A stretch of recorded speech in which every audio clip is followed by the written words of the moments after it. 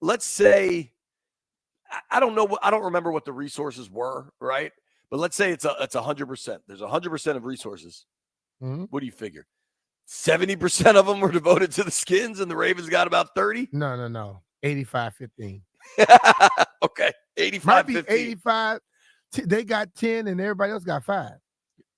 Dude, it might have been it. Yeah. But so the guys, for us, that we all worked together, but the guys that covered the Ravens didn't always necessarily love that they had the much better football team to cover, and still everything was focused on the burgundy and gold. Yeah, I mean, so they should have got somebody in Baltimore to have a show.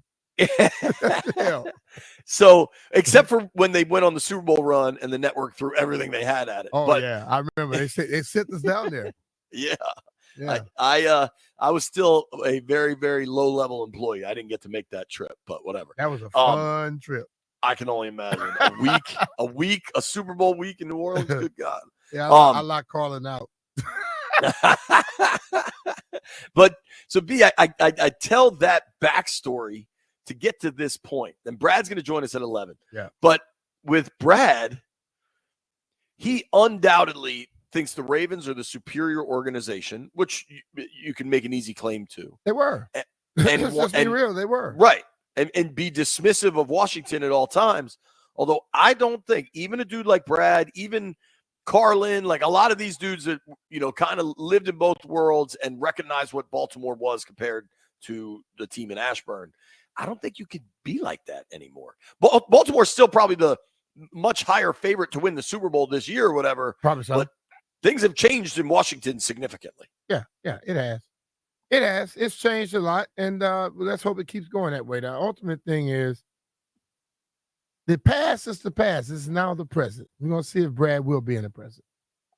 But I know he's going to talk some trash, though. If he doesn't, he's not Brad. We're going to have to find out who the clone is. Yeah, like maybe if he doesn't come out firing means he found Jesus or something. I don't know. We'll find out. I'll tell you a story later on about what he did Carlin in the basement. One day we were leaving, and I think Rob had to go check his undies. Oh, jeez. I just got a text from a former salesperson, or I guess a salesperson that we used to work with at the old company. Uh-huh. He said Redskins revenue was 5x Ravens revenue. That's all you need to know. Hey, and that's why he talked about more. Yeah. You can say what you want about what you think. It all comes down to how much green that company is getting from one particular place. Indeed. So, B, all over my Instagram feed last night, I had crazy wild card Scotty texting me pictures. Greg Height was sending me pictures. Everybody got to see the Northern Lights. Did you see any of this? No. Are you even aware of this? Bro, I was inside chilling. I wasn't worried about no damn lights outside. So I would love to see them. I didn't know Scotty last night sees Northern Lights every day. Greg probably went outside because Northern Lights is a brand of Kush. Because his son probably had to do it for school. That's the only reason Greg went outside. Greg's scared of snakes, so there's a lot of snakes out there. So if he's outside, it's because he had a reason. So here's my thing. I love that kind of stuff. I put very little effort or research into knowing when that kind of stuff is going to exist. Mm-hmm. And I didn't know about it last night. And then it starts popping up all over my phone. And where I live, so because of the stream now, I guess you can tell, I have to work from home today. My oldest daughter has a fever and we had some family stuff. So I'm here. I don't know if you heard that. A helicopter just went over my house. Like, I live about a mile to the DC line. Like, it's busy. We couldn't see anything last night.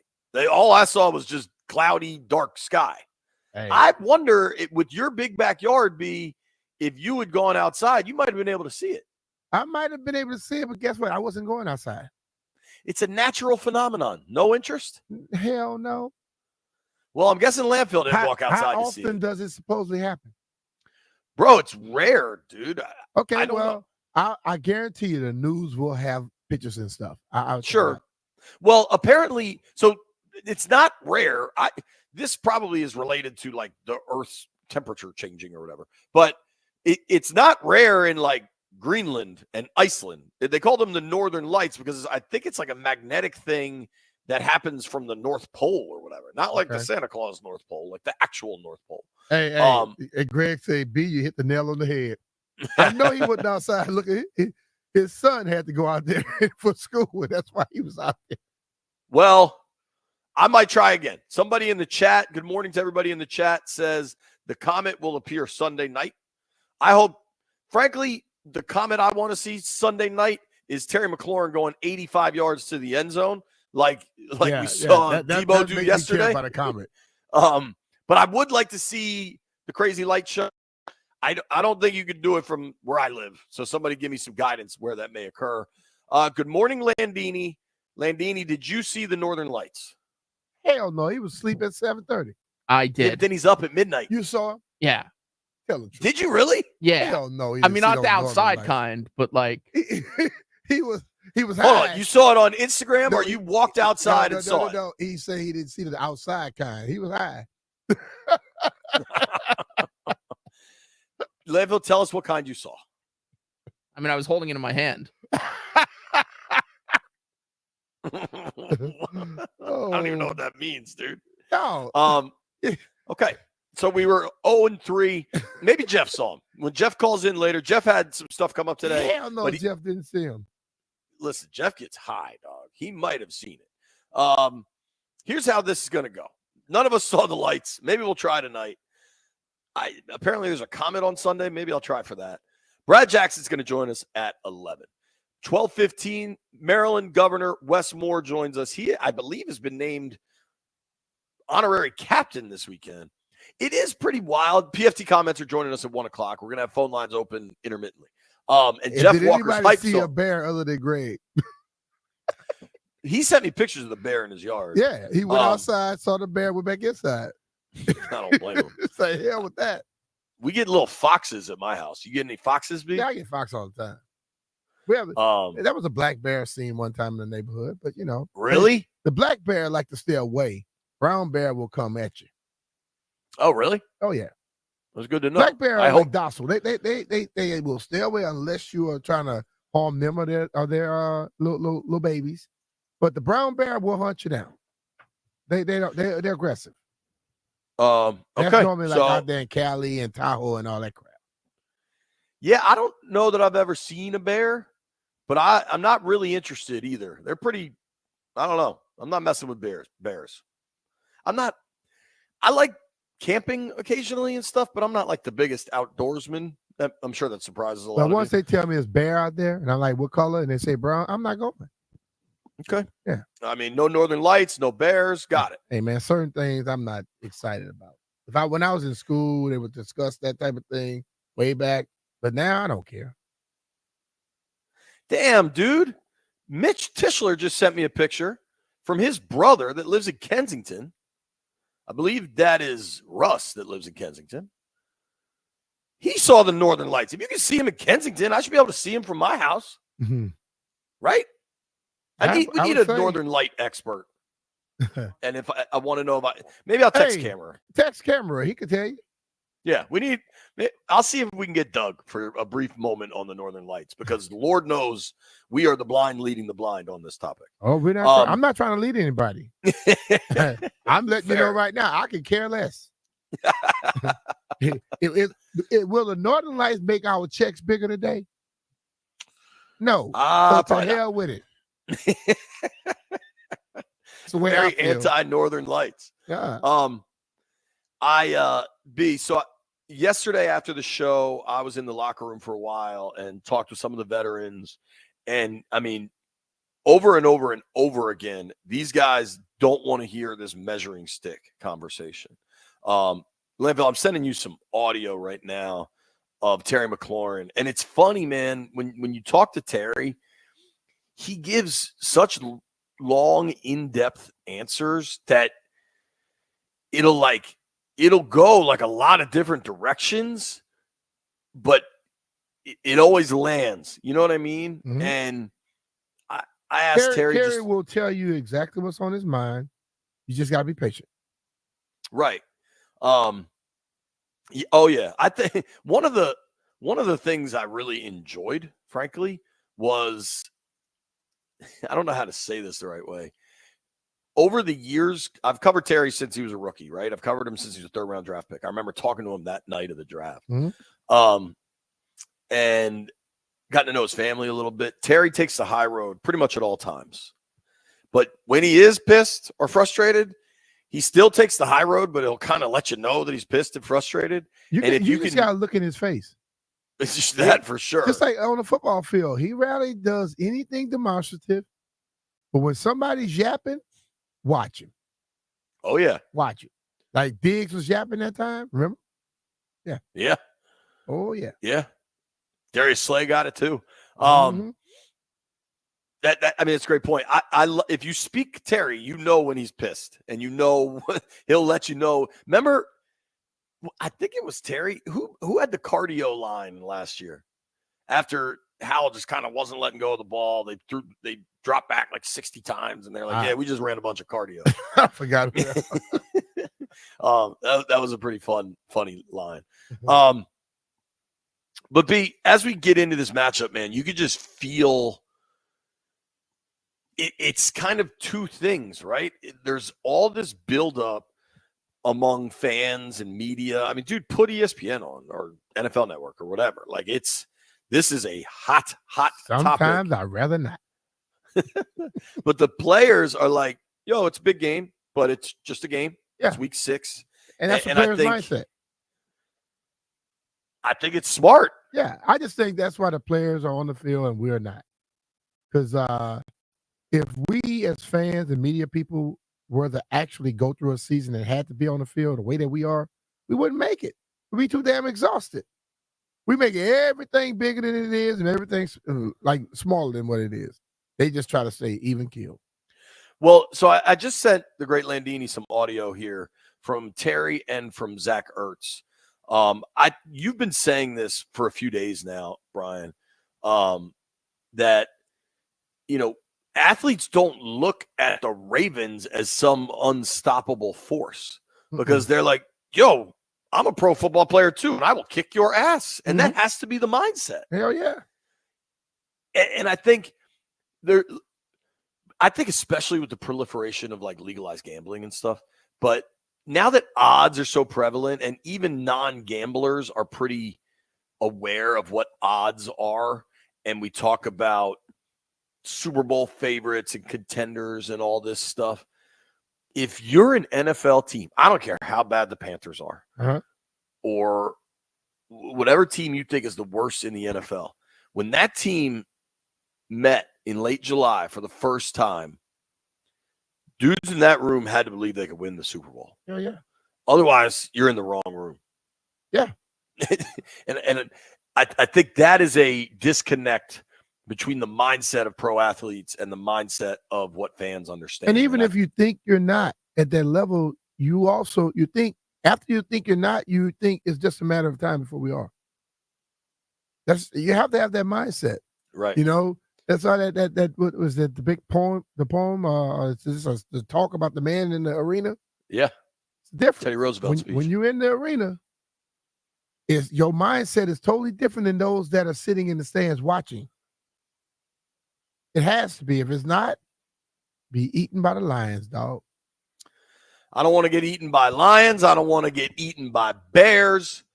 I just want some nice cooked food, some nice clean drawers. Anybody watching on the stream right now, you see my sunroom.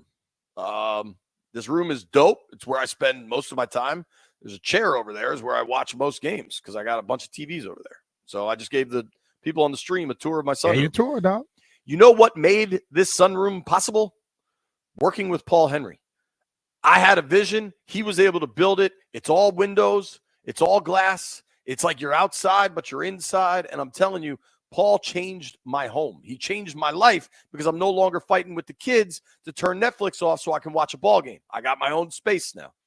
Working with Paul Henry, it's windows and doors, but it is life-changing stuff, man. My house is comfortable. My little girl's on the couch cold, so I got a blanket on her. She's sick, but it's not drafty in the house. I don't have to worry about the wind coming in like I used to when she was a baby. Working with Paul, it's a family deal, man, and it can help your family. Call him right now. $100 off windows with a 5-window minimum and $500 off doors. Well, amen, and I second everything JP said. But you know what? I'm gonna put Paul to the task. We could have the Paul Henry Studios right here. Paul, come in this room and make this room be way better than those current If studios. we can make this room look like your sunroom is looking, then Paul, you're going to be considered the best window, door, wall man in the history of history. Okay, that studio's unsavable. I am saying this, Paul. You came to my house. You did a great job. You've done a great job at JP's house. Now it's time for you to show everybody you can make this studio look a lot better instead of a prison cell. So you can reach out to Paul right now if you want windows and doors. You'll get $100 off each window with a 5-window minimum and 10% off each door. Contact Paul Henry's Window Installation today and tell him that B. Mitchell Philly sent you. And say, B. Mitch wants you to get that studio right. PaulHenrysWindows.com, your clear home improvement choice.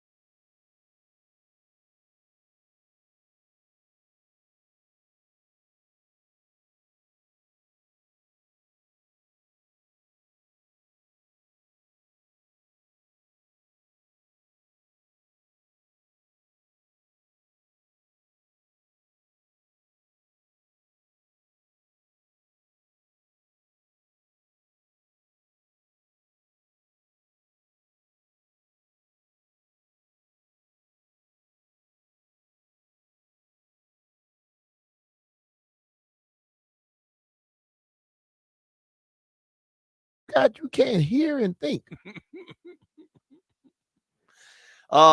Never claimed to be smart, B. All right. We got to get into this matchup. Simple question. Brian, you played football for a number of years. You scored a number of touchdowns. You ran for a number of yards. Yeah. When there's a quarterback like Lamar, who, as you correctly reminded the world, it's either him or Vic as far as the best running quarterback ever. Yeah. I think people kind of forget about Randall, probably forget a little bit about Steve Young. Steve Young and Randall are not those two. I can tell you that. They were good. They were good. Right. But they're not those two. Not running. These dudes have evolved in a way. Like, I never saw him, but apparently Fran Tarkenton was a really good runner, but this is a different universe. Yeah, I broke one of his records in college. Did you? Yeah. That's cool. Mm-hmm. Where'd he go to college? I don't know, but it was a touchdown record. When I went for 47, he had 46, I think. All right. Now you got me in college football reference looking up Tarkenton. And then D. Dowers broke mine. Fran Tarkenton went to Georgia. All right. And you broke.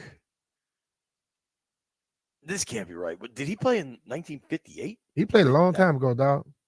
Okay. And then when he got to the Vikings, I think it was the Vikings he played at. He did a lot of running there too. Yeah. He wasn't that big of a dude. I didn't realize the Vikings went to 4 Super Bowls back in that era. I thought they went to 5 total. They did they? I think they had that really good defense, and they lost all of them, man. Yeah, everyone. I mean, they were the Bills before the Bills. Well, the Bills went 4 years in a row. I mean, that's crazy. All right, we're off topic. Fran Tarkenton. You got Lamar Jackson. Yes. Who is maybe the greatest running quarterback of all time. Mm-hmm. You've got Derrick Henry, who I think of the current generation is probably the best back of this generation. Mm-hmm. If he's not the best, he's right there. But he's won the rushing title a few times. I mean, he's had some massive seasons. Defensively, you know how to run good offense. How do defenses? I'm not saying they'll succeed, but what is the plan when you see a backfield like this? Like the Ravens backfield? Yeah. Your plan is like you got to do just like Joe Witt would say. If you go out there and you follow your assignments and do the things you're supposed to do, you'll have a chance. If you go out there and try to become a hero, you're gonna be in trouble. So if they have proper gap integrity and the linebackers are feeling properly, like I said yesterday, if you make Derrick Henry stutter step, you got a chance. If he's hitting the line full stride, you got a problem. Like I say, Houston, we got a problem. How much of it is having that D line at least kind of stand up the Ravens O line so that these linebackers have a chance to make a play? I think that is very important. Like you know, when we were in, I think I mentioned this to you about the Bengals game a little bit, where we were so hell bent on rushing upfield, we never disengaged from the offensive lineman. Mm-hmm. And those guys were hitting those gaps like bang, bang, bang. If they stab them and get rid of them, not only will they be in a hole, or if they stab them and they're sitting in a hole and they got a two-way go to be able to toss and go the other direction, linebackers there too. There's not a lot of space for them to work. But if you're just hell-bent on beating that guy so you want to just push him all the way back, you're going to run right past all tackles. And you can't do that. So they have to be able to make sure that they're going to engage that offensive lineman and be able to get rid of him when you can.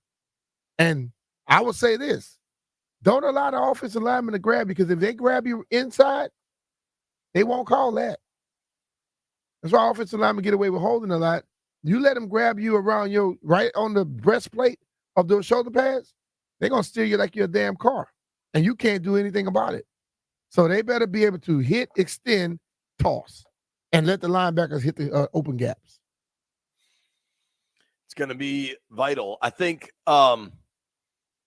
you have mentioned that plenty, and Dan Quinn finally started. I think it might have been after the Bengals game. I was trying to find the exact quote, but eventually, after one of those poor defensive performances, and I want to say it was after the Bengals game, he said, we're working on our technique a little bit. We're trying to not get upfield as much. And I think, against a lot of quarterbacks, you want to rush the passer, obviously. But with a dude like Lamar, contain is more important. Keep him in. Keep him contained. Make him throw. But see, think about Lamar. Lamar is different than most quarterbacks, where most quarterbacks want to escape outside. Right. Lamar escapes outside and in those B gaps. And if you allow him through the B gap, it's an instant problem. Like, for sure. I think what happens is once you realize, like, you want to, boom, you stab him. Now you know it's not a run. Now you can get upfield, but you don't just go blindly upfield. You run past running plays all the time. I mean, we've seen it. Yeah. Here. And I think they've done a pretty good job of correcting it. In the Arizona game, they still ran the ball really well. The Cardinals did. But if you go back to last week, at halftime, the Browns had 18 rush yards. You know what I mean? Like, they did not. They the stats got a little skewed late in that game. Ford and Foreman gave them a little something late in that game, but they finished 23 for a $104. And I don't think you're going to get that again, but if you get that kind of effort again, it helps when Deshaun Watson's the quarterback and he just doesn't even make throws on time. And you're not going to get that this week. But I really think, we were talking about this, B, in that Bengals game, and the Ravens and the Bengals played a pretty similar game as the Commanders and the Bengals. The Commanders went out there, won 38-33. Baltimore went out there, needed OT, needed a kind of fluky, bad snap, bad hold to win that thing. Yep. But they allowed 38 points to be scored. Right. Remember they that? won 41-38. So they were both high-scoring games. Yeah. You said this after the game because at that point, Washington had won 2 in a row, but their defense was giving up a ton of yards. But remember, in the second quarter of that Bengals game, there were 3 possessions where you want to call it bend but don't break, maybe. The Bengals missed a field goal, and then they kicked field goals from the Washington 9 and from the Washington 13. Yes. So they went on long drives on two consecutive possessions in the second quarter of that Bengals game. The Bengals went 11 plays, 47 yards, missed a field goal from the Washington 30. Yeah. Their next possession be 11 plays, 61 yards, kicked a field goal from the 9-yard line. So they're getting to the red zone. They have been stingy in the red zone. And then another one, 9 plays, 57 yards. Bengals kicked the field goal from the 13. I don't know how much they're going to stop Lamar and Henry and Zay Flowers and Isaiah Likely. I don't know that they're going to stop them. But if you just slow them down and get 3s instead of 7s, the way your defense is playing, and the thing about the Ravens is they can get 3 from anywhere on the field, basically. Justin Tucker hit that thing from anywhere. He's not performing to the level he has in the past. He's not performing to the level he has been, but if they get down to it and they need a 62-yarder, he can make it. Right. You know what I mean? So you want to score touchdowns and be able to stifle them some. I just think that in this game, you want to make sure you don't lose to the legs of Henry and Lamar. Because when they're running ragged, that's a long day. You want Lamar to throw the ball more. Point blank. You'll hear from Terry McLaurin when we return, and maybe we'll even squeeze in a phone call. Who needs to step up for the Commanders? Nobody go anywhere.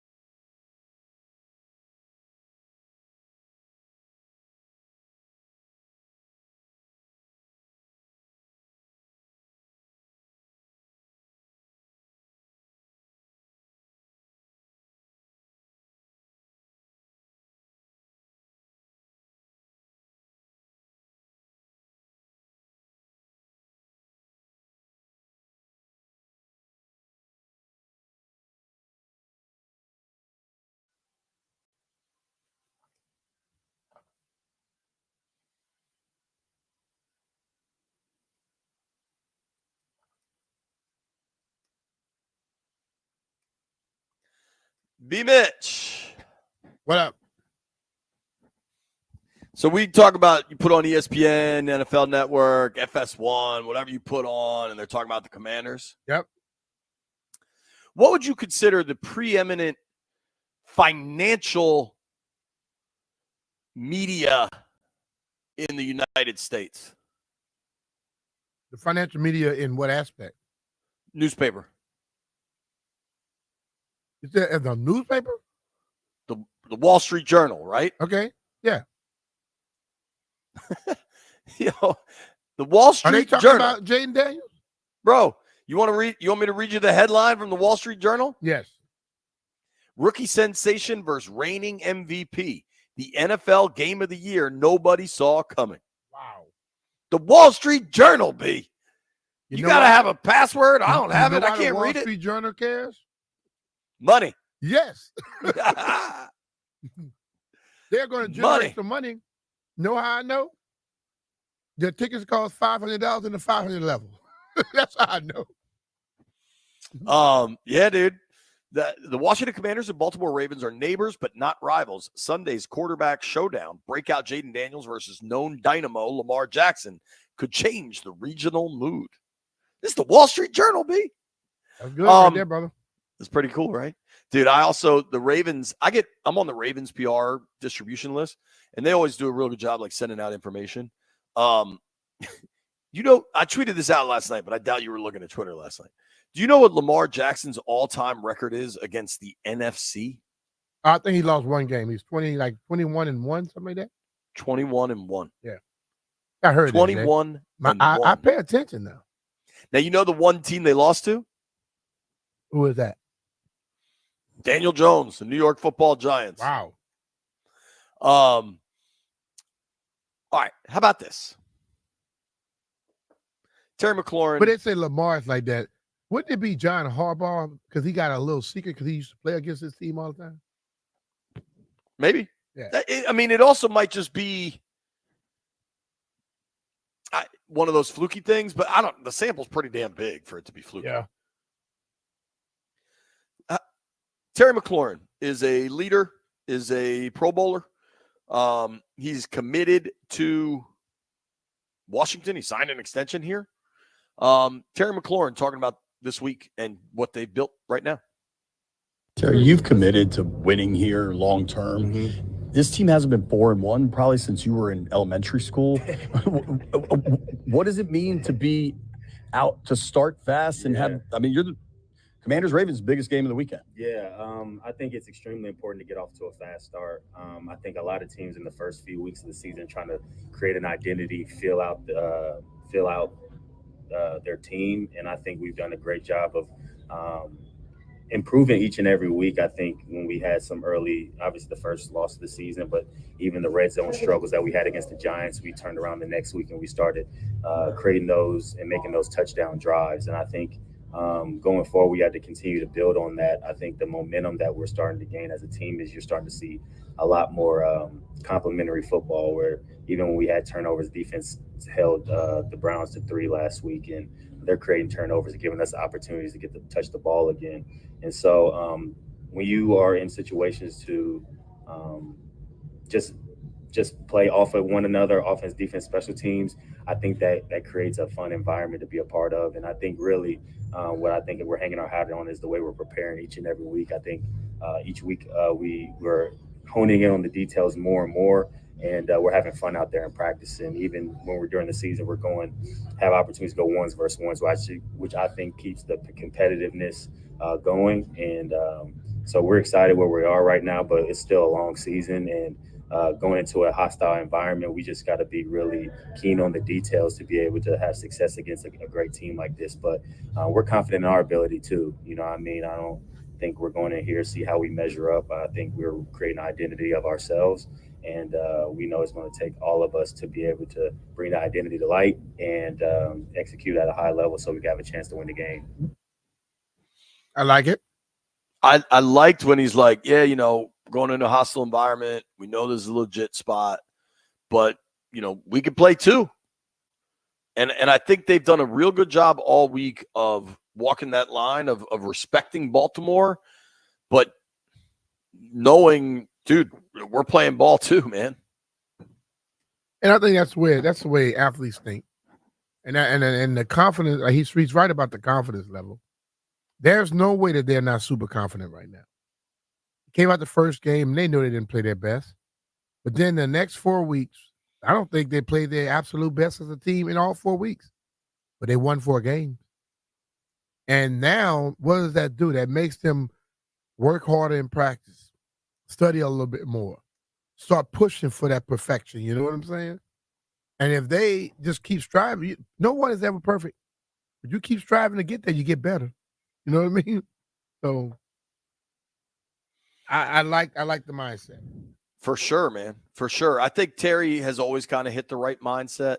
I think a lot of guys, I think they put together we did an interview with Maury Povich yesterday on the podcast. And Maury, you probably know him, B, is just a huge old school Skins fan. Yeah. And he asked us, he's like, one question that I have is how was everybody able to come together so fast? If you think about how many new parts there are for this football team, really they've now spent, call it 6 months. You know what I mean? Like OTAs really kind of kick off in May. And you get May and June, you get most of July off, and then training camp. It's not that much time for a group to have come together in a way that seems different than it has in a long time. Well, they brought in stars that still have something to prove. Mm-hmm. The stars that they kept around still have something to prove. And they have a lot of young guys that they brought around that are hungry as hell. When you have that type of mindset and a new coaching staff, so look, and the new coaching staff tells you, if you can play, I'm going to play you. That right there, Carl, that's how you get everybody to buy in. And that's how you get to where they are so quick. They didn't bring in, like, everybody out there that wants, every time somebody else's star who's disgruntled comes free and y'all want them to come here, your team wouldn't be where it's at right now with a lot of those other guys. I guarantee you that. They may be better talented, but just because you're talented don't mean you win. When you're talented and everybody buys in and you work together for the same accord, then all of a sudden your team is good. See what I'm saying? Yeah. So be happy that they're working this thing how they did, and the people that they kept around, they want to win for this team. They're not trying to be here just for themselves. It's a hell of a time. Yeah. The Wall Street Journal's covering the Commanders. Nosebleeds for Commanders Ravens are $800. Woo! What a time to be alive. Trust me when I say this, you're going to want to hear Brad Jackson. He's on with us next. Nobody go anywhere.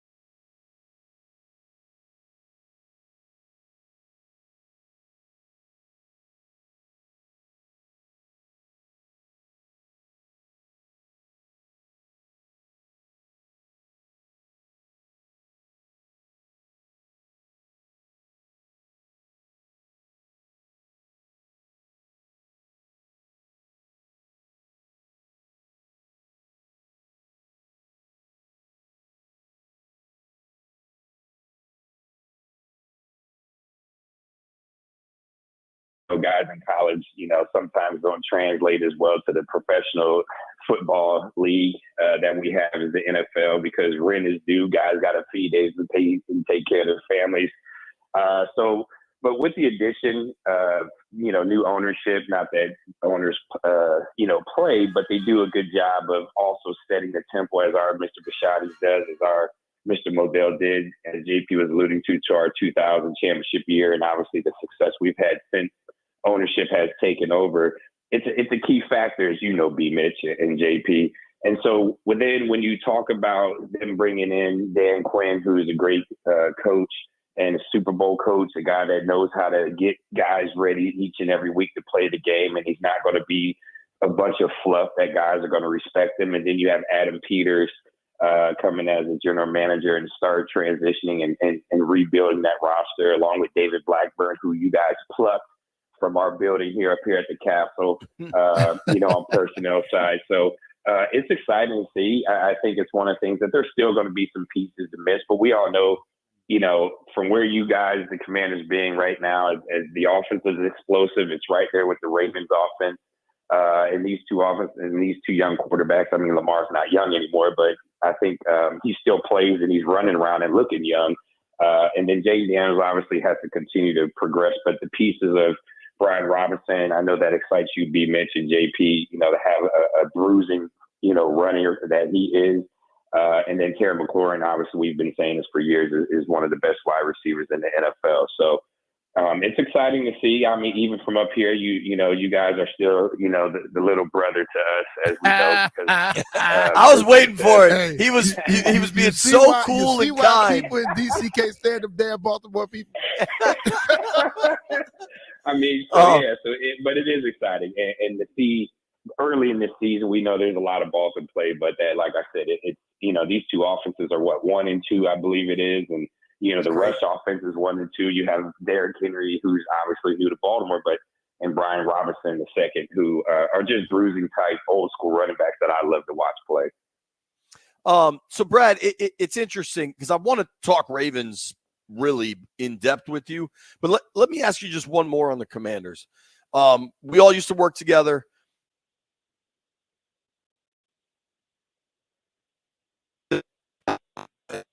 Super Bowl, and then 12 years later they win another one. And man, I don't know what JP he's on remote, and he's kind of like sound like he's underwater. But hey, y'all need to get a Boost Mobile partnership so he can get some good cell service. Hey, but like now that they have Derrick Henry there, right. How much difference? Because like the Ravens have always ran the football effectively, but they did it by committee. Now you have a bruiser like him, and Lamar still doing his thing. Is this a more effective way, or what they had before? Well, I think it's just a different way. We don't know if it's effective yet because we're 5 games into the season. Obviously, the first couple weeks the Ravens were 0-2, and the running game looked non-existent. And then they go down to Dallas, and I think Commanders fans and Ravens fans will unite that Dallas sucks. And so they went down there to get their, to kind of use the Cowboys as chicken soup and get right. And of course, that started with the running game. And then they ran for 270 yards on 35 attempts against the Buffalo Bills. And then last week, we obviously know that was a shootout, but the running game had a big part of that. So to your point, when you have Lamar Jackson, who's doing the read option and he's pulling it in, Derrick Henry's, belly and pulling it out. I mean, you can speak better to it being the great running back that you were, how difficult that is. Because I would always think for a guy like Derrick Henry that would be difficult because we know he loves to go downhill. He loves to stretch. You want to get him as a defense going sideways because that gives you a better chance. But when he's able to go downhill, get off tackle, and, he's causing a problem. So the fact that they're able to do that with him and then get Lamar, he's able to pull the ball out at times and get on the edge. It's doing a lot of things that I don't think people thought early in the season was going to be able to cause the problems that it has for defenses, because now instead of having that lead blocker, now Derrick Henry, he's still being able to get the ball and get one cut and get downhill until Lamar's pulling it out, getting on the edges, or they're even doing some tosses with Derrick Henry, which I think caught some people on defense, especially in the Buffalo game, it caught them off guard because, you're not expecting to see Derrick Henry, who's on year 9 or 10 in the NFL with 10,000 yards, still be able to take a toss and get to the corner. And then when he's getting to the corner, I mean, we all know he's 255, 260 pounds.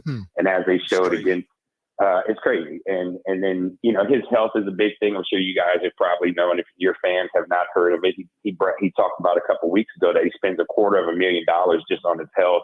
He allows himself 2 cheat meals like in the off season. So he's taking care of his body. He's had the injuries, but what the Ravens are doing in this running game is not just handing it off to him 30 times and allow him to get beat up, hoping that he gets you 100 yards.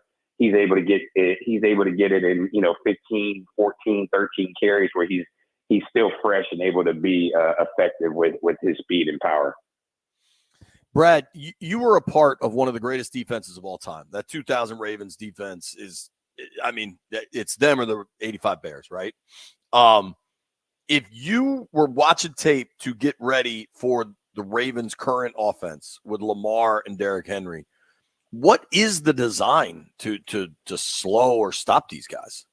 Yeah, I mean, the design you have to do is kind of take, and it's a copycat league. You guys know that we've covered enough sports and worked together and played it and so on and so forth, that it's a copycat league. So what's going to have to happen if you're on the other side, if I'm the defensive coordinator, I know Dan Quinn's going to, he who was a brilliant defensive mind and defensive coordinator, they're going to sit up there and come up with a game plan, which is, you want to eliminate the option in the middle of the field. So he's going to have Jonathan Allen, who's I still think is one of the top 10 defensive tackles in the National Football League. And he's a heck of a player. Love his motor, love everything about him. And you're going to be able to have him control those A gaps, have that D tackles control the A gaps to the B gaps. And then your linebackers, what you're going to have to do in the edges, keep Lamar in the phone booth, because I think when you go back and you see the highlights and you saw what he did against the Bengals defensive ends allow Lamar to get on the edge. Once you, and we have a saying we used to say, you don't want to let Superman out of the phone booth because then he's Superman. So if I'm the Commanders and you're able to keep hitting Lamar in the phone booth on passing plays and not extend plays, and he's not going to be able to throw the ball downfield, you take away the interior gaps of the running game, which is going to basically say, hey, linebackers and D-line, this is coming down to you to stop Derrick Henry between the gaps. And then have your defensive ends make sure and your safeties come down later because of Lamar's quickness and speed, and have those guys come down. So I would be playing a lot of cover 4, me personally. Obviously, you'll mix it up throughout the course of the game because that way it's going to enable those corners to be more aggressive on the run. If it's double moved, then you have safeties over top. And then if it's a run game in cover 4, your safeties are the one that's going to be filling in the alleys, on the edges later as the run develops. So I will be playing a lot of cover 4 with some blitzes. Obviously, 2-man is the best coverage of football with some spies. But I would make sure that the corners are often 2, make it look like it can be man, but make it look like, regular 2. And then I think you got to blitz. I think no quarterback in the National Football League likes heat and pressure. I think when you're stacking a box and you're bringing 5 or 6, that's going to either chase them out of some run plays and force them into some pass plays, where you can show the blitz and then you can drop guys out and then try to confuse Lamar Jackson in the passing game. Because they haven't been able to. Last week was the first time that they've been able to get, tight end Mark Andrews unleashed. He's kind of been, I don't know if he's fully healthy coming off the broken leg that he suffered last year. And then he came back for the playoff game. He kind of rushed it. He just doesn't seem to be running the same way. But last week against the Bengals, they made a concerted effort to get him the ball. And so I think he's one of Lamar's favorite weapons. And so I think that's how I would do it if I was a defensive coordinator. And I know talking with other defensive coaches around the league as I do of ways, how you would stop this offense. Well, both of those guys run the football very effectively. And Lamar has shown he can pass it. But when you look at Jaden seems to be a little bit ahead of Lamar where he was at this time when he came in as a rookie. Do you think if they, like what people do in the playoff, they make him throw the ball? Is he over that hump yet where he could just take care of it like that? I mean, last week you saw they just kept battling back and forth with the Bengals in a 41-38 shootout. I mean, it was looking like Madden football. And as a former defensive player, I was losing my mind because neither one of these defenses left the hotel to show up to the stadium to play football. I mean, I think the only people that were happy were the gamblers or FanDuel or whoever does all this gambling because, the amount of points, the over-under, and then all this other stuff. So I think Lamar has transitioned. You got to give offensive coordinator Todd Monken a lot of credit for that, because he had that ability when he was at the University of Georgia a couple of years. But people don't, and probably your way, south of Laurel and then inside the Beltway, they don't really know that this is only Lamar's second year with Monk. So there's still some growing there. But I think, there's no question Jaden Daniels probably at this point in his career coming out, he's more of a pure passer because he did it more at LSU. And so Lamar did the same things he did at Louisville, which allowed him to win a Heisman, the same way of him being just electric and him making plays and him making throws. I think all quarterbacks need to improve their accuracy. There's only one Tom Brady and Joe Montana, the guys that can just pinpoint. And, you have those guys in this league now, the Patty Mahomes and the Josh Allens and so on and so forth, that are able just to put it anywhere they want at any time they want. So, yes, I think his passing has improved and his accuracy continues to improve. But I would agree with you that Jaden, just because of how he won the Heisman, obviously there's some electricity in his ability to run and extend plays, but his passing is further along right now than it was when Lamar came out in 2018. Mm-hmm. So, Brad, I got to ask this, right? You were part of one of the greatest defenses ever. The Ravens under Steve Bisciotti are just a model organization. Washington under Dan Snyder was the opposite and could not sustain success and had a myriad of problems off the field. Do you view Washington differently now that ownership has changed, now that you've got Jaden Daniels? Like, is this again a viable threat? Well, in the NFL? I think it's still too early. I mean, we're 5 weeks in, they're 4-1. I think they're going to be built to be a viable threat. I think it's good for football that in our nation's capital that, the Commanders, I wish they would go back to their old name. I know how people feel about that. I know it is what it is, but I just, the Commanders is fine. But I do think that with new ownership always helps, as I was alluding to it when we started this call with you guys. I think Adam Peters coming from San Francisco, which is a winning organization, going back to when B. Mitch played, and obviously my era, they were kind of like, whatever. And then now they've made their way back. So Adam Peters and how things are done in that family with the York family, going back to the Barlow family, there's just a way of doing things. Like Mr. Bisciotti, he carried on what Mr. Art Modell had did when he was our original owner here in Baltimore. So I think all those things have to go in. I mean, we talk about this, and it's real for your fans. It's real here in Baltimore, where when you walk into that building, it has to be from the grounds crew all the way up to ownership, have to be on the same page. They all have to be locked in. And I think, last year I had a chance to talk with your owner, Josh Harris, when we had the joint practices here in Baltimore. And he walked out, and I remember him standing there talking to him. I get introduced to him, and we're talking, and he was looking at our facility and was like, wow, like you guys actually come to work here. And and I joke with him, because we know obviously he's done very well business wise. And I said, Mr. Harris, you can buy this one and build another one. You'll be good. And I'm sure eventually they will do a new facility because obviously the facility in Ashburn is outdated, to say the least. And I'm quite sure those will be a lot of money at it. Yeah, and I'm quite sure they're going to build something, that will, as you guys said, it will help even make the franchise even more relevant. And along with getting a new stadium, I'm sure in the next 5 or 10 years that those are things that they're going to be working on, obviously. So, and I hope they're viable. I mean, it's fun. It's fun to have a conversation, with my own family who are lifelong Redskins fans and football team fans. Well, they never claimed to be the football team, but they're, they're slowly coming over to being Commanders fans. My aunties still wear, their old jerseys, and they, of those guys that they grew up with, the Hogs and so on and so forth. And so I think it's good for football. I think it's, you guys are in the NFC, we're in the AFC, so you can kind of have people that are like, oh, that may be my NFC team, and Baltimore is my AFC one team. of our other producers, that's how he thinks. Yeah, but he's not doing it real. now that the Commanders are good. Now he dismissed y'all.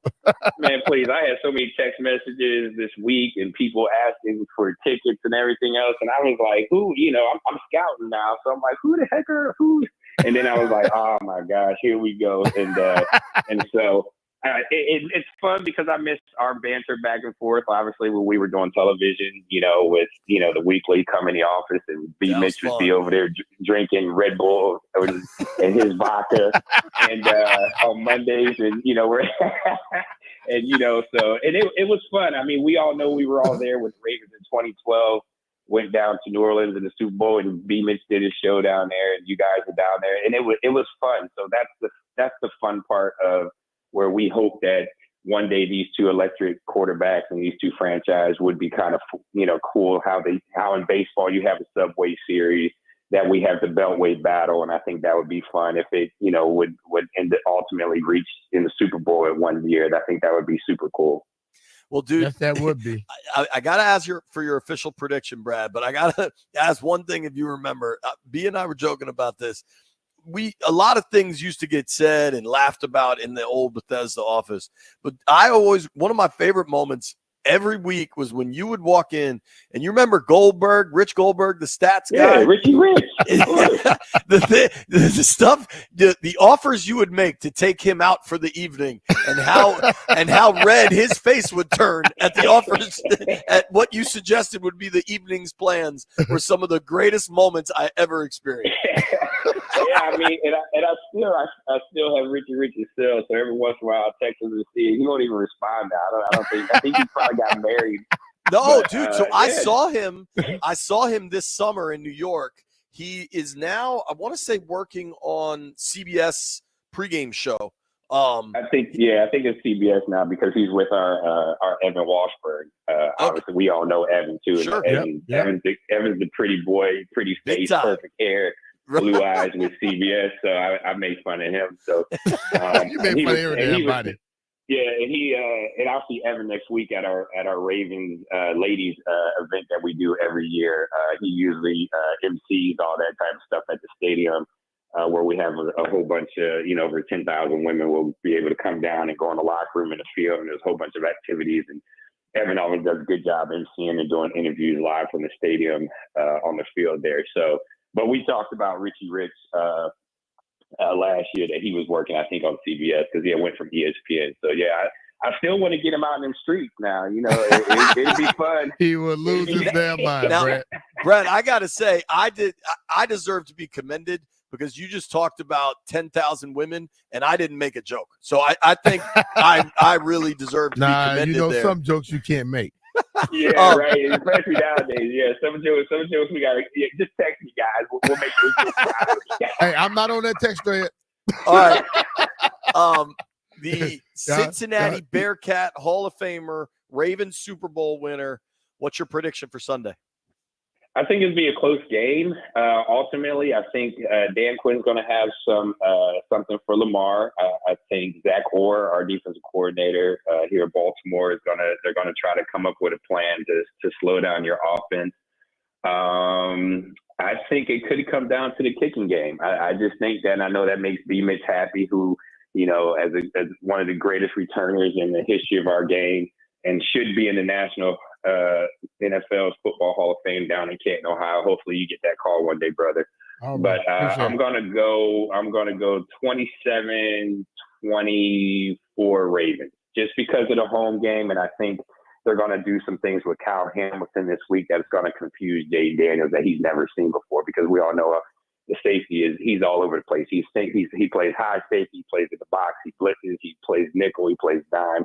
And I think the way that they use him could create a turnover somewhere that is the difference in the game. No disrespect to your Commanders fans, and if it goes the other way, we'll talk about it next week. If you guys have me on, we'll laugh about it and go from there. But I just think in Baltimore, where the Ravens do hold the edge. I think was it 2-2 with Coach Harbaugh, and then I think Baltimore has a winning record. I just think the home crowd does a little bit enough, along with a turnover and a big play in the kicking game that allows the Ravens to go out by 3.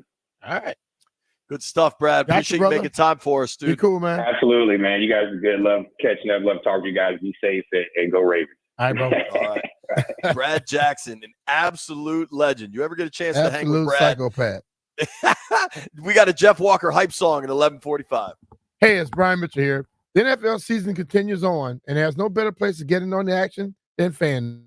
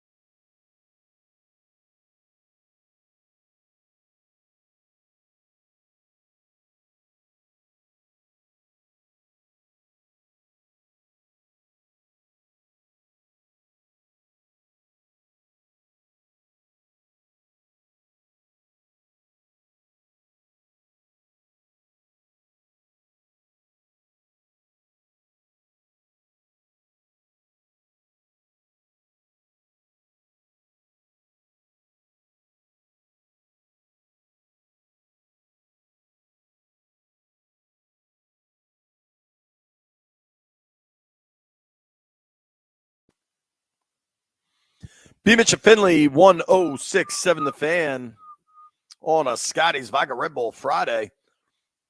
Just had Brad Jackson on the program, linebacker for those great Ravens defenses, early 2000s Super Bowl winner. I didn't realize he played hoops at Cincinnati, too. He did? I knew he played football, but he was on the basketball team, too. Probably a hell of an athlete in his prime. That's what he would tell you. I remember him telling me that, so I kind of am surprised I don't remember him telling me about the hoops, but impressive. Dude, when we were in Cincy, remember I stayed right there by the University of Cincinnati. Mm-hmm. Cool little campus, cool little stadium. You should have walked around the area. I did a little bit. I liked it. You didn't go by the other area on the other side of the street. Nah, man. What did your Uber driver say?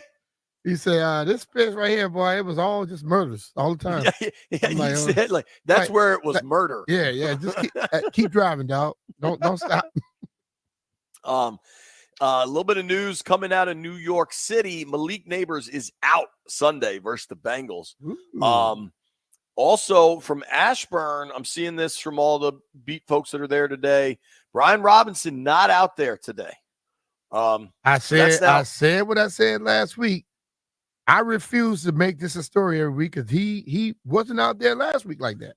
No, he came And out played. Friday. Yeah. He came out Friday was the difference. He'll play.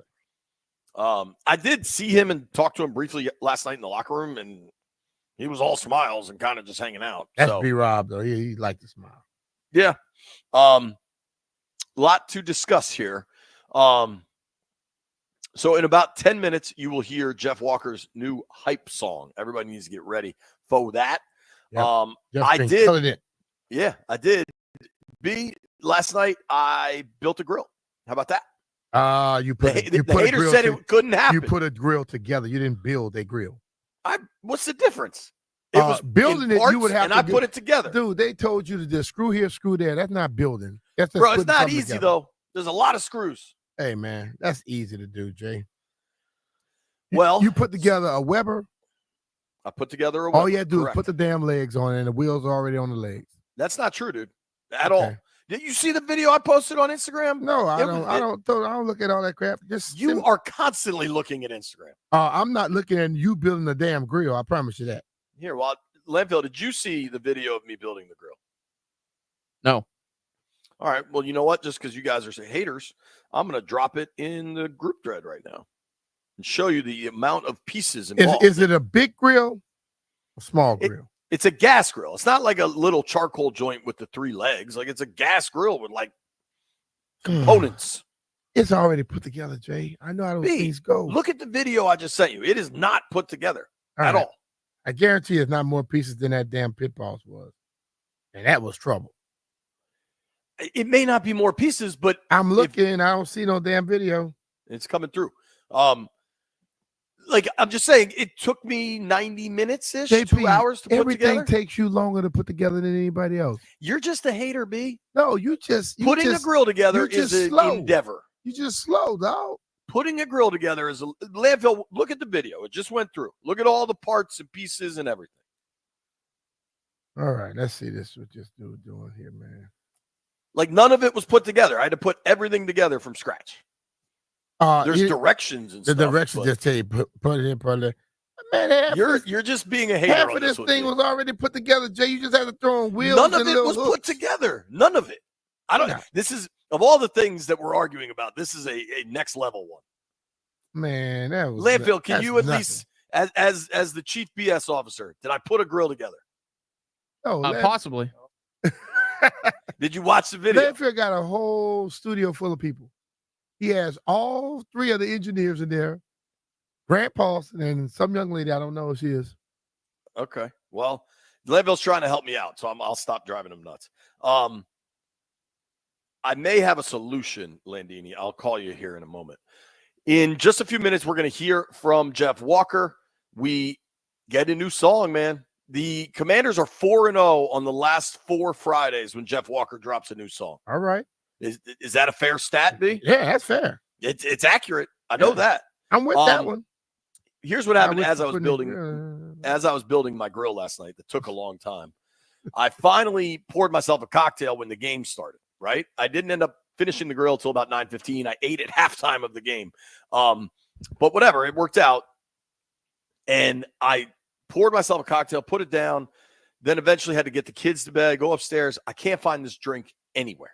And I'm like, what the hell? I went back upstairs to see if I left it like in my daughter's room.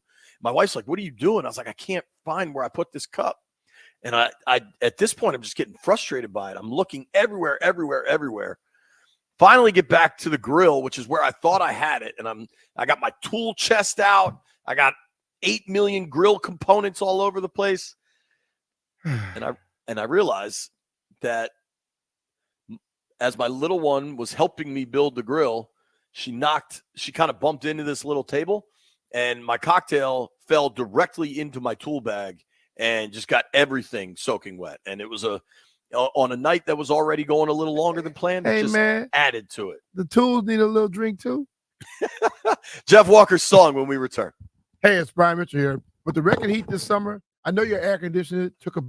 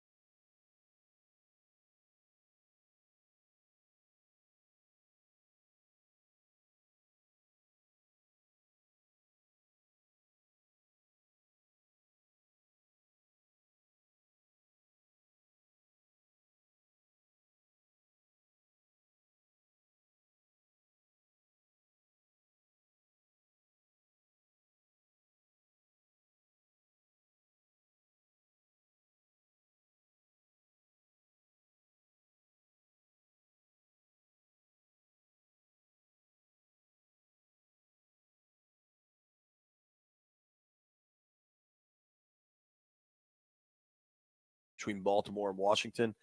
I don't really have a dog in this fight. I recognize that the Parkway connects them. I also recognize that each city has a beltway, and the beltway is fairly synonymous with Washington. I'm cool if you want to call it Battle of the Beltways. I may have said it. I don't really care. The BW Parkway battle maybe doesn't just roll off the tongue quite as well. I just want it to be a good game. You want the Commanders to win. I think they have a real chance at winning this thing.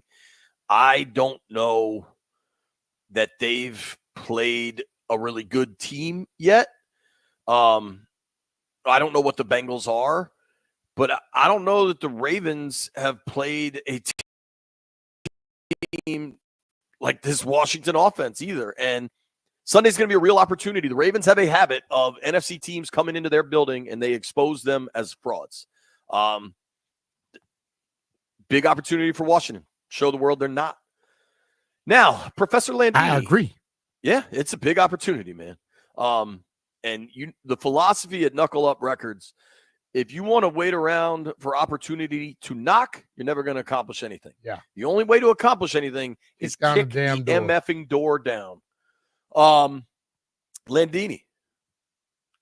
Do we have Jeffrey? Young Jeffrey. Jeff, you got of all the people that have to tell to turn their radio down. Jeff, turn your radio down. My radio's not even loud. It is. We heard it. Hello, Jeff. Where are you? How are you? I'm great. I'm in Virginia right now. We're on some long road. Good detail. That really narrows it down. That would be it. 64. 95. Yeah, we're on 95. Great job, Jeff. You're really getting the people hyped for your song here, buddy. All right, dude. Go ahead and introduce it. Put the blunt down. Introduce the song. I don't got no blunt, man. We in a rental car. But nah, man.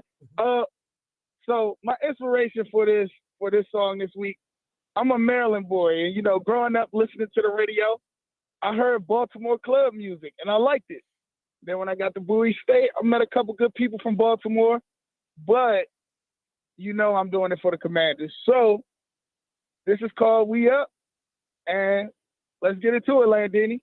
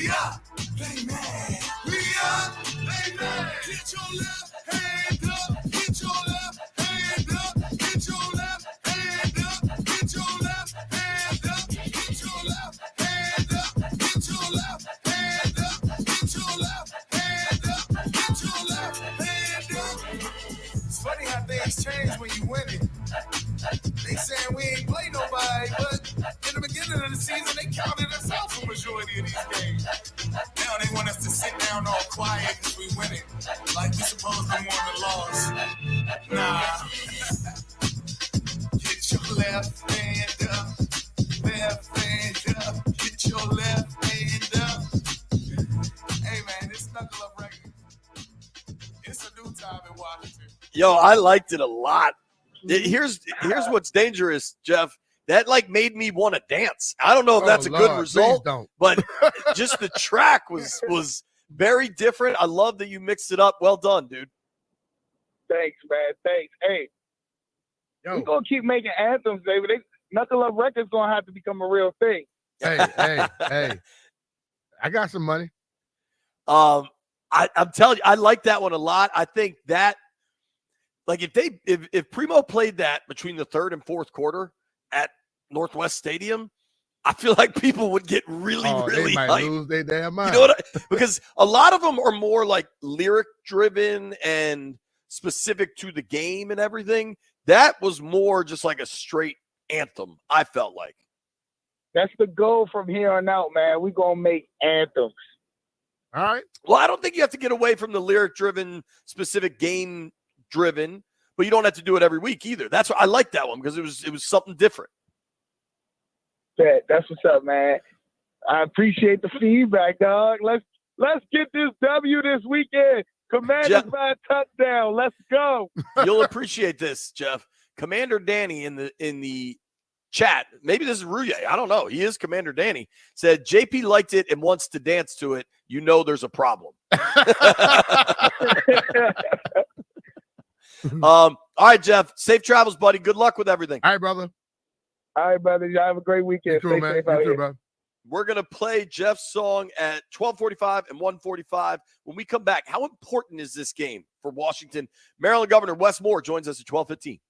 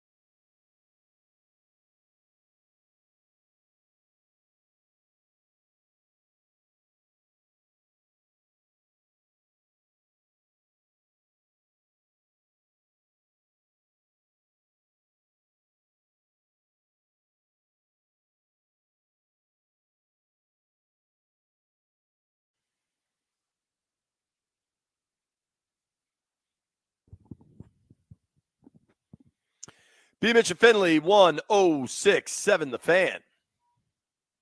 High noon in the District of Columbia. All right, Brian, I've ascertained some information that I think pokes a hole in all of the excitement surrounding the Northern Lights locally. Okay. Bro, so all these people posting these pictures on Instagram and saying how they saw the Northern Lights, apparently you don't see it. You have to take a picture with your phone, and then your phone is able to see them because of like the magnetism or whatever. But like, you're not actually seeing it. So maybe the Northern Lights were above my head last night, but I didn't know I had to take a picture with my phone. I kind of don't think it counts if you don't actually see it. Well, they were able to take the pictures and see it. You didn't take a picture, so that's your damn fault. Yes, but what I'm saying is it's kind of built on a throne of lies. If you can't physically see it, then you're not seeing it. You could see it just like you couldn't physically see all that other crap that was going on, but you had to put on them weird ass glasses, and then you could see it. So your phone is your weird ass glass. I don't know, man. It's suspect. It's suspect. Hey, man, when you miss out on stuff, you sure don't like to have it be truthful. Yo, I remember as a kid once, my buddy's grandfather was a I got no idea what you call these people. It's not cosmetology, but it's like they study stars and astrologists out. No, astrology is Virgo and Capricorn. I'm talking about the people that like know the difference between a black hole and a red dwarf. Like people that study a damn scientist. Some level of science, yes. my man's grandfather, Josh Lennon, his grandfather was a scientist. And he told us that there was going to be this, I guess, like shooting star. What do you call it? When like the stars go nuts in the middle of the night. Yeah, but it's a whole like night of it. I am really sounding stupid right now. More so than usual. Hey, sometimes you just stay quiet. People wouldn't know. But they let us sleep on his roof and watch this thing overnight. It was unbelievable. And I was probably like 9-10 years old. And that is what I'm looking for. Not something I got to take a picture with my phone. All right. Anyway. Landfill, how dumb did I just sound on a scale of 1 to 10? Very much so. You sound super. You sound SS. All right. Super stupid.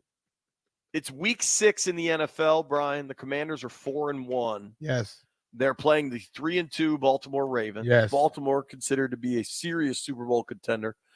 The Ravens are quarterbacked by a fellow with 2 MVP awards and a Heisman Trophy. Yes. Simple question. How important is this game for the Commanders? I think it's very important, and the thing of it is the outcome is not what's important. It's the way that they play and how they go out there and perform. Because let's be real, the NFL, it's been one undefeated team. So you don't go undefeated most times. You're going to lose some games. And like you always say, the game is made for parity. So you go out there, you get the doors blown off you. There are going to be people that say, they were frauds. But if you go out there and you play tougher, you play close and you win the game, people believe that you're whatever. But you know what? It's only one game. Next week is a different ball game then. Hell, Detroit went up there last year and lost. Where did they end up at the end of the season? NFC Championship game, right? Yep. So they probably should have won it. Yeah, should have won. So all you got to make sure you go up there and put your best stuff out there. And let's be real, sometimes your best isn't good enough on that particular day. The Ravens are in the same boat though. If the Ravens lose, is it completely over? No. If they win, can they just say, now we smooth sailing gonna be in a no, they can't think that either. They have to still go out there and play a certain way and check some boxes in a sense. Yeah, I think the importance of this game, it's important. And, I thought Nick Allegretti was really good when he talked about you want to play big games, but the big games are in January, right? Yeah. And I think Washington and Jaden certainly, people say ahead of schedule. Who the hell makes the schedule? There's no schedule for anything in life, right? Like the universe just happens. Who said you're supposed to be, this is the day you're going to be good? Right. Only people predict stuff like that is the guy that left. That said 4 years. The universe does what it wants. There ain't supposed to be northern lights in D.C., but apparently they're here, right? I think it's an important game, certainly. The only real way this thing, if they get blown out, is a problem. But every other outcome, it's one of 17. And you know what? They get the Panthers the following week. And you win that one, and you're 5-2 that way. Yeah. You're 5-2. And the playoffs are the goal. Like right now, you don't want to get ahead of anything, but just do the math. They're 4-1. They've played 5 games. They play 17. Now, B, if my math gets wonky here, you'd let me know. They've played 5 out of 17. They got 12 left. Yep. If you get to 9 wins in the expanded wild card era, you're getting in, okay? So you could go 5-7 down the stretch, and you're probably still getting in. I don't think they will. I think they stay above 500 down the stretch. All right. When we come back, Maryland Governor Wes Moore joins the program.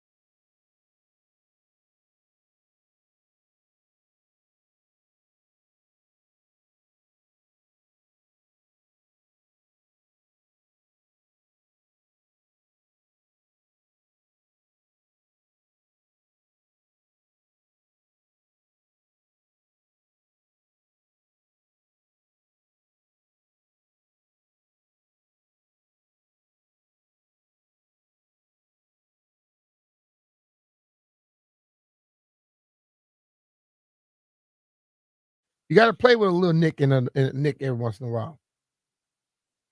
223 career games. How much does it bug you that you missed one?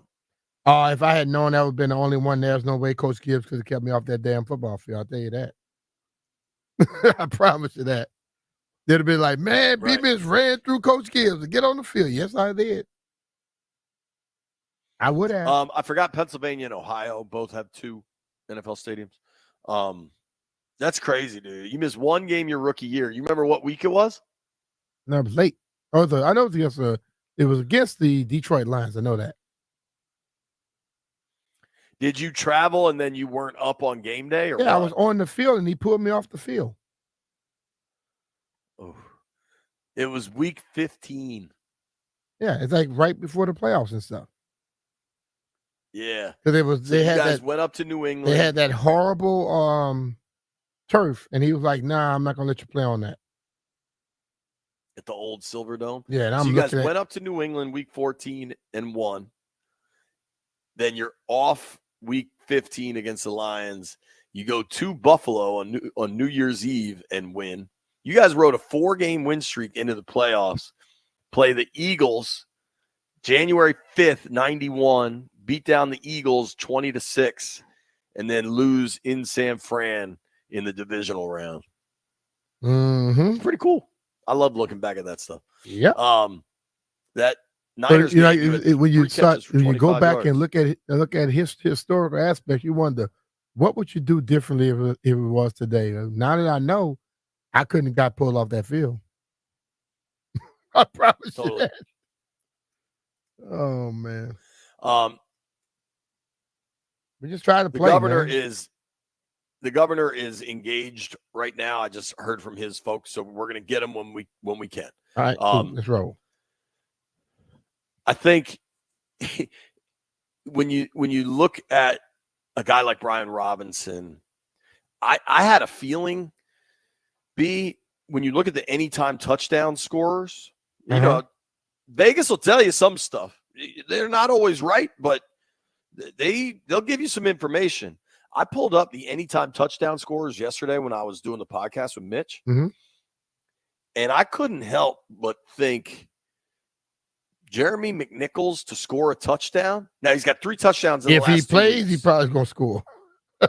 Well, I mean, these numbers are astounding, right? Derrick Henry to score a touchdown in this game. What do you think the odds are? Derrick Henry to score a touchdown is probably going to be minus 500. No, that's too much. Minus 265. That's like minus 500 in my mind. I mean, it might as well be, right? Yeah. Who bets that? You got to put 265 down, but I guess you kind of look at it as free money. There's a lot of people that put down that money now. So here's what really stood out to me. B-Rob, and these lines are live, I believe. Like, you could bet this right now. B-Rob to score a touchdown is plus 155 right now. So Vegas still thinks he's going to play. Yeah. Let me ask you a question. Jeremy, go ahead. Like, Vegas, like, this gambling thing is very dependent upon injuries and all that type of stuff. We get this stuff on Friday. Do you think Vegas get it earlier? Do you think that the NFL have to let them know what's what early enough? Because they're not just doing gambling. They're partners in this whole thing now. Do you think they get information before us? Probably. I mean, it's just the truth. I mean, it's not they had the information even early. before they were partners with everything. Yeah, but I'm saying, like, now that they probably get more information, don't you think? Probably. If we're being real and honest, probably. I think here's what I find pretty interesting. Brian Robinson to score a touchdown in this game, plus 155. Austin Eckler to score a touchdown in this game, plus 175. Jeremy McNichols, plus 175. So whether his role is something that is here to stay or they are unsure about B-Rob, like, that's pretty dang high for a third running back touchdown odds. Just as a comparison, and obviously you would think the Ravens, if they get in the red zone, are handing the ball to Derrick Henry, or Lamar's taking it himself. So not like to ignore that they have two of arguably the best options in the league at running near the goal line in Henry and Lamar, but their next running back odds, Justice Hill is plus 310. But you got to realize so it's how a many pretty big gap. Jared McNichols played 2 games. He has 3 touchdowns. Yeah. So that makes Vegas think this man plays, he scores. Right. Like Brian has how many touchdowns so far this year? I think B-Rob has 4, but I will confirm that for you. Okay. And then how many the Eckler has? I think Eck only has the 1 because remember Jaden scored a bunch. So that's why I think it's so damn high because he's coming to the game 2 times, 2 in 1 week, came back the next week when Brian was nicked a little bit, which means he may get some time because whether Brian plays or not, they may not play him as much. You get what I'm saying? Yeah. So McNichols may get a higher workload. So B-Rob has 5 rushing touchdowns on the season. Okay. Jaden has 4 rushing touchdowns on the season. McNichols, listen, this isn't quite Gerald Riggs numbers, but it's pretty impressive. McNichols has 3 rushing touchdowns on the season. How many carries you think he's got? 3 touchdowns, his carries, probably I'm going to go somewhere around 12, 13. On 16 carries, Jeremy McNichols has 113 yards for 3 touchdowns and 6 first downs. Hey, bro. That's effectiveness right there, bro. So just back out the math. He's carried the ball 16 times. Yeah. On more than half of them, McNichols has either gotten a first down or a touchdown. Hey. That's why Vegas look at all of those analytical aspects and say, if this man plays, he's going to score. That's pretty wild, man. Yeah. I mean, that's just really pretty significant. For the Ravens, I haven't seen their injury report yet today, but as of Thursday, they didn't have a single starter that missed practice. Now, some of them were limited instead of full, but not a single starter missed practice. I think now they did have some guys miss Wednesday, including Ronnie Stanley, their left tackle, Rashad Bateman, and Marlon Humphrey, all starters for them. They all landed on the limited side. Rosengarten is on the limited side. That's their right tackle. Mm-hmm. But they seem relatively healthy coming into this game. I think Washington is relatively healthy coming into this game. Yeah. I think your big questions are B-Rob and then Austin and Allegretti. You know, he dealt with the ankle, then he dealt with the knee. So did he have any issues this week? He was on the injury report for sure. I don't know where did he practice today. Did he miss any practice? Did Allegretti? Yeah. He was he didn't practice Wednesday, but he was limited Thursday. I talked to him. That Wednesday thing. He's like, yeah, I did individuals. I'm kind of forgetting about Wednesday. Wednesday is that we're gonna get everybody healthy day. That was it seems like. And dude, they go really, really light on Wednesdays anyway. It's pretty short. And a lot of it's kind of just walkthrough stuff anyway. And then Thursday is their big day, which is a pretty interesting kind of just routine. Mm-hmm. So I think you'll see a lot of guys not go on Wednesdays throughout the season. I don't think Wednesday's practice should be our barometer. I do know PFT Commenter will join us at 1:00.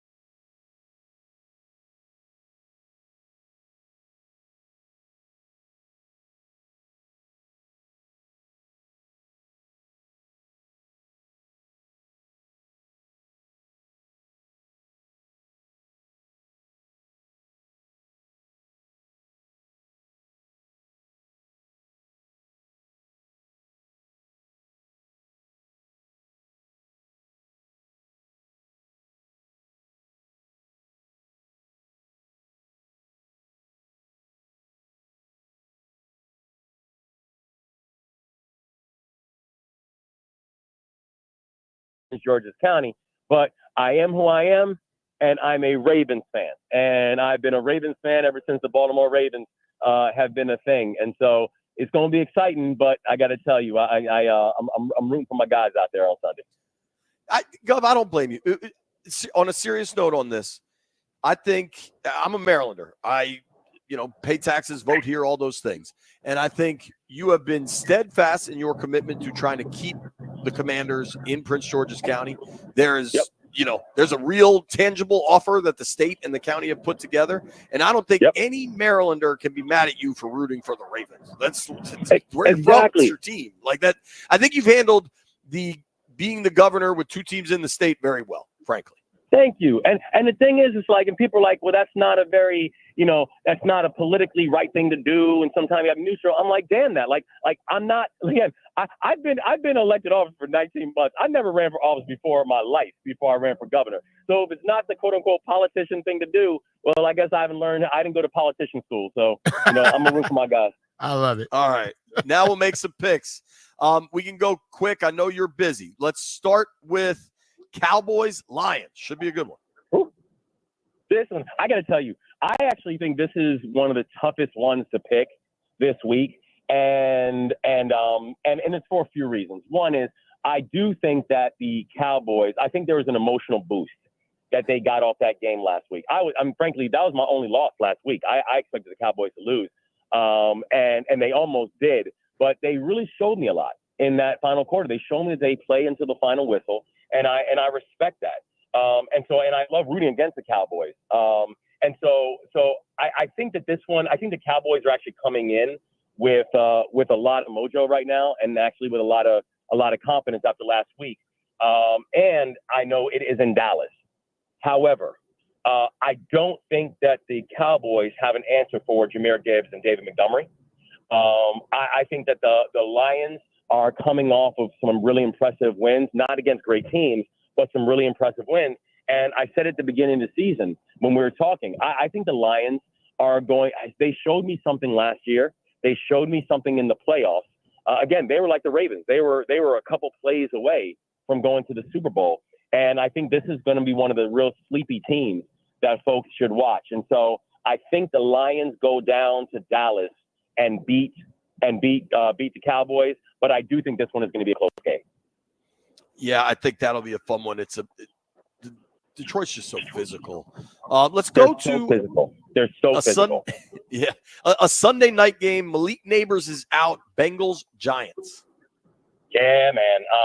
This is going to be interesting because going to Travis Scott concerts, while he's injured for Malik Neighbors, that's the right look. And I think they might not be on the same page on everything. But I think the Bengals. I think the Bengals do beat the Giants. I think the Giants are just a really bad team right now. And I think it started off with the offseason. It started off with some of the decisions you made in the offseason. I mean, you literally let your star running back go to a division rival. They just psychologically, I'm like, I don't understand where you guys are at right now. And I think they've shown that, and they've demonstrated it. I still think the Bengals are one of the most inconsistent teams in the NFL. The Bengals is all about who shows up, but I do think that the Bengals do have enough, and especially if they show up, they're going to have more than enough to beat the Giants. And so I go with the Bengals on this one. Okay. Hard to go any other way on that, frankly. Yeah. All right, let's keep it going here. Bills, Jets, Monday Night Football. The Jets just fired their coach. The Bills have lost 2 in a row, and their quarterback might have a broken hand. Yeah. And I know that they have, I think the Bills are the favorite in this one. This is actually one of the upsets that I'm picking for the week. I think the Jets win this one. Wow. And I think they win it I think the Jets win for a few different reasons. One is I actually think the Jets are a better team on paper than what they showed this year. If you look at the Jets, especially on the defensive side of the ball, they really actually do have some horses. They just really haven't been playing as well as they should be when you consider their roster. And I do think that, usually what happens in a lot of these cases is when you fire your coach, one of two things happens.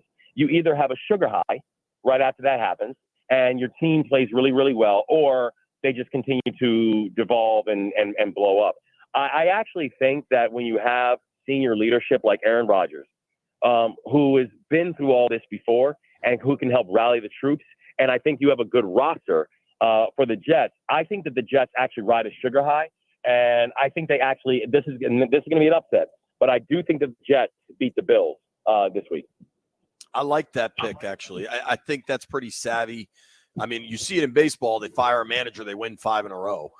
Exactly. There's a sugar high that happens. You've used that phrase before, talking about the Commanders chasing, cheap wins or free agents. I love that phrase. It's really good. That's right.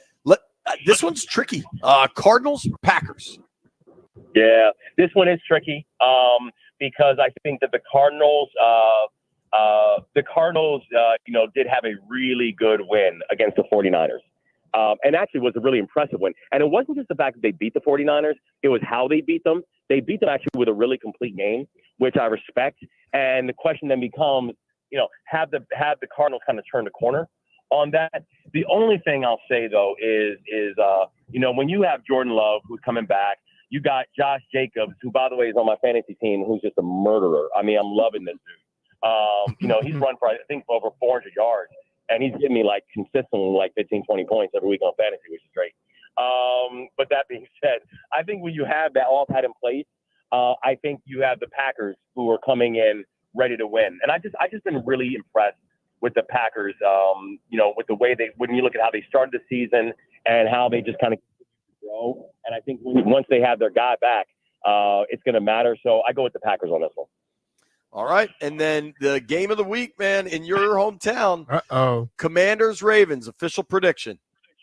So since I am an official team captain of the Baltimore Ravens, I got to go. I'm going with my guys, man. I mean, I think and now here's the thing. I actually think if you're asking me for a prediction on score, I actually think it's going to be a relatively low-scoring game. I'm predicting the Ravens win 20-10. And I think that the part of the reason is you are going to see Jaden Daniels do what Jaden Daniels does, right? He's just showing he's a legit NFL star, and he will be a legit NFL star for a long time to come. The only thing I will say, though, is there are still issues with the offensive line. And the defensive line for the Baltimore Ravens, and particularly our linebacker core, they eat up offensive lines which aren't very good just because of the kind of schemes that we can throw at you. We're a very complicated defense to figure out. And I don't think Jaden Daniels, as talented as he is, he's not seen a defensive setup like what he's about to get for the Baltimore Ravens. I think the other thing too is the Commanders have shown they have a really difficult time with really strong run offenses. And the problem with the Ravens is we force you to keep you on your toes, because you can't just continue to block, just fill the box, because then Lamar Jackson has the ability, has the discipline, and has the arm to be able to go over top, especially when you're looking at a 2 tight end setup like we have with Likely and Andrews, and then you got Zay on the outside.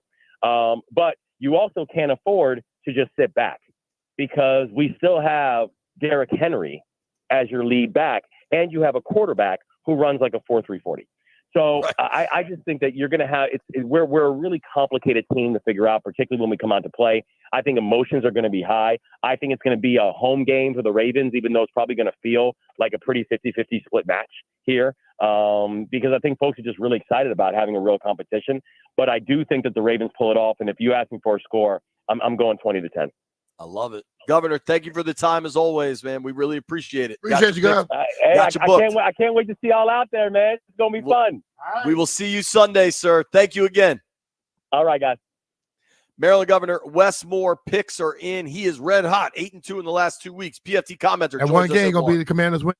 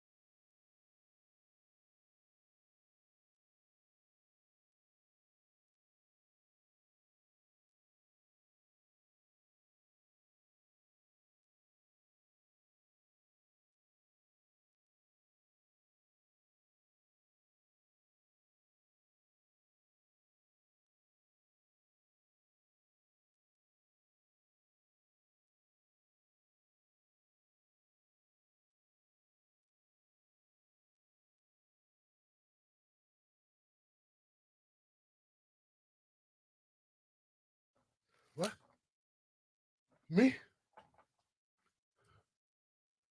All right, be Mr. Philly, 106.7 The Fan. Just finished talking to the governor, made his picks. He's going with the Commanders. The Ravens. So he went against our Commanders. The governor's going 4-1 the last 2 weeks. And I think that one game that he's going to lose this week will be when the Washington Commanders beat the Baltimore Ravens. I understand that's his team, but still, got to go against him on this one. Every week we get him on, we enjoy him giving us his time. But I'm going to have to differ with him on that. I got to go with the Washington Commanders. He say upset Aaron Rodgers and the Jets over the Buffalo Bills. Nah, that upset is going to be with burgundy and gold upsetting the purple and black up there in Baltimore. So I'm excited about this game. I understand the Baltimore Ravens is a well-oiled machine, well-run organization, but every once in a while, it's time for somebody else to take it. And I believe this team is getting ready to make some big moves, and I'm talking about the Commanders at that point. So those of you who cheer for the Ravens, you get mad at me all you want. I don't give a damn. I know that you pull for your team, and I have a right to pull for the team that I cheer for. And I have been here for a long time seeing below mediocrity. And now that they're good again, I'm going to sit up here and be happy about it. I'm going to pull for them. I believe in putting stuff out in the atmosphere, and I'm putting it out in the atmosphere. This team is going to be good. They're going to be good for a while. They're going to cause some people some issues. As I stated earlier to JP, we were insisting that I said if this defense comes around, they're going to be a problem for some teams. I believe this is the biggest test that they've had thus far this year. They're going to have a tough game against the Ravens. But I'm not sitting here believing that it's impossible that they could beat them. Everybody that's come on here says it's going to be a close game. And these are Ravens people. They're saying close. They're saying tough. You know why? Because they have a little fear and a little worry in their hearts. I believe that. Because if they really thought they were going to blow them the hell out, they would say it. We know how Ravens fans are. We know how people from Baltimore think. We know how people that put over that team thinks. But the mere fact that they are calling close game, low score, that means that something is troubling them a little bit. So being from Louisiana, I'm going to have to go have a conversation with some of those people that I talk to every once in a while and find out what we could do to make sure the game go how we want it to go. You know what I mean? Y'all talk about that little word, voodoo. I don't believe in voodoo. I just believe in asking for what you want and try to get what you want by going out there and doing things when people don't think you can. And I believe the young man that's leading this squad right now, Jaden Daniels, he believes he could do whatever the hell he wants to do. Not waiting for a time or place for someone to tell him it's his time. It's your time. Check when 1, you 2, take your 3, time. 4, 5. B-Mitch talking about voodoo. Ultimately, that is how it's going to be all the time. You want it, you take it, you go get it. Take us a break, and we're going to get JP back in action, and we're going to continue on. But you know what? You get a chance to ask me anything you want coming up at 1 o'clock. 800-636-1067. Have your questions because I have my answers. And if you're the dude, Aaron, that's been on the chat, you call in. I got a few words for your ass. We'll be right back.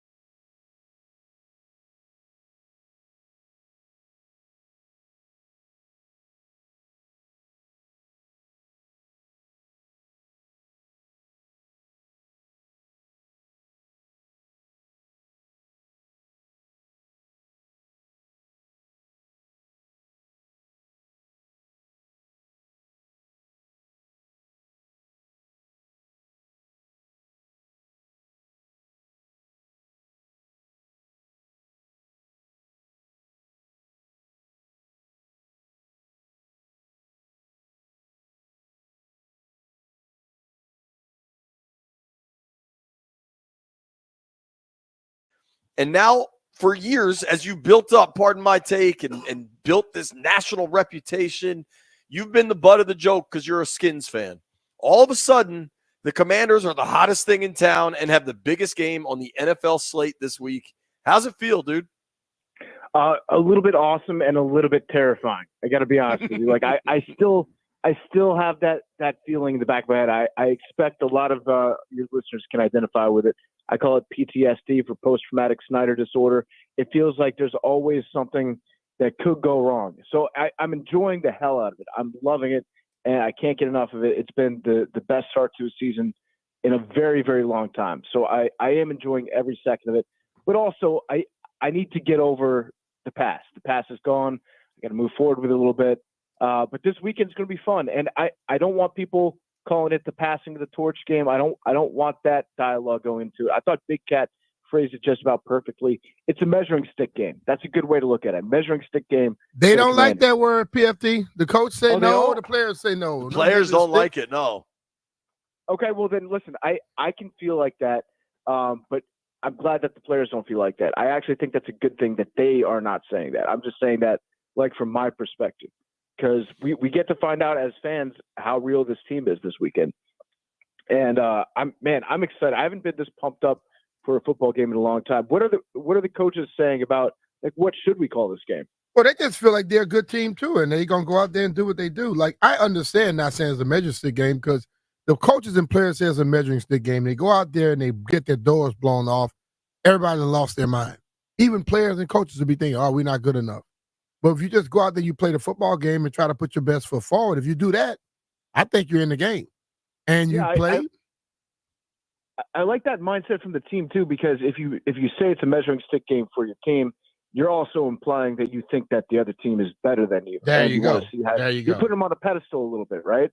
And I don't know if the Ravens are that great. They look like they're pretty damn good this year, but they have been beaten. They got beat twice. The Raiders beat the Ravens. So it's not like we can't go in there, and I think we're a good team too. We can win this game for sure. There's no doubt about that. It feels like the first time in a while where this is a game on a Sunday where the nation is looking at us. You know, like we've had I think everybody primetime games, but on a Sunday at noon, this is, the spotlight's on us. Well, JP read an article today from the Wall Street Journal. They're talking about it. Wall Street Journal, dude. In the Wall Street Journal, the headline is "Rookie Sensation versus Reigning MVP, the NFL Game of the Year Nobody Saw Coming." In the Wall Street Journal. I don't know if we can call it the Game of the Year. Let's slow down a little bit on that. I think it's the Game of the Week that everybody's excited about. Depending on how it goes. Yeah. Every week I think we've had 5 different games of the year this season already. It's an all-time high for games of the year that we got going on right now. Hey, totally. B-Mitch, I had a question. Maybe you can help me out with this one, because I am very dumb as a football fan. I'll be the first one to admit it. I'm very good at watching football on TV. I'll say that. I'll pat myself on the back. I think I'm in like the top 1% in terms of my skill at watching football on TV. But I'm very dumb when it comes to the sport itself when you get down to it. So I had a dumb thought yesterday morning, and I'm curious to hear from you if this is as dumb as I think it is, or maybe I'm onto something. Right. So I'm looking forward to this matchup this weekend. And one big glaring weakness that the Commies have had this season is we haven't had a great pass rush, right? Like, we got after Kyler Murray a couple times. We hit Deshaun around a little bit. They got after him last week. Yeah, that has a little bit to do with the quarterback play, a little bit to do with the Browns missing some guys on the offensive line or whatever. But we don't have a great pass rush. I wouldn't say that it's one of the strengths of our team. Is there a world where not having an elite pass rush can be a benefit playing against a quarterback like Lamar and keeping him in the pocket, because maybe our defensive ends aren't turning that corner and getting at him from behind, so it makes it harder for him to scramble out of the pocket? Am I crazy to think that? Well, I see where you're going with it, and in some ways, yes. But in other ways, if they're not turning the corner, they're getting stifled at the line, which means he can get to the outside anyway. Yeah. You know what I mean? It's not the dumbest thing, but I guess no. It kind of keeps him in the pocket because they're not giving him that little lane to hurry up and hit. But ultimately, that dude finds a hit on between the A and the B gap a lot. So that's true. If they can just keep it keep him like a little corralled a little bit and make him have to pass more than being able to run pass, that's the best chance. Yeah, it's like maybe we can get some 3 defensive tackle sets out there. Maybe why not have Payne, Allen, and Newton on the field at the same time? That'd be nice. Oh yeah. You know what? I mean, one thing to keep in mind, Fedarian Mathis, it was an illness, but he did pop on the injury report. He didn't practice on Thursday, which is just something that I couldn't help but notice. PFT, with this matchup, right, they can lose, and then it's the Panthers at home. And you'd like to think you're still talking about 5-2.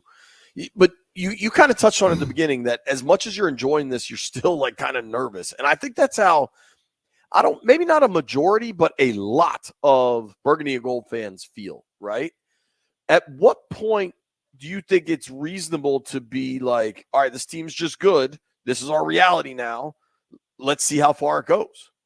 Listen, I do feel that way. I do, but I have the anxiety in the back of my head a lot of that. But I get it, man. I totally get it. I do feel, and you know what? I'll say it for the first time. I don't think I've said this out loud, but I'll say it to you guys for the first time.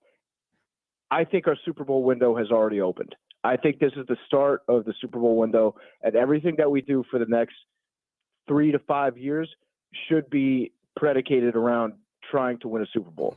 And we got Jaden on a rookie contract right now. He looks like he is the real deal. I'm not worried about him getting figured out by the league. I think he's going to have some bumps. I don't think he's going to be winning, rookie of the week every single week like he has been. I don't think that he's going to necessarily be playing at an MVP level week in and week out all throughout the season, or when we go into year 2, there might be a couple down weeks for him. I don't think that he's absolutely 100% perfect, but I do think it's realistic to say, yeah, we're rebuilding right now for sure. The rebuild has gotten a lot faster than we thought that it would. I think that this is the start of the Super Bowl window. Not saying we're going to win it this year. I would love to make the playoffs this year. That would be awesome. That's kind of what I've got my mind on right now. Just like make it the playoffs. That would be awesome. Anything above that, that's a bonus for me. But I do think that this is the start of the Super Bowl window. So like all the moves that we make, all the personnel decisions that we make, I think we should do that starting now with the understanding that we're trying to win a Super Bowl in the next 5 years. Well, I think that should be the mindset no matter what, even before this season. Well, sometimes you gotta do a rebuild. Like we rebuilding football take 2 years, not 4. You think 2 years? That guy told you 4. You believe that? No, that's not true. Yeah, I think maybe Ron Rivera told me it might take longer than that. So I just think that this is a team. We've got a quarterback that can win a Super Bowl. I think that's 100% realistic to say. And I think every move that we make should be building around that and trying to strike now while we maximize the amount of years before he gets that he's going to get the 5th-year option. Just give it to him right now. In fact, we should just announce, yeah, okay, Jaden's going to get the 5th year. We're picking that up. Thank you. But I think that we've reached that point. PFT Adamas, huh? This is a window. It's a pretty good call. They're going to pick up that option. It's honestly smart that the league doesn't allow those contract talks to start until 3 years in, because the way he has started, you'd probably have to, which is kind of remarkable. But can we get some NIL money going to Jaden? I wonder about that. Like maybe some part of my cheesesteak for every cheesesteak sold. I have a feeling he did all right at LSU. Yeah. Even if they didn't have NIL, he was going to do all right at LSU. But PFT, one thing I got some of that cheddar. I asked Kingsbury about this week, and I'm curious for you. I don't know if Washington is a town that is more O-line obsessed than others just because of the Hogs and everything that used to exist. But I think there have been a million different pleasant surprises in this 4-1 start, but the offensive line's been really good. Have you noticed? Have you enjoyed that? Have you been surprised by it? Yeah, and I think you're right. I think it's safe to say, JP, that a town where the fans are known for getting dressed up as the wives of the offensive linemen and going to games, I think it's fair to say that we're more obsessed with O-line play than most other cities, which I love. I think the O-line has been awesome this year. I think it's been so much fun to watch, and they're having fun playing. I know you guys have seen all the clips of them just talking about how fun it is during the games and after the games. Yeah, the dudes up front are getting it done. I'm shocked that it's happened. There were a lot of doubters in our approach to the draft and how we waited to take a lineman and Coleman so long. But the dudes have been playing really well, and we've been healthy up front, which is a big thing too. So hopefully that trend can continue. I think it really is like, credit to the guys up front. They're playing awesome. Also, having a great quarterback that can get away from pressure and make something happen when things break down. That's a great luxury to have for everybody on the team. If you're a running back, if you're a wide receiver, if you're an offensive lineman or tight end, it doesn't matter on offense. It's great to have a quarterback that can do that because it doesn't magnify any of your mistakes that you might make. Whereas if you have a guy like Sam Howell, who is still, I appreciate Sam Howell and he's a tough dude, but he's obviously not as mobile, and he was a sitting duck for any minor mistake that happened on the offensive line last year. So the dudes up front are getting it done, and it's awesome to watch. The running game has been kicking ass too. And so a lot of credit should go to those guys. I'm happy for Sam Cosmi, actually. I'm very happy for him. He's been through some crap with us, and he's a tough dude. He's a good dude, too. So I'm psyched to see him playing well. Yeah, man. I think, this one thing that, because of Jaden and the excitement surrounding Jaden, the understandable excitement surrounding Jaden, and obviously, to me, taking Jaden at number 2 was a pretty much no-brainer pick. So I'm not in like the biggest hurry to credit Adam Peters in the front office for that, even though there were some that like Drake May, whatever. I think they were always taking Jaden. Well, I credit them because they didn't listen to all the other people. They went on and took the guy that they felt was the best guy. That's fair too. But if you look kind of down the line at the moves Peters made, and you want to credit the whole front office, but Peters is the head of it. This is his operation now. And you look at what Luvu coming off a 2.5 sack game. You look at Dorrance Armstrong all of a sudden coming on as a pass rushing threat. Tyler Biotish, I think, is a huge factor in this offensive line changing. Nick Allegretti is a guy that couldn't get his own spot on the Chiefs O-line. He was an important part of that team, and he moved around for them and started games, but they identified Allegretti, brought him to town. The interior of that offensive line, and not to mention they got the deal done with Cosmi to lock him in. Like, even a guy like Noah Brown, who may or may not even play this weekend, bringing in Zach Ertz, bringing in Eckler, bringing in Bobby Wagner, even Noah Igbenogany, who probably Dan Quinn and Joe Witt deserve some real credit on that because he was with them in Dallas, didn't play a ton. Their moves in free agency personnel addition have been really good. Across the board, yeah. And Luvu, man, that dude seems like he is the ultimate locker room guy too. They love him. The team loves that guy. He gets people pumped before the games. He's a high energy guy. He's fun to watch out there. I'd like to take a little bit of credit too for Jaden, by the way, because I went on your esteemed program, I believe back in January or February last year, and I said I want Jaden. Jaden's the guy, top of my big board. Jaden, give me Jaden. He's going to be electric. He's going to be a great player. And I got a lot of hate from your listeners out there that wanted Drake May. I would appreciate it if every single one of them look and see if you tweeted at me after that appearance. And I would like an apology, or at least just think about it and be like, damn, PFT knows ball sometimes. But Adam Peters, he's doing everything right. I think. I don't think he's had any huge missteps that I can think of off the top of my head. He's been awesome in the personnel department. The story that was it Grant Paulson that was talking about the text that he's like updating players when they get hurt during games. He's updating their families, like sending texts to them being like, hey, here's what he's going through. Here's what's going to happen. That just tells me like small stuff is happening in the right way. And even like they've built out family areas. You remember they got the F- on the NFLPA report card? Families. Yes, dude, they've already changed it. And I was Benjamin St. Juice, his wife, they just had a baby. I mean, this little baby's 6 weeks, 2 months old, little baby. And I saw her in the hallway, and she was trying to they built like a new area for young babies. like all these things that just didn't exist are happening at just such a significantly different level. Because they're people. They're not. They know how to deal with people. They're not so damn lost that they don't know how to deal with people. And they have ownership willing to spend more money. Yeah. Which is, you know what I mean? Like a big part of it too.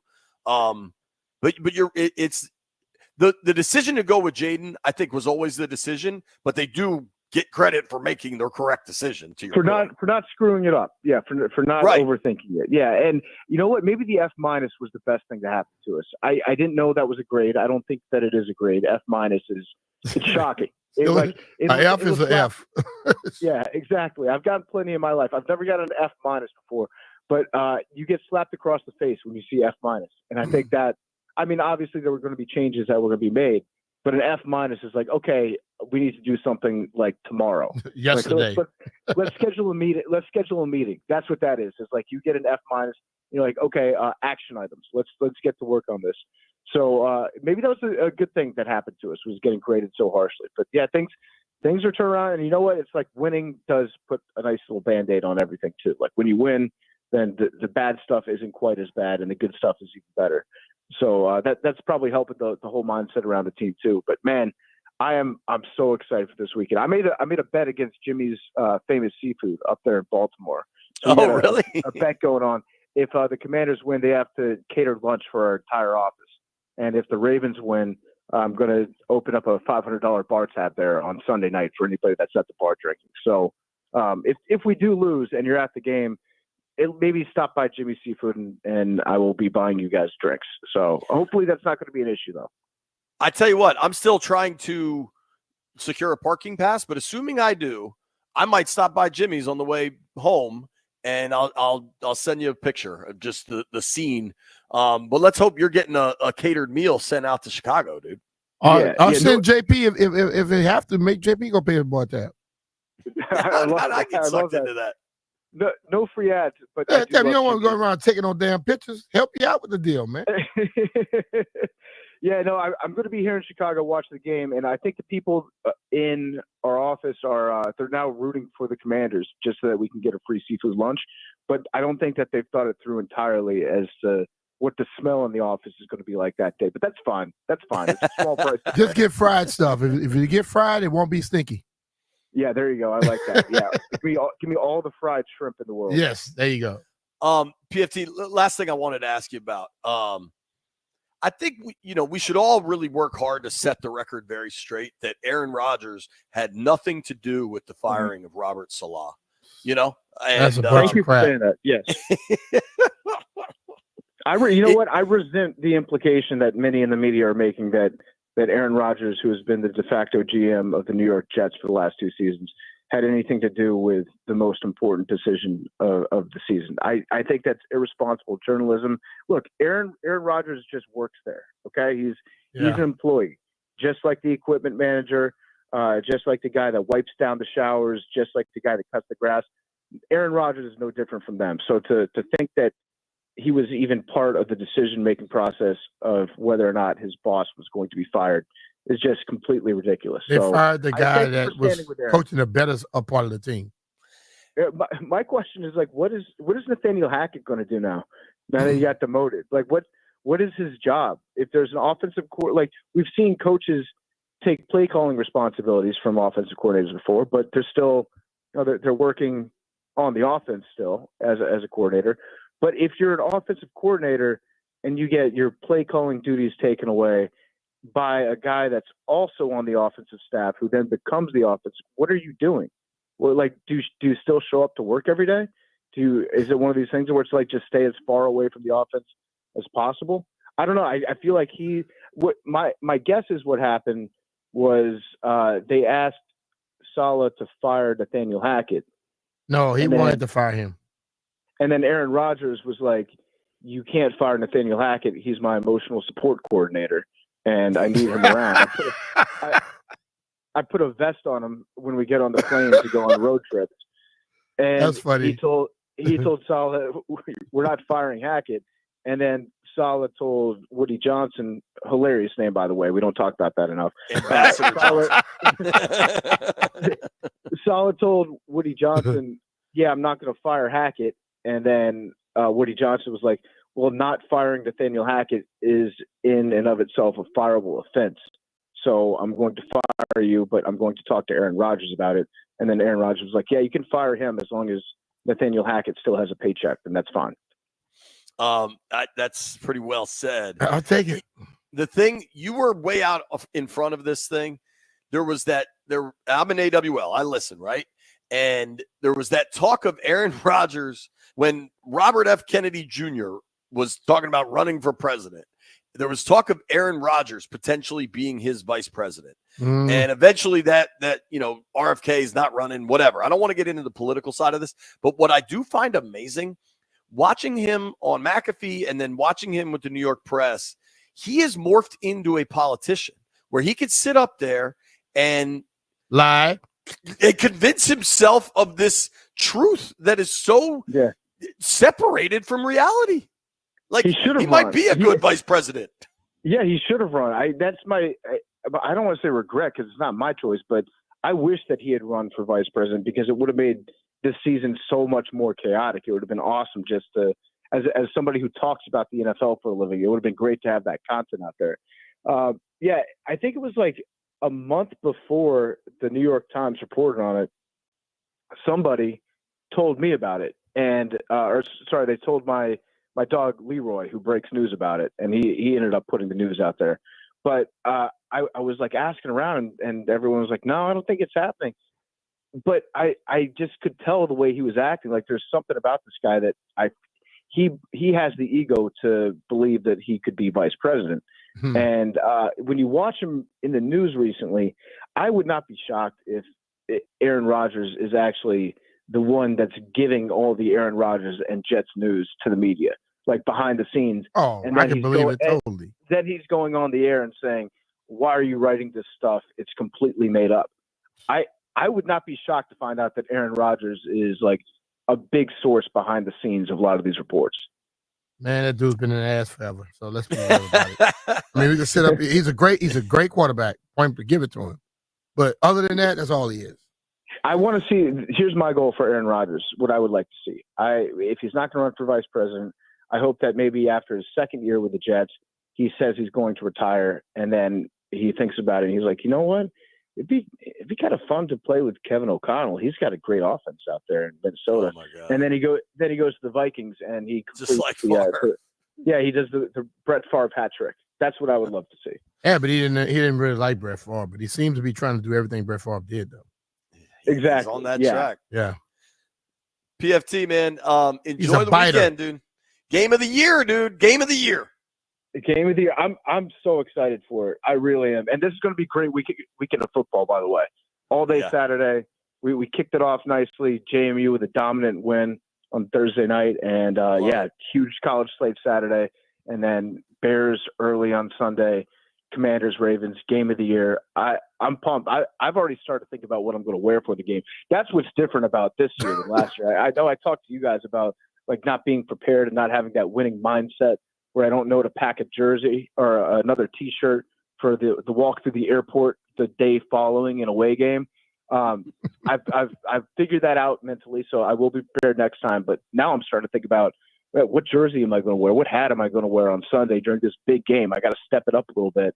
I ordered a Luke McCaffrey Arctic camo salute to service jersey. I think I'm the only person in the United States that has ordered that jersey yet. It might be from one of these weird Chinese websites where I open it up and some weird strand of bird. Better hope that jersey not pink. Yeah, it might turn out a little funky, but I'm starting to get into the mode where I'm making just reckless snap purchases of Commanders gear so that I can have a wide variety of choices depending on what style of game I want to play on Sunday. But yeah, I'm starting to plan that out. I got to get my ensemble together for Sunday and be prepared. You know what? I'll show up watching football at 4 a.m. on Sunday. I'll get there early, just like Jaden's doing. PFT, thank you, All right, bro. man. Appreciate you, brother. All right, see you guys. Take care. The one and only PFT Commenter. Give him a follow on X and Instagram at PFT Commenter. Phone lines open 800-636-1067 now.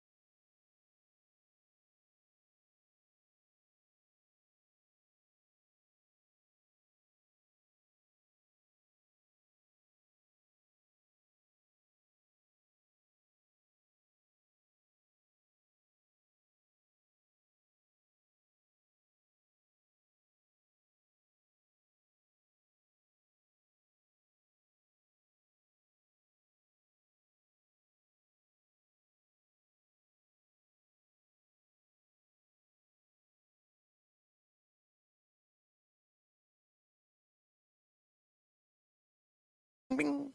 B. Mitch and Finley, 106.7 The Fan.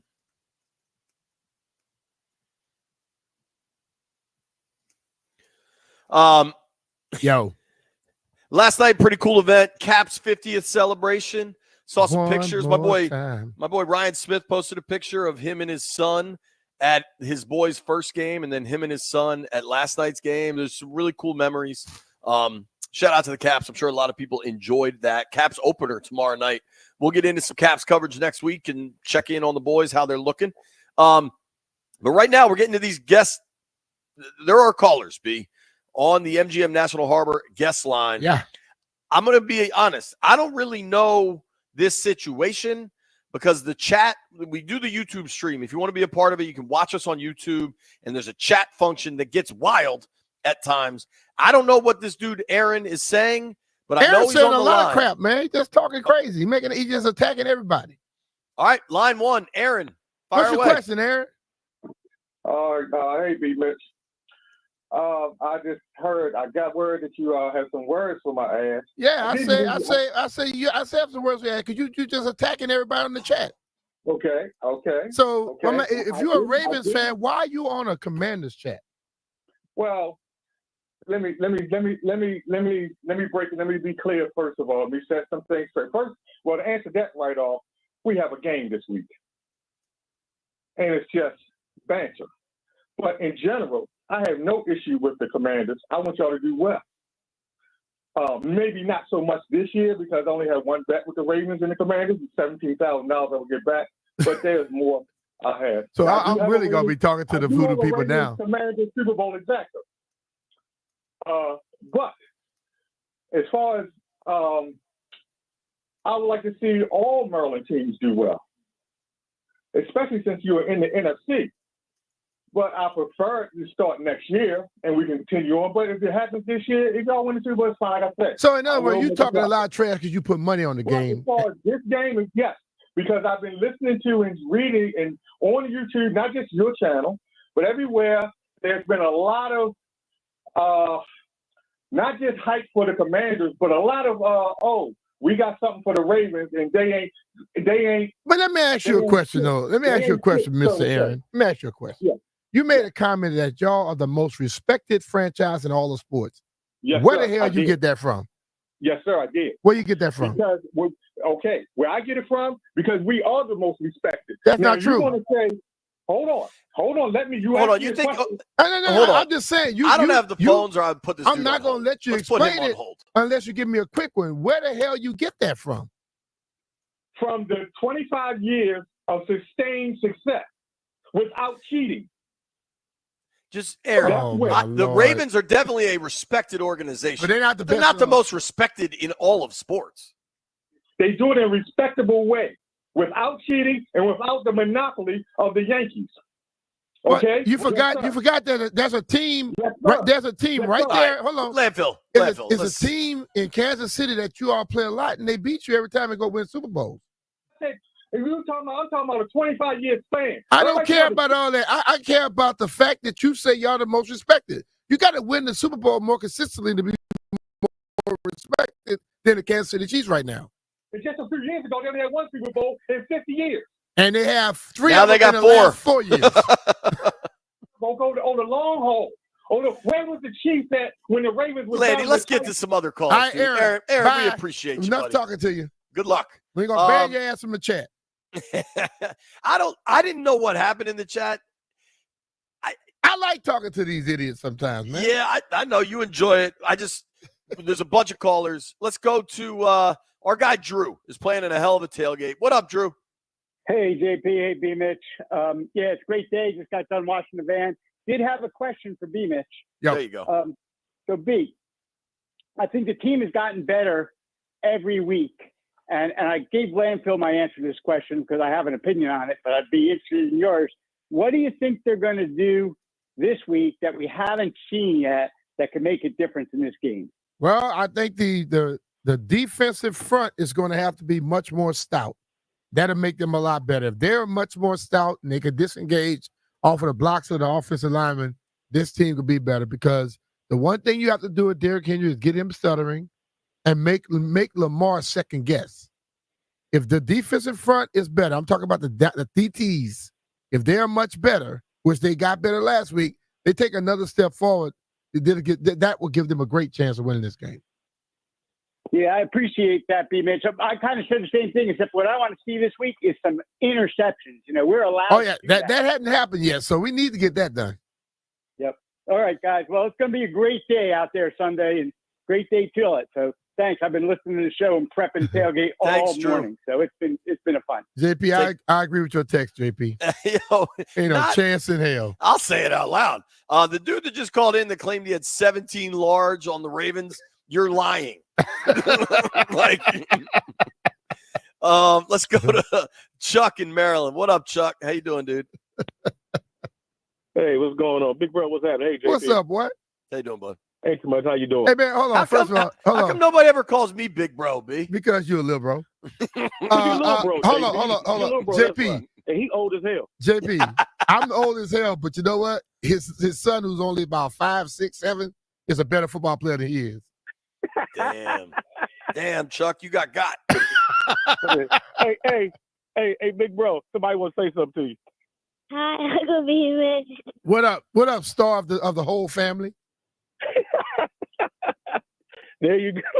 Hey, look, also too, I don't know what the hell that dude Eric's talking about. He's definitely lying. He did not put $17,000 on the game. Well, people like to say that stuff.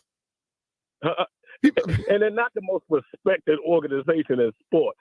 They're definitely respected, but not the most in sports. What about the Pittsburgh Steelers, dude? Yes. Exactly. Yeah. He I don't know. Maybe he had too much crab boil or something up in Baltimore. He's snorting Old Bay. Yeah. Remember that dude we saw snorting Old Bay at Salt Line? That dude's a damn idiot. That was crazy. But look, Big Bro. So my question is, though, do you think that this is the most stout defense that so far that JD and the team has faced? Yeah, I'll say that. I'll say historically, yes. Right. And I even believe this year, but they're not as good as they've been in the past years. Now, why, I don't know, but they haven't played as well as they played. They lost so past. much. I mean, when you lose that much from your coaching staff, it's going to make an impact. Yep. I agree. I think it happened. Chuck, I'm going to try to get these last two callers in here, brother. Later. Thank you. Fairfax, need you to go quick, bro. Cool. Hey, what's up, fellas? What up? Hey, man, quick comment. If I was Jaden, man, look, he's going to get compared his whole career to guys like Lamar. And, after all, Lamar is a 2-time league MVP. So I would just say take the shine. It is what it is and keep it moving, man. Don't even worry about that. They do have similar skills. Hey, B. Mitch, a question for you and one for JP real quick. Do you think it's a waste of a linebacker trying to spy a guy like Jaden or a guy like Lamar? Because I was watching the game the other day, and the guy calling the game said, it's really a waste of time. That guy's not going to be able to catch those guys or keep up with them in the open field. That's your question. If it's a slow guy, yes. Question for you, JP. Who's your favorite guy? A football guy that's turned analyst now. Who's your favorite guy? Hey, y'all have a good weekend, man. I really like Bucky Brooks and Daniel Jeremiah. I think they're excellent. McAfee's entertaining, but that's a different product altogether. But straight analysis and like film, all that. I always loved when Jaws did that stuff. I don't know. Who's yours, B? I don't know, man. I really don't care. I think Louis Riddick's really good. Louis Riddick is outstanding. He is outstanding. I'll be honest with you. But I don't know if I like him or not. I just like hearing him talk and make me smarter. when they can educate me on something, yes. But what he was saying about is it a waste of time? No. You don't have to put a linebacker all the time. You can put a damn safety or somebody else that can watch him. They can run just as fast as he can. Commander Tequila, close it out, baby. What do you got? Fast, sir. What I got, man. Oh, my Lord. A history of things. Okay. The quote of the day. Commander, we got 30 seconds, brother. A man who stands for nothing will fall for anything. Malcolm X. Think about it. We're standing and we're running and we're going to start winning more games. I got faith on the Commanders. Thank you, brother. Great call. When we come back, we got to settle up the week, make some bets. You know how we do. Heard it here first. Hey, it's Brian Mitchell here. With the record heat this summer, I know your air conditioner took a beating and your current brand is not cutting it through this humidity. So now is the time to switch to Rude. Take advantage of Rude's $2,000 in tax credits and Maryland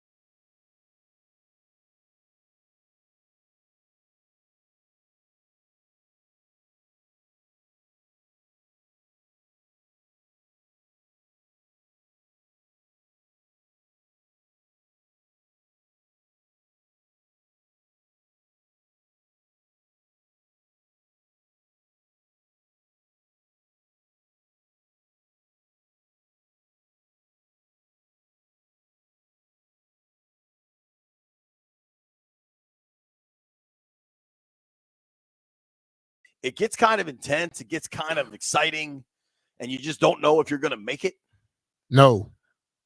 Well, that's been the whole last hour for me, Brian. Well, if you just pay attention and do stuff you're supposed to do, you won't have to worry about that. I did that in the Everglades once. Really? That's dangerous. So you're a damn fool. Yeah. Tell that story, dude. Before I get on the road, I will have a full tank.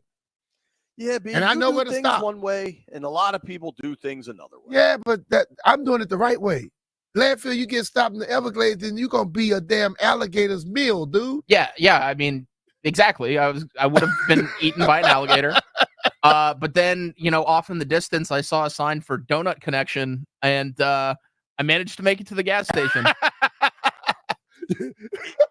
Driving through the Everglades is crazy. When my father lived in Marco Island, I drove from there down to Key Largo once, and it's weird because you do drive through some like civilization, and the people that live in there are weird. That's different, man. They catching snakes and stuff like that and go and sell the skin. That's the type of people that live in those places. That is different. Landini, I know we don't have Jeff here. Do you want to play the song? Or are we able to let's make some bets.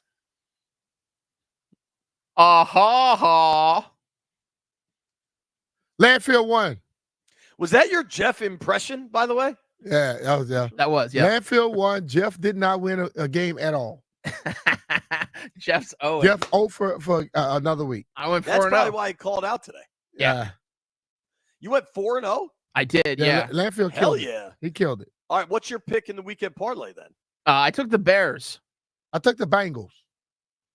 The Bears and the Bengals. So I hadn't made my pick, and Ahmet was hounding me.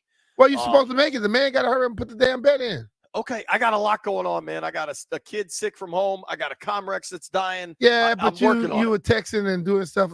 I saw you on the damn which come over there. You're still doing everything else. Credit to Landfill because he and I have been juggling a lot of technical stuff throughout this program. I ain't crediting Landfill or you. If you just grabbed the damn power cord when you left the damn place yesterday, we'd be all right. Left hand up. That's correct. Yeah.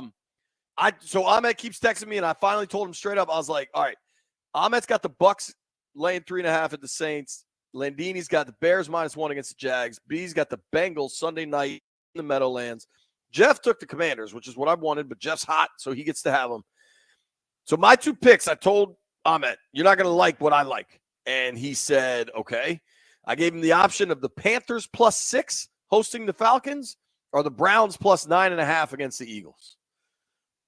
Which one of those would you like, B? I'll take the Browns. So Ahmet didn't want me to take either. He said, no, take the Falcons -6 against the Panthers. I think I told him the only thing that scares me is that Andy Dalton is quarterback and now and not Bryce. Well, what I told him is that's not what I wanted. So if it's my pick, but we'll see. Well, Last week I did cost us the parlay. I'm gets to choose. We ain't been putting no damn money in this. He's been putting the money in. That's what I said. If you're going to Baltimore for the game, go to Hard Rock Cafe tomorrow night. Saturday night. Tomorrow night is Saturday night, right? It is, yeah. Sure is. Tomorrow night, as I stated, Saturday night, 601 Pratt Street, Baltimore, Maryland. Rally captain and the crew will have a Commanders rally. They do it in every city that we play in, and there's a lot of people out there. Make sure you go out there and show your love. That'll be fun, man. There's also a couple big skins parties Sunday pregame in Federal Hill. You'll find it. This game's going to be a lot of fun. I can't wait to get up there. Big thanks to Brad Jackson for joining us. What is it again, JP? Saturday night? Tomorrow night. Tomorrow night.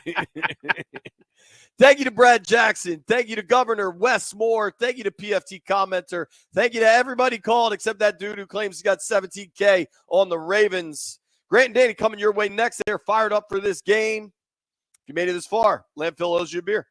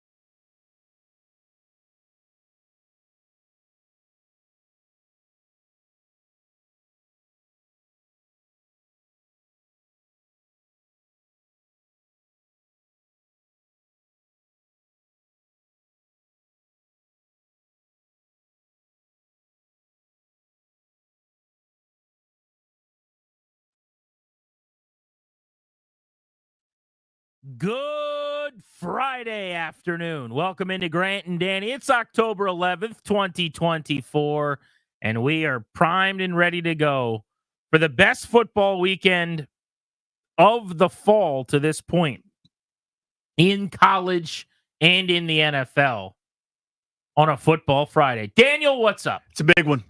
It's a big one. You got a lot of college foosball, little appetizer. The appetizers oftentimes at restaurants are the best thing on the menu. It's a chance for the chef to kind of show off a little bit. Some really creative ideas can come forth. It can also just be potato skins, and those are also great. And then you got your NFL foosball. You know what the marquee matchup is on Sunday? You know this one? Have you actually seen this? Washington, Baltimore. I've looked That's into the it. one. That's the one that everybody is interested in. Yeah, the appetizer Saturday. This is a fried appetizer. This is one of the good ones here. College matchups all over the place tomorrow. Texas, Oklahoma, 1 versus 18. Penn State, USC. Even though USC is not ranked, that's a classic Big Ten matchup there.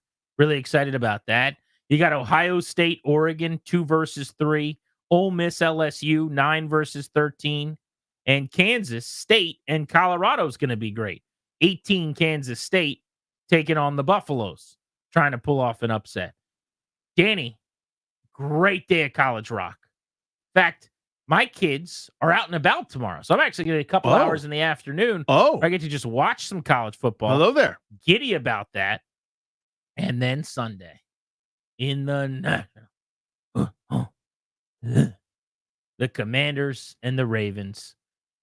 What a weekend ahead of us. Should let everybody know we've got Caps tickets to give away today at 3 o'clock when Jeff Zrebick of The Athletic joins us.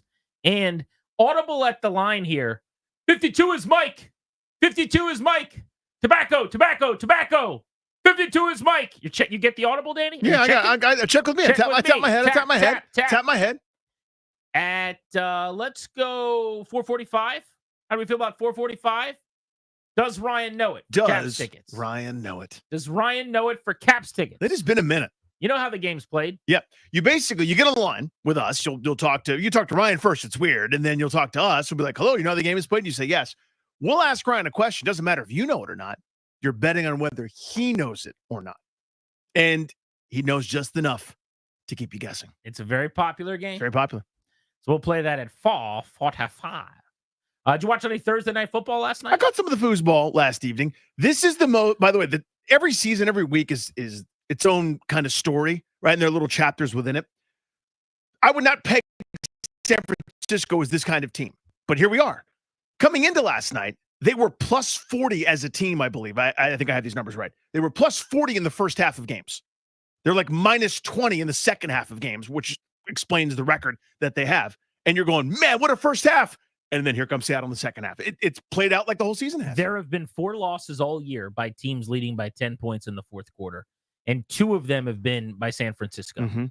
And we were headed in that direction when they were up 23-3 at halftime, or I should say early third quarter. They scored 5 minutes into the third on a 10-yard pass from Purdy to Kittle to make it 23-3. Then a 97-yard kickoff return for a touchdown by Laviska Shenault.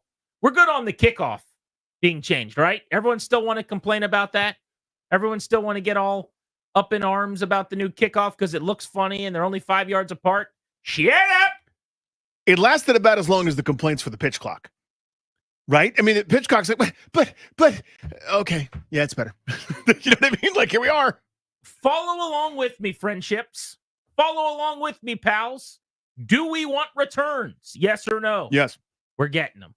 Do we want the occasional big play on specials? Yes or no? Do we want touchdowns as an option on the table again? Yes or no? Yes.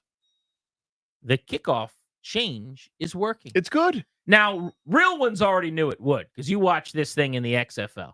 You do the spring football thing, and you already knew this was going to be just fine and dandy. We can tweak it. I got no problem tweaking it. You want to move the football up or back. What's your tweak? You got a tweak? I mean, people want to continue to get more returns. So, cool. Let's do that. Back them up some? Further penalize the touchback. Instead of starting at the 30, Roger Goodell has said we could put the ball at the 35 and we'll get even more returns. Like the cut of his jib on that one. I love that. Whatever you want to do to get more returns, you do it. But this works. Injuries are going to be down. Collisions are less existent. It adds to some offense and some fun. I'd have to look at the numbers. I don't know if penalties are up or down, but I think when everybody gets the hang of it and it's not new, penalties will be the same or maybe even, on par with where they were before, maybe down a little bit because there's less speed and you're not getting beat as much. You don't have to grab anybody. But I think it's worked. It's been good. I mean, you look at a punt return, for example, and I don't have the exact numbers. I wouldn't know where to even begin to try to find this sort of thing, but it feels like more than half the time, if there's a big punt return, you're sitting there going, any flags? Damn, there is one, right? It's almost always got to be a hold or got to be a block in the back. It's got to be something to spring the guy, just the nature of the play.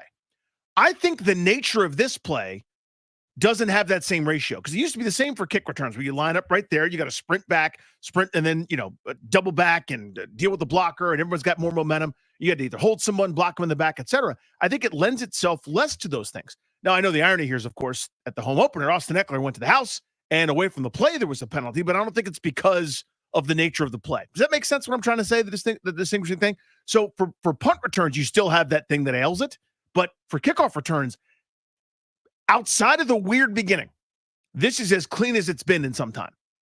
If you're out, it's because you hate kick returns. That's as simple as I can make it. I just go back to the entire premise was to have more kicks return, and that is happening. So everything else is accomplished, yeah.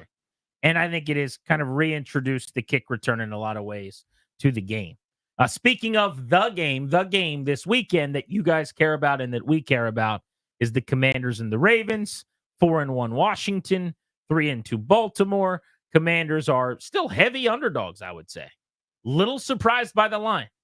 I will bury the lead, I guess, here to tell you right off the top, Danny. I'm sniffing a Commanders cover and a Ravens win, probably tight. Okay. I think Baltimore does have enough firepower, and maybe it's just my lack of full trust in Washington's defense to make the stops that they're going to need to win the game. But I think this idea that it's going to be 7, 8, 10 points, I'm not seeing that. I think the Commanders go up a weight class. I think they acquit themselves very well. And I think when this game ends, the Ravens feel really good because they just beat a solid Washington team that was 4-1, and they're now 4-2 and where they need to be. And I think Commanders fans like you guys, people like Danny and I talking about this team, and everyone in that locker room, while they won't feel it right after the game, I think they're going to feel like they're in a really good place because they just took on one of the better teams in the league and handled them very well. I generally roll my eyes and then look for something else to listen to when people start like ripping off gambling trends as part of my sports radio listening experience. When someone's like, for the last 17 games, road teams that are 2.5 point dogs have actually covered 41% of the time. So bet the over. Okay, I'm sorry. That's not interesting to me at all. Like, talk about the football game.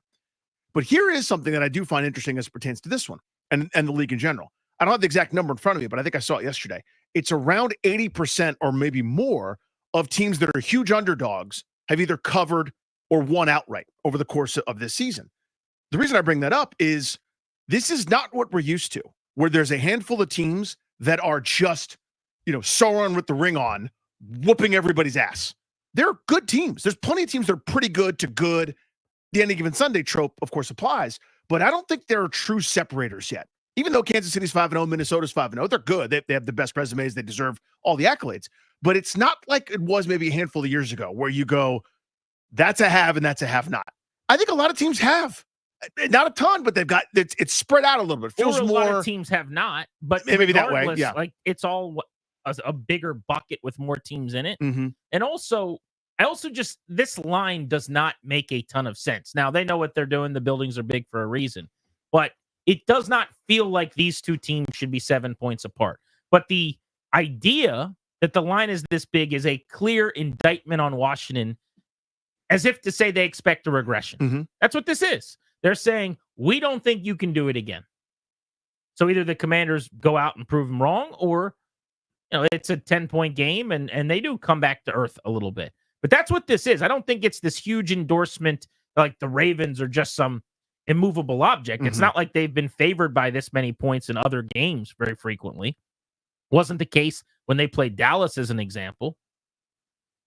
So I think this is a still sign that everyone's not completely bought in on the Commanders. I did a radio hit in Baltimore today. By the way, here's how you know, if I could say this selfishly, that business is a booming in town. Everyone's like, oh, it's better when they lose for you guys. You want them to lose. It's the most wrong thing in the world, by the You way. have no idea what you're talking about. I started my day with a hit on Fox 5. I have subsequently did an interview with Channel 9 in D.C. I have gone on a fan podcast for 40 minutes in D.C. I did a radio hit in Baltimore. I did a national phone call earlier today. Like from 9 a.m. until 1:30, I was just doing things about this game. Mm-hmm. It has not happened since I was on the beat in 2012 when Robert Griffin and Washington were playing Dallas for the division. Yeah, when they're 2-5, we're not asked to do those sorts of things. No. Nobody really wants to hear from us unless a coach gets fired, and then it's back to business as usual where no one wants to hear again. I say this, though, not to brag about the fact that it's been a fun day for me. Yeah, good humble brag, Grant. Thank you. Let me just pick up all of these assignments that I had today. I said this because when I was on the Baltimore interview that I did, one of the things they brought up was, yeah, but the Commanders haven't beaten anybody. And I don't remember exactly, but I think the combined record was maybe like 6-14 of the 4 teams Washington's beaten, which I had not seen anywhere. But they were doing the, like, are they that good bit? And the point I would like to make to them or to anyone else is, it's not that the Commanders are beating teams. They have dominated teams. If they beat the Cardinals by a field goal and they beat the Browns by a walk-off Austin Seibert 41-yard field goal. Yeah, we're doing but. Sure, then disrespect them at your own peril and all you'd like to. I wasn't impressed by their win over the Giants. I think you could rightfully say they laid an egg and got destroyed by the Bucs, a pretty good team. They barely beat New York and probably could have lost that game. But you can't play that game with the last 3, I don't think. Are the Bengals 1-4? Yes, but you went to their place before they were 1-4, when they still had a chance to save their season and get on track. And when Burrow was healthy with Higgins and Chase, and you got a really impressive win. Then you go to Arizona and you bludgeon them. You didn't beat them. You take the half of the fourth quarter off. And then the Browns game, you don't even play your starters in the fourth quarter. It was such a laugher. It was so embarrassing. So the whole who have they beaten? This is their record. This is the record of teams that they've won against. It does not work for me when you're not just winning, you're dominating. It's an important distinction because they've won 4 in a row. Had they won all 4 like they beat the Giants, you'd go, this is fun, but come on. We know there's a regression coming. You'd say they're not that good. Yeah. They're squeaking out wins against bad teams, and when they play a good team, they're going to get destroyed. We've seen that here in town. That Alex Smith, the year that he broke his leg, that's what they were doing.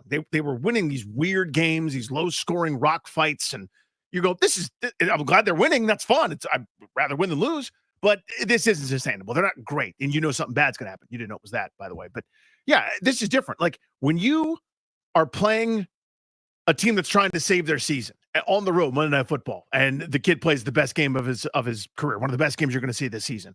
Then you follow that up with all the accolades and all the success and all the finger guns and all the people super excited. How great is all this? With an even better performance on the road without Austin Eckler. Then you follow that up with a game you could have scored 50 against a pretty good Cleveland Browns defense. It's not like they're eking it out, right? I mean, you look at some of these games that other teams are playing that are in their same bucket where whether you win or lose, it's like, nip and tuck. I mean, Houston, who I think is really good, just did not deserve to beat Jacksonville, who's garbage, and their coach is about to get fired. Like, if it's that, you're going, okay, I'm a bit more skeptical. There's a reason for optimism here that's beyond they've won 4 in a row, right? You can get heads on a coin toss 4 straight times. It's different, though. It feels like the Commanders are going to have to stop the run if they're going to win. There's probably a path to the Ravens running the ball really well and still losing because points ultimately do come from the passing game. But if the Ravens are running the ball, they probably have everything they want at their disposal. The formula I've drawn up in talking about this game all day, I do not think the Commanders' defense can stop the Ravens' offense consistently. I don't think they are built to shut down Henry and Jackson. I just don't think it's a fair ask. I know they were pretty good against Arizona, and they were very good against Cleveland. But Deshaun Watson is now walking through that door, and that unserious joke of an offense is not the assignment this weekend. So here is where I'm at on this. I think it's a game where you need to be preaching all week, Joe Witt. His ball is life bit. Mm-hmm. I need you to make me 5 plays. That's what I need.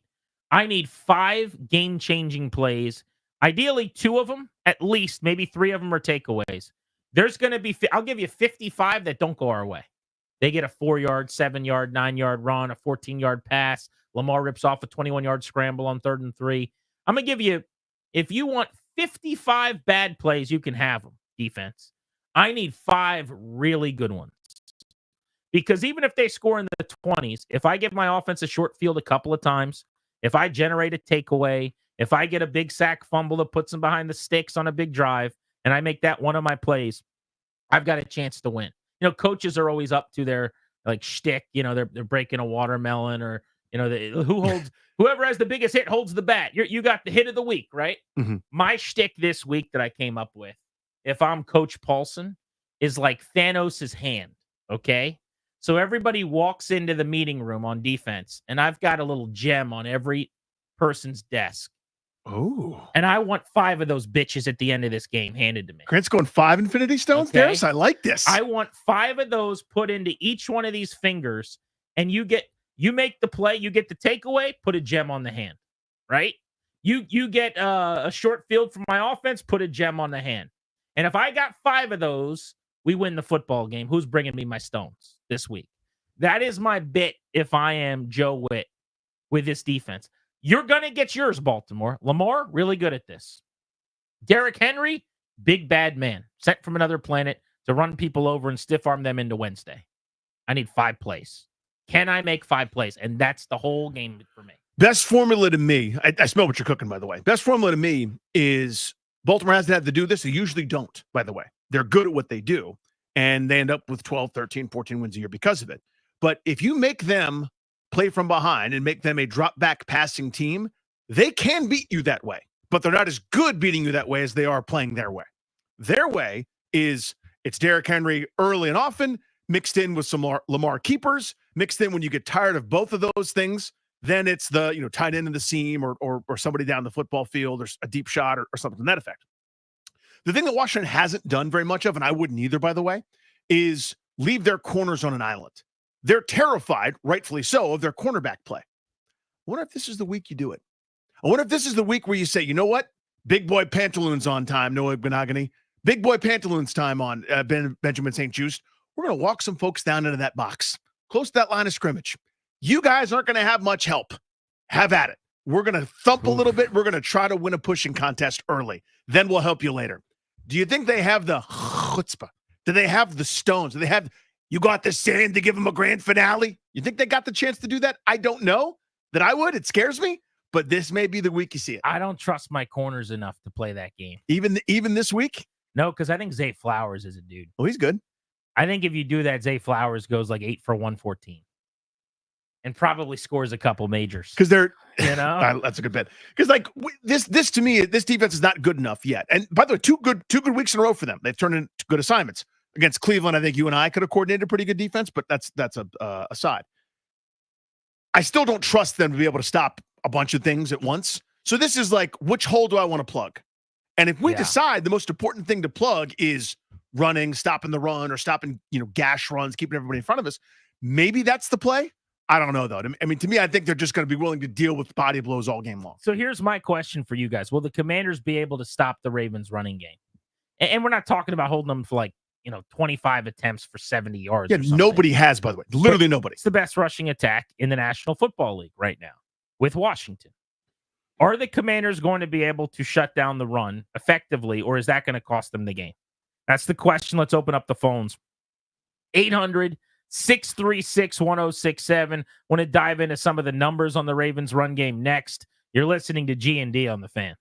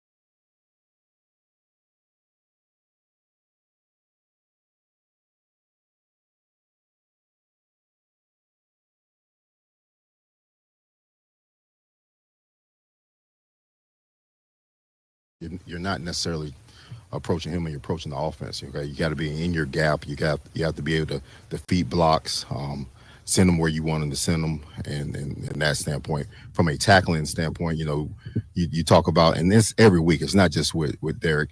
You have a tackling plan for every back that you have, and you try to stick to the plan. And so we have our tackling plan for him, just like we had it last week, and that doesn't change. That's Joe Witt Jr., the defensive coordinator for the Commanders, on defending Derrick Henry and the Ravens. Welcome back to G&D on the Fan. Baltimore owns both the NFL's #1 rushing offense and rushing defense in the league. Get this. They have rushed for 211 yards per game. They have allowed 60 rushing yards per game. That is a juicy little discrepancy. The Ravens are plus 754 in rushing differential this year, second highest ever to the 1984 Bears, who had 4 better yards, plus 758 through 5 games into a season. You're going back to the 1970 merger. That's pretty staggering. And that's why I would say, Danny, on paper, it's a bad matchup for Washington, because it is a team that can stop the run, that can force you to throw the football, except that so far nobody has stopped the Commanders running the football. So it's a power versus power, like good on good. Something's got to give matchup where you think you can stop the run. Cool. I run it. Great. Let's see. Yeah. My college teammate, he was our number 2 as a freshman, named Adam Balisic, had a nasty curveball, left-handed, was filthy. Scouting report says, do not throw this guy curveballs. He didn't care about that because he goes, he hadn't seen my curveball. And most of the time he was right. So, like, I wonder if Washington has that same viewpoint where they go, they stopped the Raiders. They stopped, I don't know, you pick your middling rush offense. Yeah, Cincinnati, who's here to throw it. They didn't stop us. They didn't see our looks. The only wrench I'll throw into this is maybe no Brian Robinson, who again today didn't practice and who is listed as a game time decision. Did not play in the second half, although supposedly did not have a setback. I told you, though, in the locker room, he was in a bad foul mood. He was annoyed. And he just looked salty and just didn't want to talk. I thought it was because they didn't play him in the second half and he was healthy. I guess it's possible it's because he just didn't feel right. Yeah, this thing is nagging, maybe. Yeah, it's ongoing. They have said he's a game time decision. My guess is he plays and that he's just not 100% or, isn't going to be 4 quarters of Brian Robinson, kind of like we saw last week. But regardless, if he's not there, it is a big loss because you still have a lot of talent with Eckler, and the way McNichols has run, he's been very good. But that's your battering ram. That is your thumper that kind of softens everything up, yeah. And he is proven to be really, really important. But they have the #1 rushing tailback in the NFL in Derrick Henry, 572 yards, 6 a pop. They have the number 8 rusher in the league and their quarterback, Lamar Jackson. So both sides of the ball, run game is kind of king for the Ravens, and it's why this matchup's so fun, because it's what the Commanders have done so well. The question for you guys, is Washington going to be able to stop the Ravens running game enough to win this game? Shane's in D.C. What's up, Shane? What's going on, Commander? What's up, Grant? How y'all doing today? Happy Friday. What's up, brother? The answer is hell no. No. I mean, look, Derrick Henry is, like you said, he is a different kind of running back. I mean, he's bigger than most of your defensive ends and linebackers, and he can run. And plus, you got the Lamar Jackson. No, I don't think so. But here's the thing, though. They're not seeing our running game like we have with Daniels. He's the same mirror image of Lamar Jackson. So, what's to say he don't go out there and rush for 100 yards? I don't want him to rush for 100 yards, but, I don't think so. I think that they knew what they were doing when they signed Derrick Henry, but it's going to be hard to stop. But if they do stop him, the Commanders will outright win this game. You got to stop the run. You stop the run, you win the game. Yeah, make Lamar Jackson win from the pocket. That has kind of been the book for a long, long time. And most of the time, we've seen this year, frankly, with Jaden Daniels. Good luck keeping him in the pocket. I mean, it's so easy to say it, Bill Belichick on Pat McAfee. Here's how you beat Jaden Daniels. You just do that. Okay. Good luck. Nobody's been able to. Right. Maybe the Ravens will be the first. But just sticking with the Washington defense against the Ravens run game, if they cannot stop the run enough to stay in the game, it could get lopsided. Yep. That's the formula, right? The question is, are they going to be able to affect Baltimore's running game enough to win this thing? I don't think the defense can. And this is my axiom for baseball kind of applies. Like, I don't get mad when Paul Skeens shoves it on you. He shoves it on everybody, right? This Ravens rush offense is excellent. Full stop. That's the end of the thought. They're excellent. They run it on everybody whenever they want at will. Washington's defense is not better than everybody else they face, including Kansas City, Buffalo, etc. They're going to run it on you. The only way to stop the Ravens' run game is with Washington's offense having a lead. I think that they can. I just think they're going to have to commit so many resources that it leads to big problems the other way. Like, you go bare front with 5 across, you're blitzing A gaps, and you're mugging the middle of the formation, and you're getting Luvu and Wagner and these guys coming downhill to help in these run fits. And now all of a sudden their tight ends are eating in the linebacker. I was going to say, like level. a tight end throwback play, you could already see. I mean, there's just so much stuff that you open up.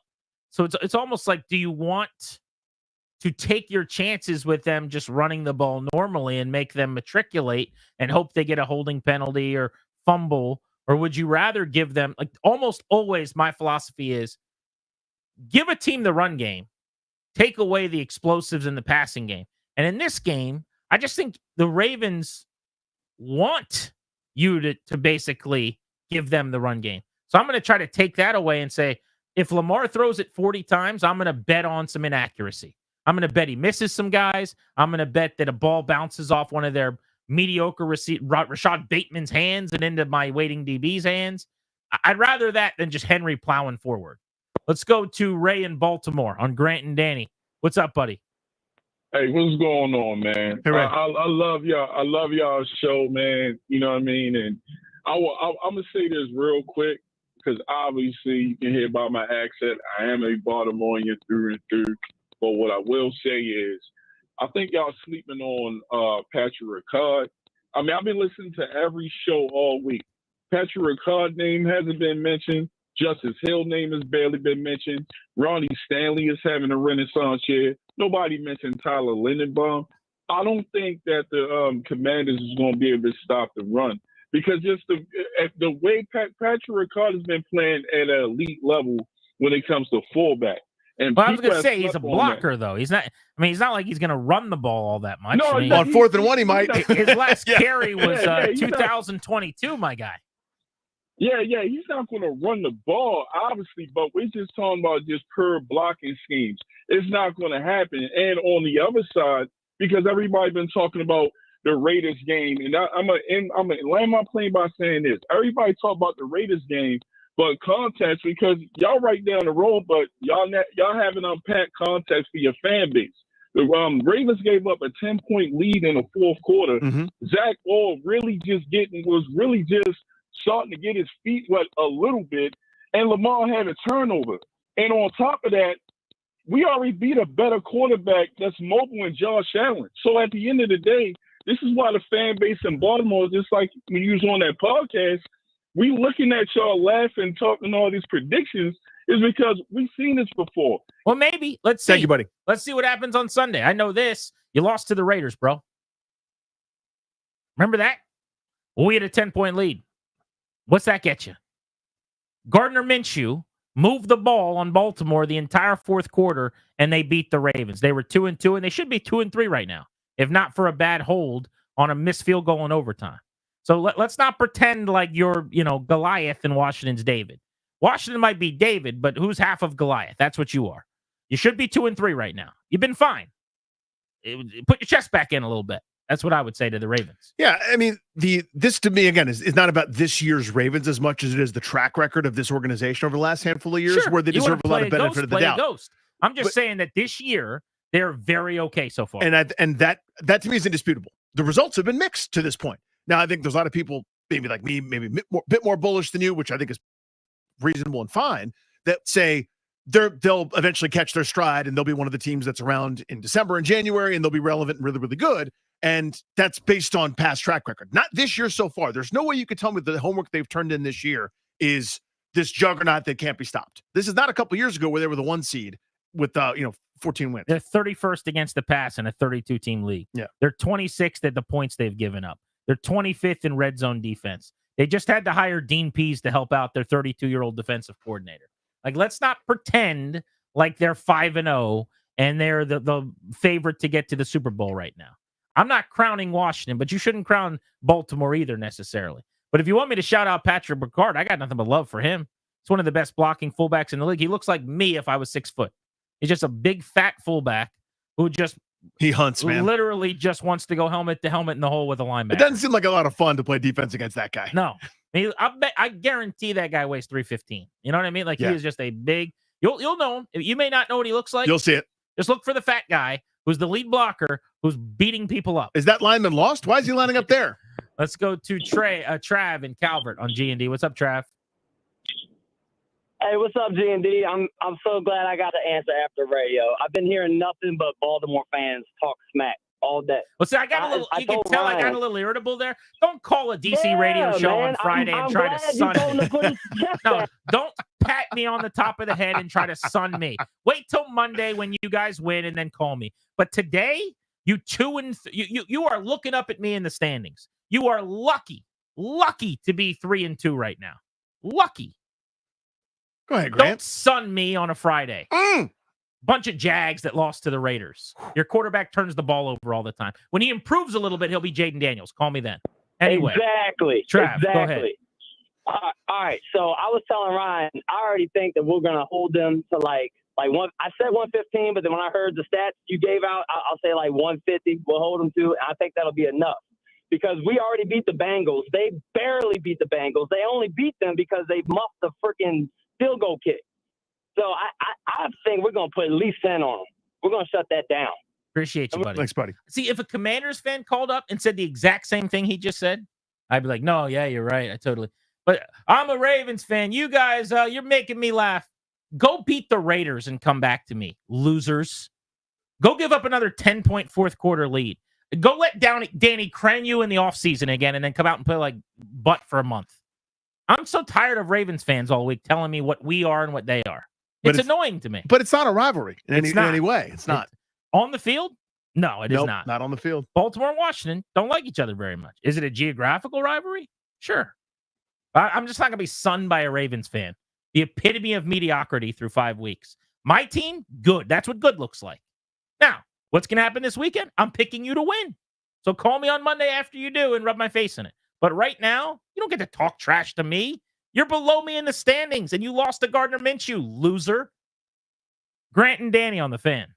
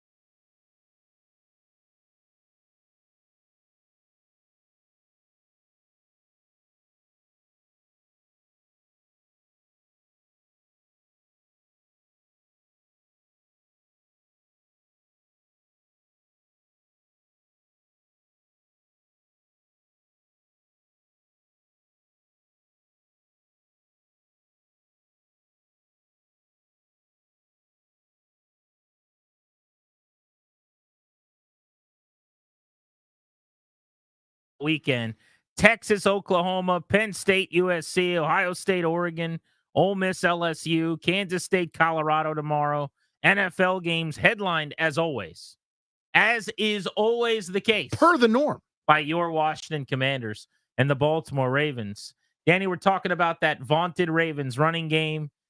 Nobody's been able to stop it. It does not seem like the Commanders are built to do so. No, and to me, again, this is my theme throughout. The way to stop it is to have a lead, is to make the make the Ravens do something they don't normally do. When they play with their plan, they win 12, 13, 14 games a year.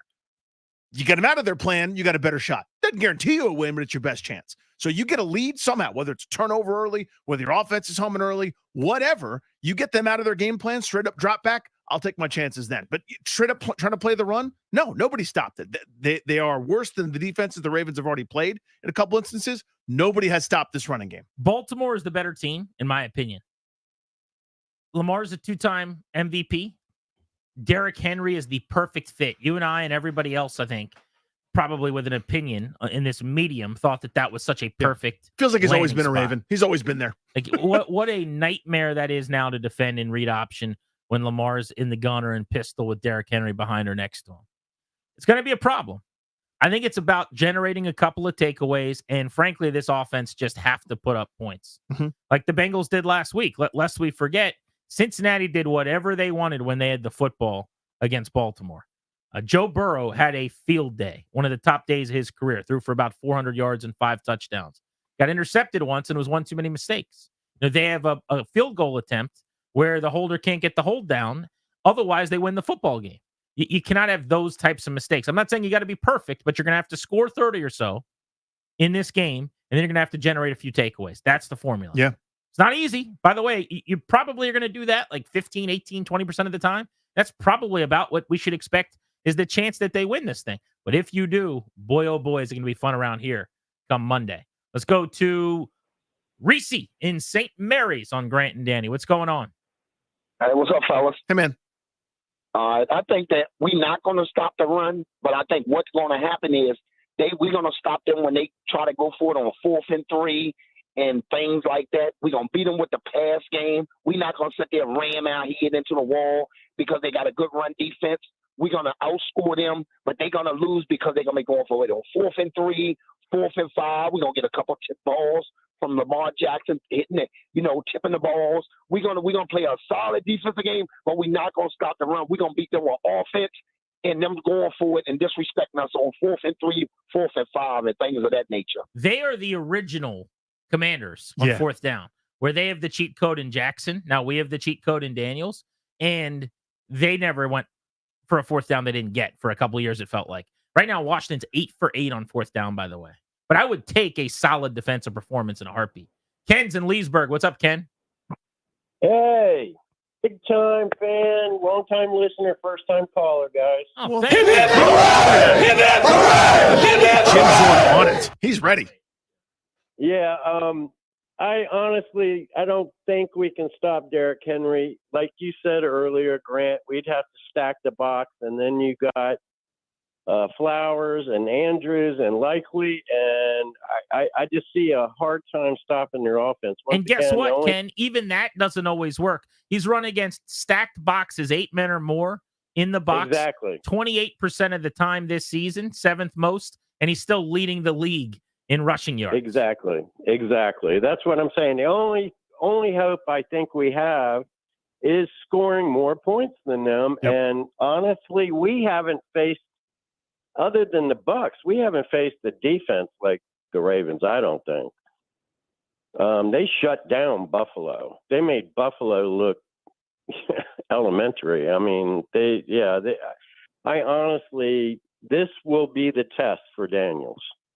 Appreciate you, dude. Thank you. Yeah, I mean, the formula, how good the Ravens defense is, I think, is still up for question. They played great in that Buffalo game, certainly, right? As they got a lead. And they have had a really good game. Yeah, but there have been some moments where you go, what are you guys doing? And again, they brought in a consultant who was there for a long time as the defensive coordinator, not because things are going great. No, you know they just wanted to show Dean Pease how awesome they are. Like, I know you didn't believe us, but come see how cool everything is. Isn't everything perfect? And how good a job Zach Orr's doing. Let's go to Gene in Baltimore, home of them Ravens, hon. What's up, Gene? How y'all fellas doing today? Good, man. Doing great.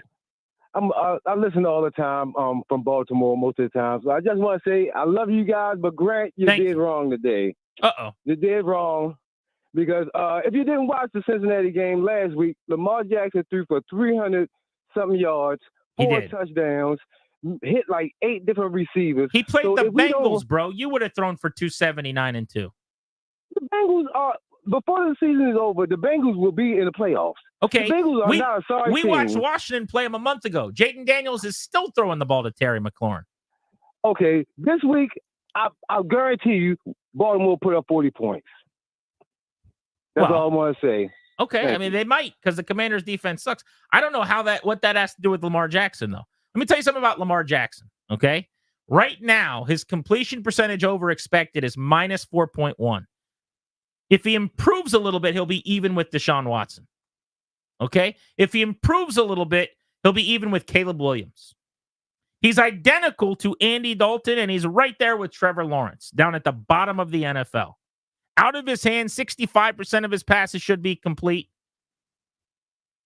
69% of his passes should be complete, and 65% have been. Minus 4.1. Jaden Daniels, number 1 in the NFL, plus 6%.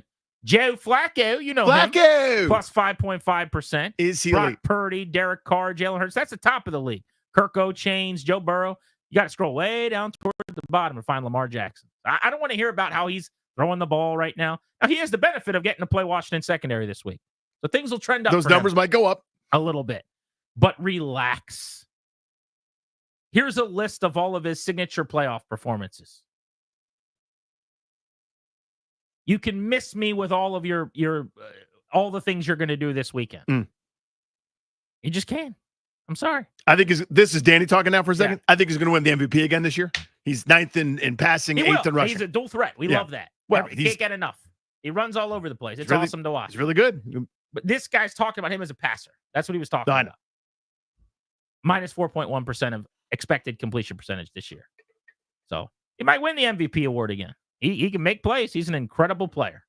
One of the best in the league. And he deserves both of his MVP awards, by the way. Mm-hmm. He also deservedly doesn't have any hardware in the postseason because teams have kept him in the pocket and hadn't worked out that well. Grant and Danny on the Fan. Let's talk to Jeff Zrebiec next of The Athletic. He covers the Ravens. We'll scout the opponent on G&D.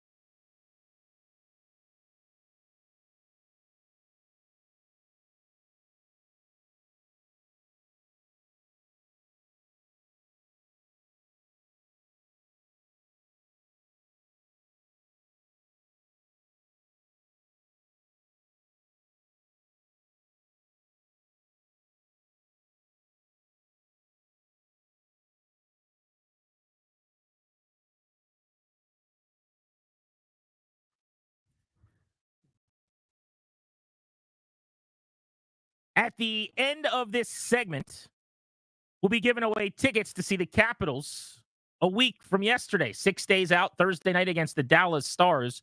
You've got to be listening to Grant and Danny here on The Fan. We're excited for the start of the football season. However, we know some folks around us may have lost a friend or family member recently. The exclusive sponsor of our show is the law firm Kondori and Murad. They're going to guide you through the difficult probate administration process if needed. They'll help bring clarity and closure to a loved one's estate. Schedule a free consultation with their probate and estate planning attorneys today. Go to kmlawyers.com. Be sure to tell them we sent you so you can get a discount. That's kmlawyers.com. Remember, Caps tickets at the end of the segment. Let's scout the opponent.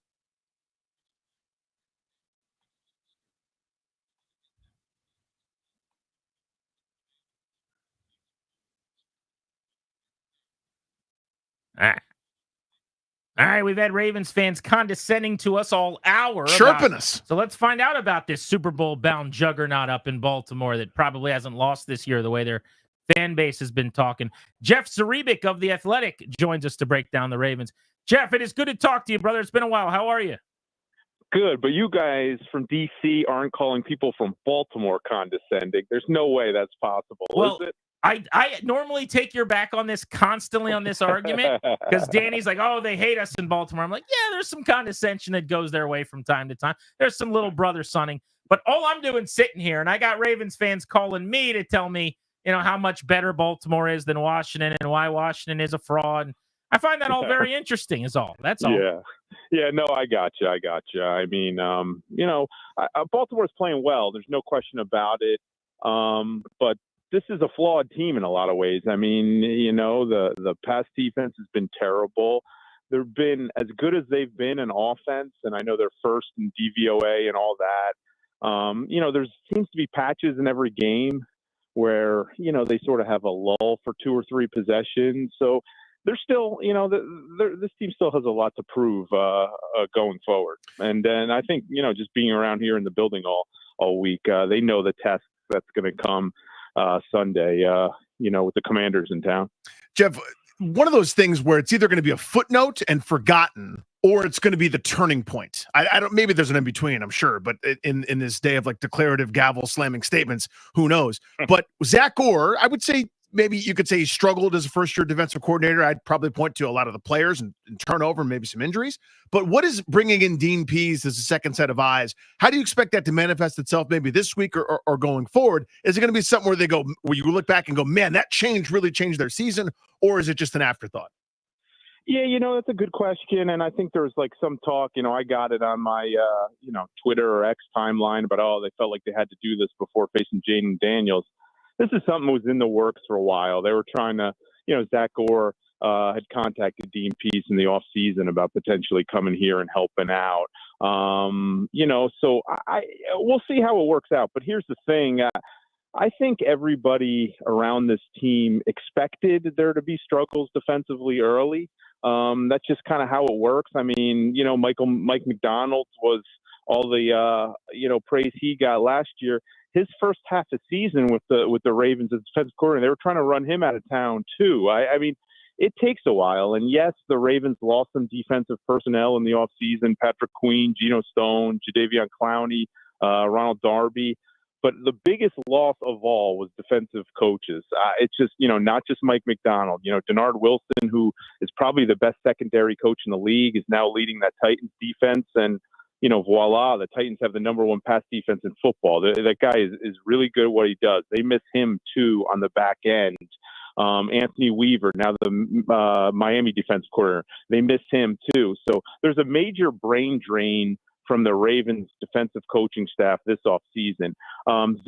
Zach Orr has had some, there has been a learning curve. There has been some problems, but it's not been as disastrous as some people make out. I mean, they completely shut down Josh Allen and the Bills.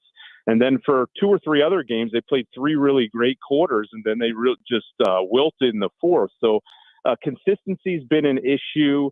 Veterans that shouldn't be making mistakes that they're making has been an issue. And I just think Dean Pease in general is a veteran guy, can kind of settle things down a little bit, will be a resource for Zach Orr. And, we don't know how it's going to work out. If this if they all of a sudden start playing a lot better, people probably will point to that and say, you see what they did there? But I think in general, this defense was going to get better as the season went on anyway, just because you have a lot of young coaches who are still learning and should be getting better as the season goes on. What's the Ravens' health like going into the game? It's not a problem, Grant. I mean, there's, around these parts, there seems to be such hand-wringing every year about injuries, but that can't be excuse for some of the inconsistencies this year. They've been pretty much healthy all year. They won't have Broderick Washington, one of their rotational defensive linemen. They won't have Malik Harrison, who started a little bit at outside linebacker, but it's more one of these, early down guys who sets the edge and, chips tight ends and stuff. He probably won't play, but, you're talking guys who don't play a ton of snaps, don't play front line snaps. I expect the three starters who have been limited a little bit in practice, Marlon Humphrey, Ronnie Stanley, and Rashad Bateman, barring a setback late in the week, I expect them all to go Sunday. Jeff Zariba covers the Ravens. That's why we're talking to him, breaking down the opponent here on G&D. The pass rush, I think at times has been really, really good, although just sort of a couple of suspects. Is this sort of a unit that is about to break out in general, or we're just relying on the couple of guys up there at the top who have, I think, 9 of the teams, or 9.5 of the team sack totals? Yeah, one of the things that was so good about Mike McDonald is how they schemed pressure. With some of their pressure packages and simulated blitzes, and they just were very creative what they did last year when they led the league in sacks. Jadeveon Clowney also had a monster year last year.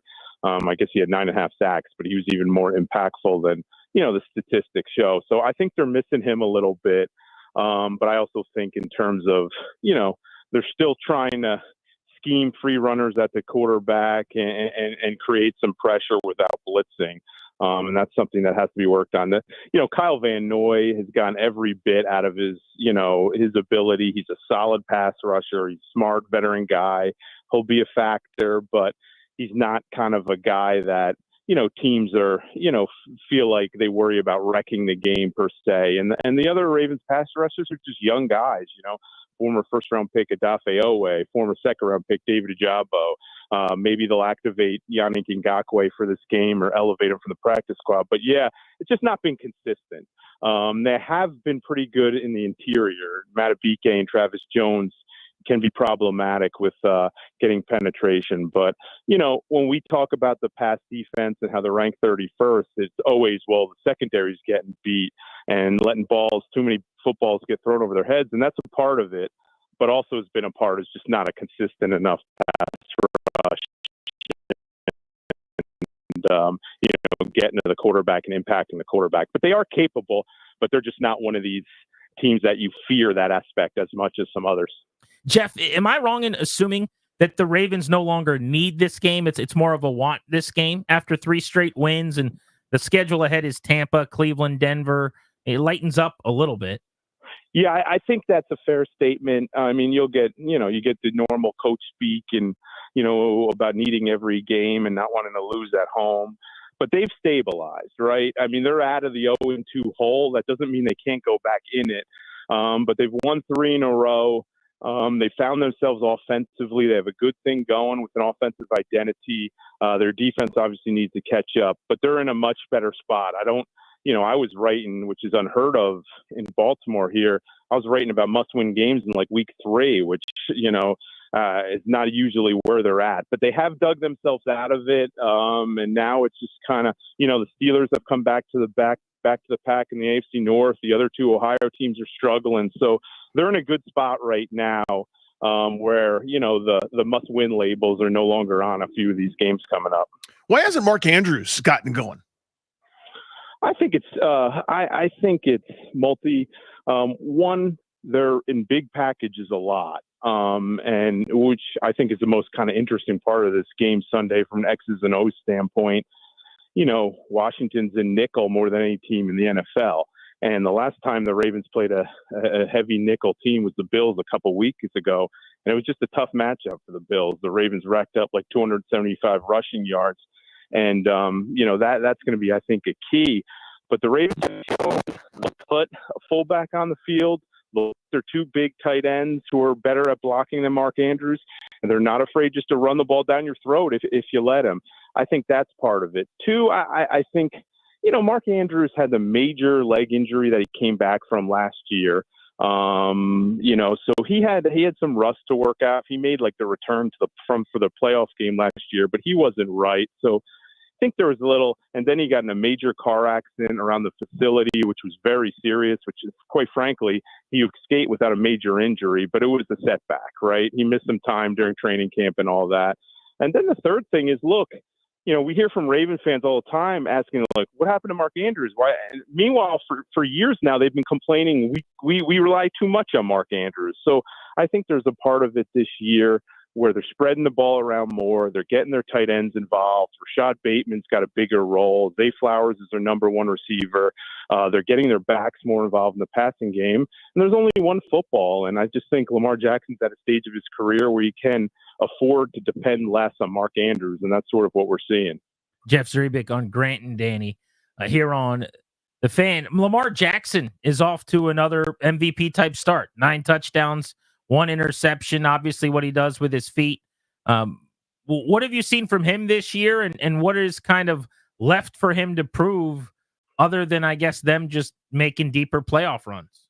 Yeah, I think you're exactly right there. They were, as a team, and I'm not saying, you're granted the playoffs. I mean, it obviously takes a lot to get there. But they were in the position this year, and they are in the position where there's going to be skepticism about the Ravens regardless until they're able to make a run to the Super Bowl. I mean, that's just how it is. That's sort of the case with Lamar Jackson. I mean, he's done everything you can possibly do in the regular season and won multiple MVP awards, and the team's win-loss record with him as a starter is phenomenal. So the proving ground is going to come in January for Lamar Jackson, the Ravens, assuming they make it. And I know that's an assumption you just can't necessarily make. But as of now, he's playing the best football of his career. He's in complete control. They've asked him to do more at the line of scrimmage in terms of getting them out of bad plays. He has more power in terms of the whole play calling process. He's more involved than he's ever been. He's got the big guy behind him to hand the ball off to. He's never had that. They've had some good backs and they've always been able to run the football, but they've never had Derrick Henry. So I think when you couple all those things, it's been a really good start for him. He's not making too many mistakes. He's taking care of the football. He's just playing at a really high level now, as high as we've seen him play, even in the years he won the MVP. Easy answer here, Jeff, but I'd love you to go into it. The Ravens' record with Lamar Jackson against the NFC is astounding. I've seen different numbers, whether it's 21-3 or 22-1 or something like that. The point is it's a lot and then not a lot in the second column. Easy answer is they're good all the time when he plays. They win a lot of their games. But why is it that dominant against the NFC? Yeah, I mean, the one number I got, guys, 21-1. There you go. And their one loss is to a Ravens longtime defensive coordinator, Wink Martindale, when they lost to the Giants a couple of years back. And obviously Wink knew all about Lamar, how he played and practiced against them. So even that kind of has an asterisk because they knew him well going into that week.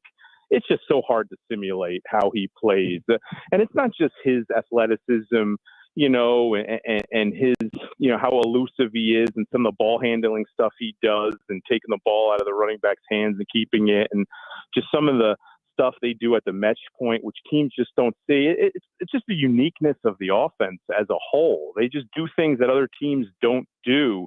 And I just think they're very tough to prepare for. And the teams that have been best, held Lamar Jackson down best, the Steelers come to mind, are teams that see him regularly and know what it is to play against their offense. They just do things differently, and they do it with a lot of speed.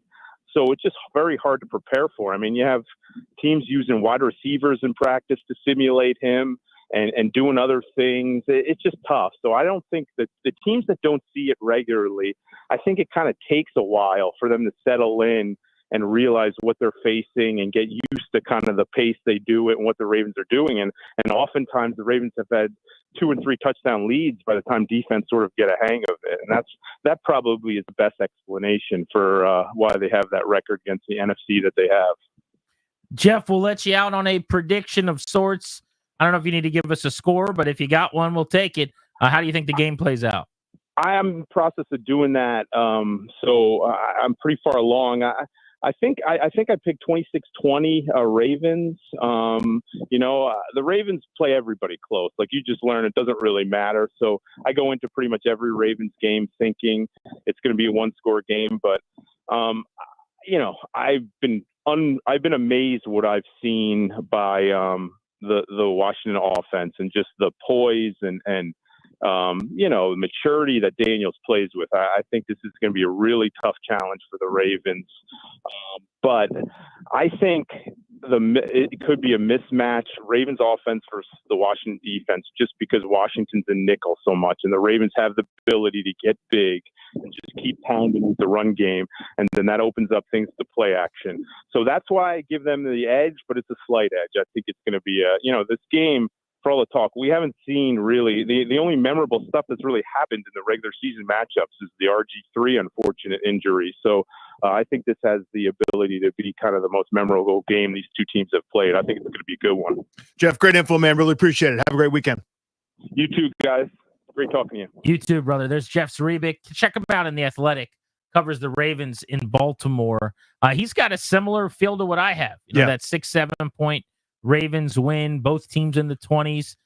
Over-under is set for right around 50, and I never take the over when the number starts in the 50 in the NFL. But it does feel like this is going to be a game where both teams move the ball. Yeah, I think the ball will move without question. I also wonder if there'll be so much effective running that it may limit the score. Instead of think Miami Dolphins when everybody's healthy, 2 plays, touchdown, go back the other way, 3 plays, touchdowns, like a fast break offense or like 1980s hockey. This feels like everyone's going to run the ball well, and you would think, and that leads to longer drives, maybe a little bit few.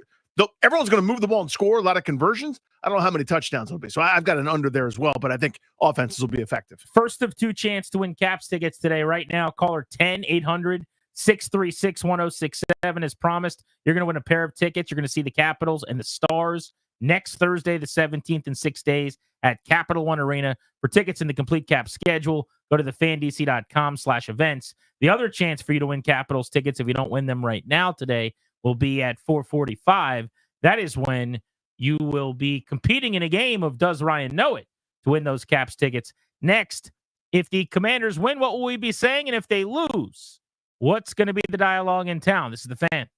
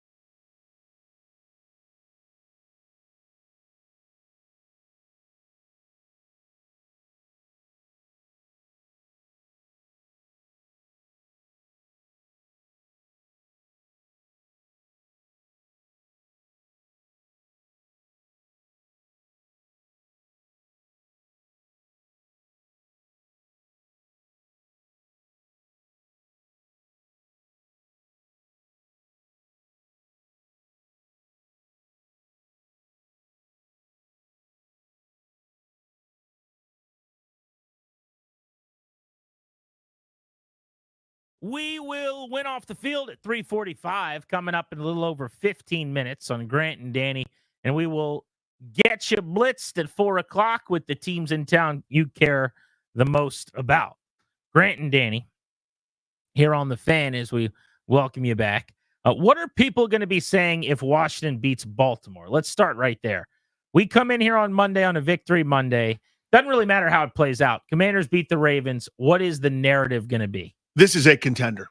I don't just mean, hey, wouldn't it be nice if Philadelphia doesn't get right and you can win the division? You could go to the postseason ahead of schedule. This means contender. Like, raise the ceiling. Some people are there already, and I think that's awesome. You're excited about it. It's cool.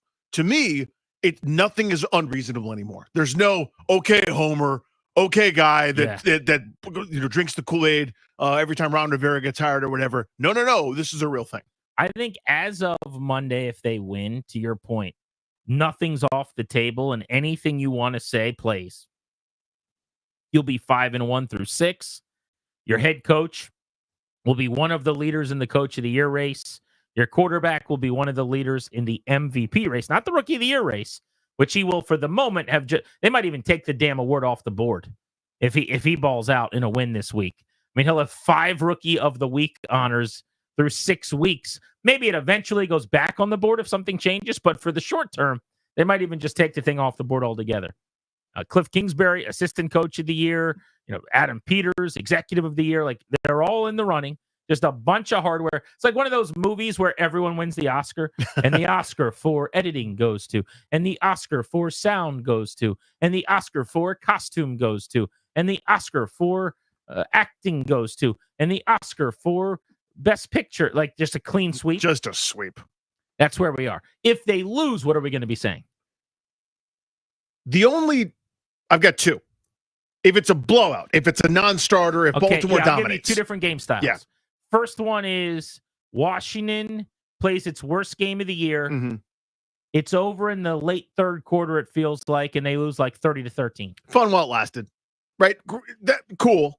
We had a great time. You can't take those 4 weeks away where I was prom king and all my clothes fit and I look good in pictures.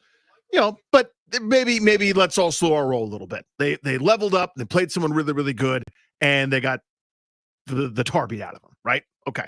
That's that one. If the other scenario that they lose, but it's back and forth and it takes up, 4th and goal, this time Isaiah Likely's toe is inbounds, right? And they win the game, talking about Baltimore, then you go, we can play with anybody. Our philosophy or our belief in who we are, our evaluation based on what we've seen this will now be 5 weeks. Team's still for real. Team's still really good. Jaden Daniels is still really good. They've got something here. You dropped one. Nobody was going on. They were going 16-1. That was a pretty good game, and we'll see those guys again. I think if they lose the game close, we'll echo some thoughts here.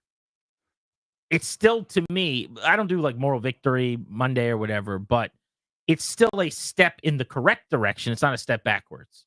I still feel better about them making the playoffs, better about them winning the division, better about this being something you can put in cement here and write in Sharpie that they're actually good. They're going to be around all season long.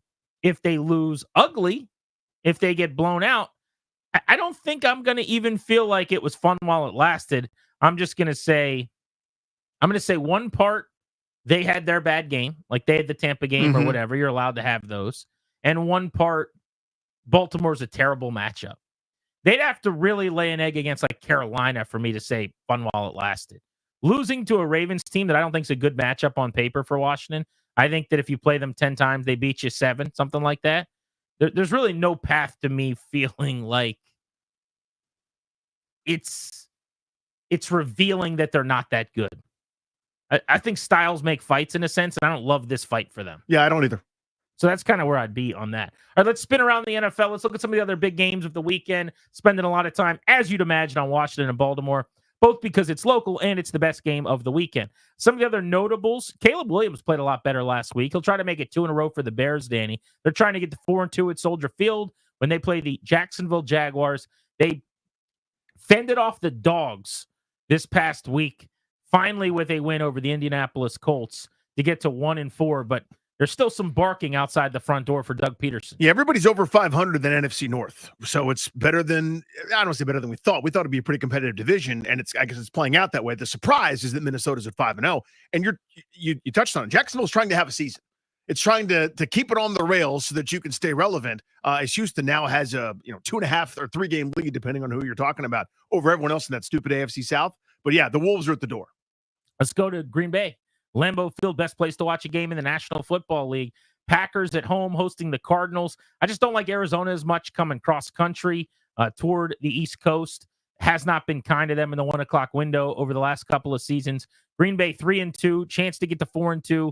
If that's what happens, they'll have won 4 of their last 5, with the lone loss being that 2-pointer to the Vikings when they actually fell behind 28-7 and then came all the way back in that game. Will be back-to-back wins with Jordan Love going into the Texans and Jaguars over the next couple of weeks. Feels like a pretty big game for Green Bay to try to keep up with Minnesota. And the Vikings do have a bye this week, so the Packers could pull to within a half game or so with the Vikings. Yeah, very winnable game for Green Bay at home. Surprised there wasn't more love after Arizona did what they did this past week to San Francisco. That was one of the more impressive wins, I would say, of the week. They're 5.5-point dogs going on the road, but I think it speaks to your point that, I don't think the odds makers love them going back across country playing at 1 p.m. against a Green Bay team that's very sound. We haven't seen the full, holy crap, Jordan Love MVP candidate thing that a lot of us thought was coming. Now, I know he's been derailed by that injury there in week 1, and it hasn't really clicked just yet. There was some drops this past week from his receivers, but Green Bay is just very solid all around. Very well coached team. I expect them to get a W this weekend. Texans, Patriots in New England. Happy Drake May Day to Patriots fans. He is making his first NFL start in Foxborough. 4-1 Houston against 1-4 New England. The Patriots were worried about Drake May behind their offensive line, which has given up the worst pressure percentage in the league. So they waited until they played the team that gets the most pressure in the NFL, Houston, to debut him. Nothing they've done makes a whole lot of sense, but at some point, the kid's got to play football. Yeah, Houston, by the way, is 4-1, and they're good. This is not me criticizing Houston. They haven't played that great yet, it feels like, right? CJ Stroud is scary, CJ Stroud's a baller, and that's kind of my point here is they're going to get going, and what does that look like? I mean, they're already 4-1 again with a couple of impressive wins in there, one terrible loss at Minnesota, but they sort of eked by Chicago, eked by Jacksonville, played a competitive game against Buffalo where either team could have won. So this is a chance for them to kind of start to flex a little bit and get right. Now, it's always stuff like this always happens, right? Where on paper it looks like they're going to go dominate because, as you said, it should be a feeding frenzy. And then for some reason, maybe it's not. And we're trying to pick up the pieces. But on paper, it's a game Houston should go in and dominate. Drake May's not the only rookie quarterback making his first start this weekend. In New Orleans at the Superdome, the Bucs are paying the Saints a visit. And Spencer Rattler will be filling in for Derek Carr, who's going to miss not 1 but 2 games because they play again on Thursday night against the Chargers. So he will miss both of those games, means at least 2 starts for Rattler. The Bucs with a really good chance to get to 4-2 and keep up with Atlanta in the NFC South. So this is what I thought New Orleans was going to be, not without Derek Carr. I've had no idea he'd be hurt, but before the season, I said, I think Dennis Allen gets fired. They're not real good to me. I don't get what their plan is. I don't know what they're doing. Well, then they scored 45.5 a game through 2 weeks, and idiots like me were forced to eat their words. Now they've sunk back down. It's kind of a, they're sliding down the mountain a little bit, looking for a handhold. Tough matchup for them with the Tampa Bay team that's pretty decent. 3 straight losses. They've scored 12, 24, and 13, so twice sub 15 during a 3-game losing streak to the Eagles, Falcons, and Kansas City Chiefs now. Speaking of the Saints, let's keep it moving. Sunday matchups in the NFL on Grant and Danny. The Browns are 1-4. We just saw them here in Landover. They are a disaster, and that offense is gross. They get the Philadelphia Eagles at Lincoln Financial Field. Browns are 1-4. Philly is 2-2. Feels like a nice little get-right opportunity for the Eagles. They're off of a bye, taking on Deshaun Watson. Remember, Philly was very interested in Deshaun Watson if you go back in time. They wanted him badly. They dodged a real bullet there. It's been an inconsistent season for the Eagles. Win-loss, bye. They come out of the bye. I think they win big. I do too. 9.5-point spread in that one at Philadelphia. Also, A.J. Brown's back. I think Devontae Smith is back. I was going to say, I hadn't seen an injury report just yet, finally, they for both Friday. Fully practiced yesterday. So there you go. I would expect Philadelphia maybe has a chance here. Looking at their schedule, they survived. They didn't perform particularly well by their standard, but they've got a pretty easy schedule coming up. It starts this week against Cleveland. We could look up in a few weeks, and they could be 7-4, 8-3, something like that. So this is where I think it begins. AFC South matchup, Colts-Titans. Anthony Richardson is getting healthier. There's some thought that he could be back very soon for the Colts. They're in a weird situation because I think you got to play Richardson ASAP and for the duration of the year, and you're trying to figure out what he is. But I also don't think there's any debate that they're better offensively with Joe Flacco on the field right now because Richardson's been a bit of a mess. He's inaccurate. He just misses too many throws, but he's also got all the talent in the world, and they drafted him in the top 5. So it's kind of a strange situation. They're 2-3. They're playing the 1-3 Titans, who look like they're ticketed for the top of the draft board. Yeah, Titans have not been frisky like I predicted they would be. For the Colts, you mentioned it's an interesting spot. I still think their team, talent-wise, is pretty good, but you drafted a project. And would you be surprised that a project showed up? Now, what's derailed this thing is Richardson's been hurt a bunch, and maybe you'd argue that's inevitable with his playing style. But someone who's that big, that fast, that strong, with that kind of arm strength, you got to be patient here. Someone that demanded patience, but maybe you don't have any because you're competitive in a bad division. Chargers off a bye against the Broncos. This is a 4 o'clock window game on Sunday, so you get to watch this one after Commanders-Ravens. Denver's getting better performances out of Bo Nix here. They hung 34 on the Raiders. He looked really good last week. You can see he's feeling himself a little bit. He's shouting at Sean Payton on the sideline. They're giving each other the back and forth in the what for. They beat the Bucs 26-7. Then they got a 1-point win over the Jets in a gross weather game. Then they handled the Raiders 34-18. So that's 3 in a row for Denver. And again, they get Spencer Rattler on a short week Thursday Night Football after the Chargers. Now the Chargers are off a bye, but if they can somehow beat LA this weekend, they could be looking at a potential 5-game winning streak and a 5-3 record. Fun little thing I was looking up when thinking about some topics for the show and a bit of discussion. I happened to go down a little rabbit hole and start clicking on Denver, some things, some stats, talking about Bo Nix and the like. You don't know who's a linebacker's assistant coach for them. You don't know. Greg Minuski. Old Greg Minuski found a landing spot in charge of just a specific group of linebackers. Not all the linebackers, just a couple of guys, really. Inside guys, I'll be able to coach you. But for Denver, they're doing kind of what they did last year. Remember, they got off to that terrible start, including losing to Washington, and they looked unprofessional and awful. All of a sudden, here they go. They're 3-2. They've won 3 straight games. You mentioned one of them is incredibly gross, that win against the Jets, but they've got a chance now with the Chargers. You mentioned the Saints on short rest. Carolina, we could look up with Denver having a pretty decent record here through the midway point of the season. Steelers, Raiders in Vegas. Pittsburgh is 3-2. The Raiders are 2-3, and the Raiders have made a quarterback change. It's AOC time. Aiden O'Connell starting over Gardner Minshew. For the Steelers, perhaps one last ride for Justin Fields. They've lost 2 straight. Mike Tomlin was asked last week, how does Fields keep his job with now Russell Wilson finally back practicing in full? And he said, win? Well, I guess that means they got to find a way to pull this one out against the Raiders. If they are 3-3 with 3 straight losses, I think there's a possibility Russell Wilson starts a primetime game against the Jets on Sunday night next week. Yeah, the Raiders aren't very good. I think that's pretty clear. The Steelers are odd because one of their groups, that defense, is awesome. It travels. When TJ Watt plays, they are disruptive and tough to deal with. And he's presumably playing. He's good to go. So the Steelers' offense is terrible. It's about doing just enough. So whoever can give you just enough, that's the guy you end up playing. But it's a strange-looking group here for this modern NFL. The other 2 games on Sunday afternoon, the Falcons are at the Panthers. This is a very strange 4 o'clock game, by the way, in Charlotte. Mm-hmm. I don't understand that at all. Maybe they moved it after the weather in Carolina or something. Oh, I don't know. I don't either. But Atlanta's 3-2. They got to handle their business, get to 4-2 against the Panthers, coming off of a huge overtime win against the Bucs. And then you've got the Lions and the Cowboys at 4:25. That's a great one. That's your nationally televised Kevin Burkhardt, Tom Brady game, I'd imagine. If Dallas can win, they're 4-2, but you got to like the Lions to get to 4-1 probably on paper. Coming off their bye as well. So that's a group that's got one weird, strange loss at Tampa where they outgained them by a whole bunch, still find a way to lose the game. But people kind of forgot about Detroit, how good they are. I think you saw some of that this past week when they played Seattle. But I think that's a game where Dallas kind of needs it to get some good vibes going, and I think Detroit shellacks them. All right, let's win off the field next, Danny. We do this for Bruce Allen, and we want you guys to honor Bruce's time in Washington and all the good he did for the then Redskins by calling in now and telling us what little moral victory made you smile today that nobody else would care about. But I also think this is a good opportunity. How you spending this crisp fall weekend? Anybody getting out and about? We doing a little pumpkin patch situation. We're gonna eat a little apple cider donut. Ever had one of those? Oh, yeah, they're tasty. Maybe we got a little bonfire. My neighbor just texted me. We might be doing a little bourbon sipping and watching some sport outdoor tonight. Fired up about that. Grant and Danny on the Fan.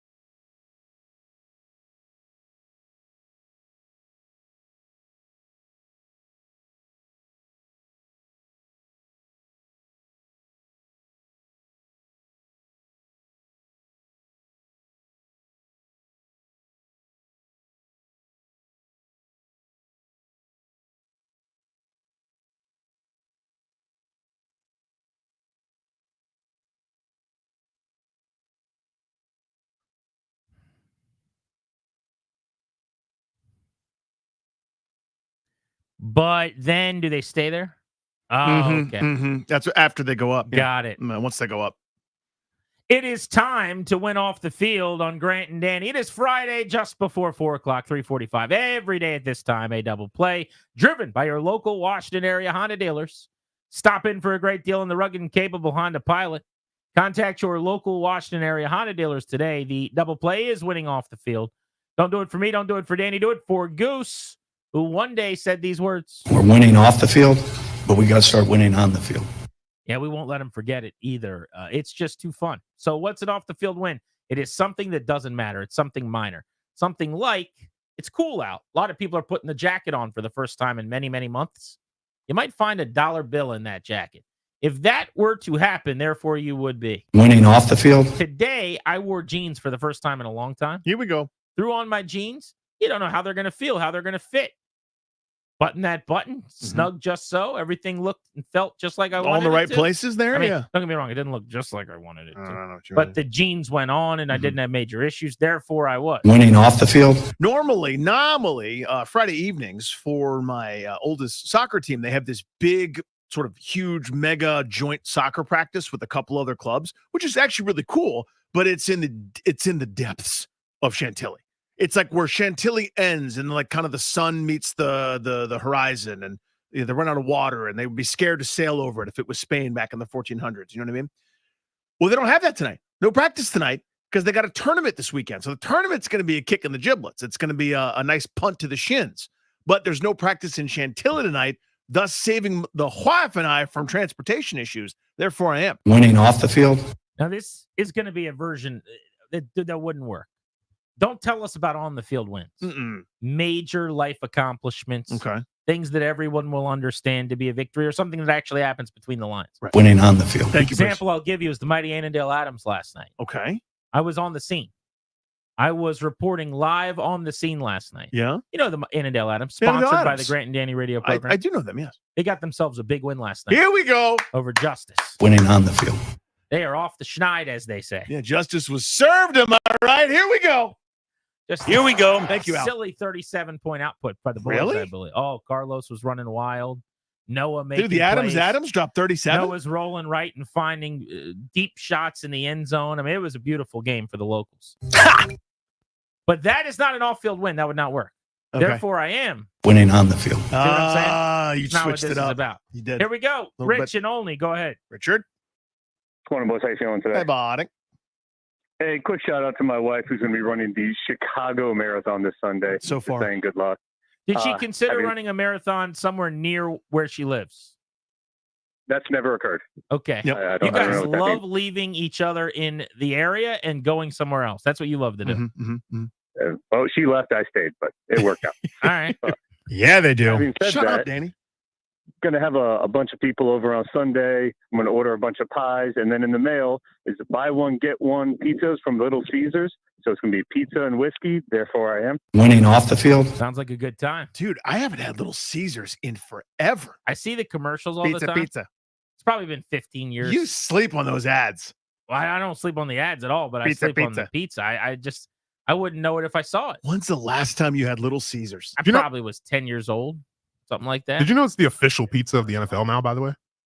No, I did it's not know not. that. Yes, it is. Is It's it the really? official sponsor of the NFL I pizza. feel like I see the ads a lot, so that makes a little bit of sense. Although I wouldn't know if you gave me $1 million in a compass right now and I had 3 hours to find a Little Caesars, it ain't happening unless I can use a GPS.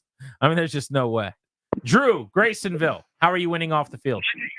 Guys, it's been a great day. I've been preparing for tailgate for Sunday all day, and I went to get oysters because we're going to grill some oysters out there. And I went to one of the oyster places out here in Graysonville, and I pulled up, and I said I need to get a case of oysters. And the fishing boat was just coming in. They pulled it right from the boat into my come case. on. So I Love got the that. freshest oyster you can get. So what do you do now? You keep them on ice until then, or do you have to keep them? Yeah, they're on ice. It's Okay. 20, it's 48 hours. That's about as good as you can get. All right. Winning off the field. That's I love pretty that. legit. He's headed to Baltimore for a football match. Let's go to Dan in Fairfax. What's up, Dan? Hey, boys. So this is the second week in a row that my boss has called me and said, hey, you can leave a little early. And I called last week and said that. But like all good sequels, like Empire Strikes Back, Beethoven 2, Godfather 2, we have to amp it up. roommates out of town this snuck in weekend. there. I'm all by It's myself. silly. Sorry, Ted, hold on. You popped the room. That's a good you one. popped the room. Go ahead, go ahead, please. Yeah. Oh, what happened? We ruined it. No, we didn't ruin it. We ruined it because we were One laughing. of us ruined it. It was not me. Oh, it was Danny. me, I guess. You stopped him in his tracks. You made him stop. He so may you have could laugh. said the thing, and I was talking over him. That's possible. That's absolutely Respectfully, ludicrous. sir. I ruined it. Fine, I'll take it. No, I'm not rubbing your nose. That's in it fine. I anymore. I'm ruined it. just Okay. saying you could have laughed without stopping him. Why did you stop him? I didn't want to roll past that. Reason to Empire, Godfather, Beethoven too. It's a great line. It popped me. I tell you what, that was better than whatever I was going to say anyway. He made a funny joke that made us laugh. Therefore, we are. There you go. Winning on the field.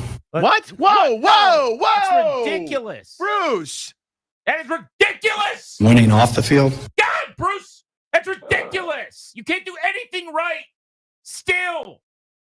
You know, the Armando. culture is actually damn good. Well, it makes you feel better. He's right. That's a good It point. makes you feel better. That's a You good feel point. better? I feel better. Armando, how are you? Hey, Bob. Hey, Bob. So I haven't been feeling great all week. Just had some kind of upset stomach. Haven't been feeling great. But I haven't Leroyed. Therefore, I am Winning off the field. That's a deeper cut. You got to have been listening. I mean, the real ones know. A few days ago. Man. When's the last time you Leroyed? I haven't. Well, it's several months now. Okay. Yeah, I Leroyed when I overate 5 months ago. Justin in Arlington. What's Amazing. good? Well, guys, so a couple weeks ago, I noticed that my grass was looking a little patchy out front. Little So patchy I had to go to Home Depot. I had to navigate that place. Big Saturday. Found myself some good grass seed. Came home, started doing some work, and my wife was a little frustrated because the boys were alone with her. She wanted some help. 2 weeks later, this morning, outside, out front, out of nowhere, unsolicited, my wife says, "This grass looks really good." Wow. Therefore, I'm winning. Winning off the field. That is a dad win, too. That he's worried about his yard. He's getting some grass seed. That's two birds with one stone right there, sir. We're going to Home Depot. Going to be a big weekend. Let's go to Stubb in Richmond. This is the Stubb, I would imagine, right? This is AWOD Stubb. That's me. What's up, guys? Oh, hey, What's dude. up, brother? I wanted to say I was at the state fair the other day. It was hot, so I went to the vending machine, put in $3 to get a drink. First, nothing came out. Started with disaster. Then put in another $3. Decided to take my gamble. About 20 drinks pour out of the vending machine. I spread it amongst the people around me. Therefore, my Therefore, guy Winning off the field. has the difficult task of finding takers for a lot of drinks. Yeah, he's the soda god king at that point. A, that's amazing. B, drinks cost $3 in a vending machine now. What is the world coming to? 2024, the year of our Lord. I mean, that is absurd. I guess it makes sense because when I was in elementary school as a wee lad, it was like 50 cents. Yeah, 50 cents. And any machine in like at a place would be $1. But I remember, I don't know, they must cost $20 now at King's Dominion. Because I still remember I would go to King's Dominion and the Coke machines, it was like $5.50 for a bottle of Coke. And this was in probably 2006. So it must be $42 for a bottle of Coke now The at King's revolt Dominion. the student body led when they jumped it to 55 cents from 50. I mean, you would have thought they'd invaded a foreign country at that point. It was unreal. Wow. I'm being told there's a Little Caesars on Little River Turnpike. No, there's not. I mean, maybe there is, but there's not. You see what I'm saying? Annandale area, they're saying. Maybe. Near Annandale High School, home of the Adams. Grant and Danny on the Fan. The Beltway Blitz is next, 4:45. We got Caps tickets for you. You can win them if you guess correctly, if Ryan knows it or not. And our Commanders over under with the FanDuel player projections coming up at 4:25.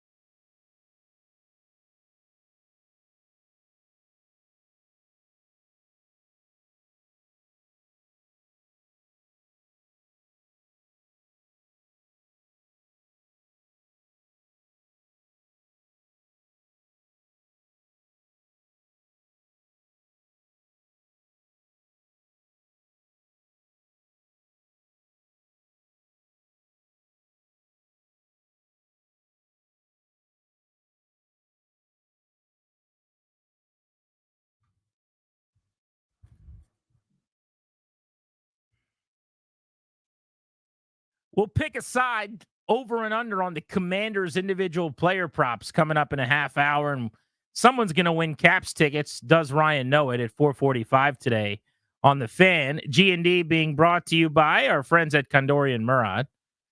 The local defense struggled to start the year. There are times in life when we see our loved ones struggle. It happens, especially as they get older. The exclusive sponsor of this show, Condori and Murad, are going to guide you through the process of managing healthcare, financial power of attorney, or securing a guardianship if need be for a family member. Schedule a free consultation with their elder law and estate planning attorneys today. You can do that at kmlawyers.com. Tell them we sent you, and you are going to get a discount. That's kmlawyers.com. Let's get to the Beltway Blitz, spinning you around town ahead of a huge, huge weekend in sports. Our Baltimore Ravens insider from Junkies fame is our guy, Matt Valdez, who joins us on G&D. Valdez, now I have heard some of the back and forth the Junkies have had this week on this game, but give the people your gut feel right now on Ravens Commanders and how you see this thing playing out. Well, I wouldn't be a pompous Ravens fan if I didn't think the Ravens were going to win 41-20. So that was my score prediction on the Junkies this morning. So I'm sticking with it. 41-20. Ravens, it's kind of close, but they pull out late in the fourth quarter. They kind of lean on them with Derrick Henry. So, Valdez, you are a Ravens seer. Like, of people that follow their teams, I think you have the highest shooting percentage of anybody I know as to how games are going to go and how seasons are going to go, et cetera. What gives you the confidence? Because I'm with you. I think the Ravens are good. I think this team is going to be right there come Super Bowl time and have a chance to come out of the AFC. It hasn't been just that good yet, though. What gives you the confidence? They just have a track record, especially against the NFC. Lamar's 21-1 against the NFC. And they just have a history of kind of, and I don't want to call the Commanders a pretender, but just kind of taking these teams that are punching up in a weight class and just kind of putting them in their place. So they have a history of that. You look at the Lions last year, you look at the Dolphins last year. It's just history. That's all I got to say. It's just history. Which makes sense. And I was on a Baltimore show today, and they were talking about how the Commanders just haven't beat anyone. And I think that's fair when you look at the records. I think the 4 teams they've beaten are like 6-14 or something. But my retort to that is, okay, they played Arizona. They're not that good. They destroyed them. The last week they played the Browns. They're not any good. Deshaun Watson's a joke. They beat them to a pulp to the point where they didn't even play their starters in the fourth quarter. Like, do you give any more credence to Washington based on how they're beating the bad teams? Look, Washington is a good team, and I think everyone should be proud of that who's a Commanders fan. And to be honest with you, on paper, the Commanders are probably the best team the Ravens are going to face through 6 weeks. Ooh, okay. But until you prove it, I got to go with the Ravens. Until you prove it, I got to go with history. And that's all I'm going to say is that this is a huge benchmark game for the team. I know at the end of the day, if the Commanders lose this game, that it still doesn't mean they're a bad team. But until they knock off one of these upper echelon teams, you just can't buy in just yet.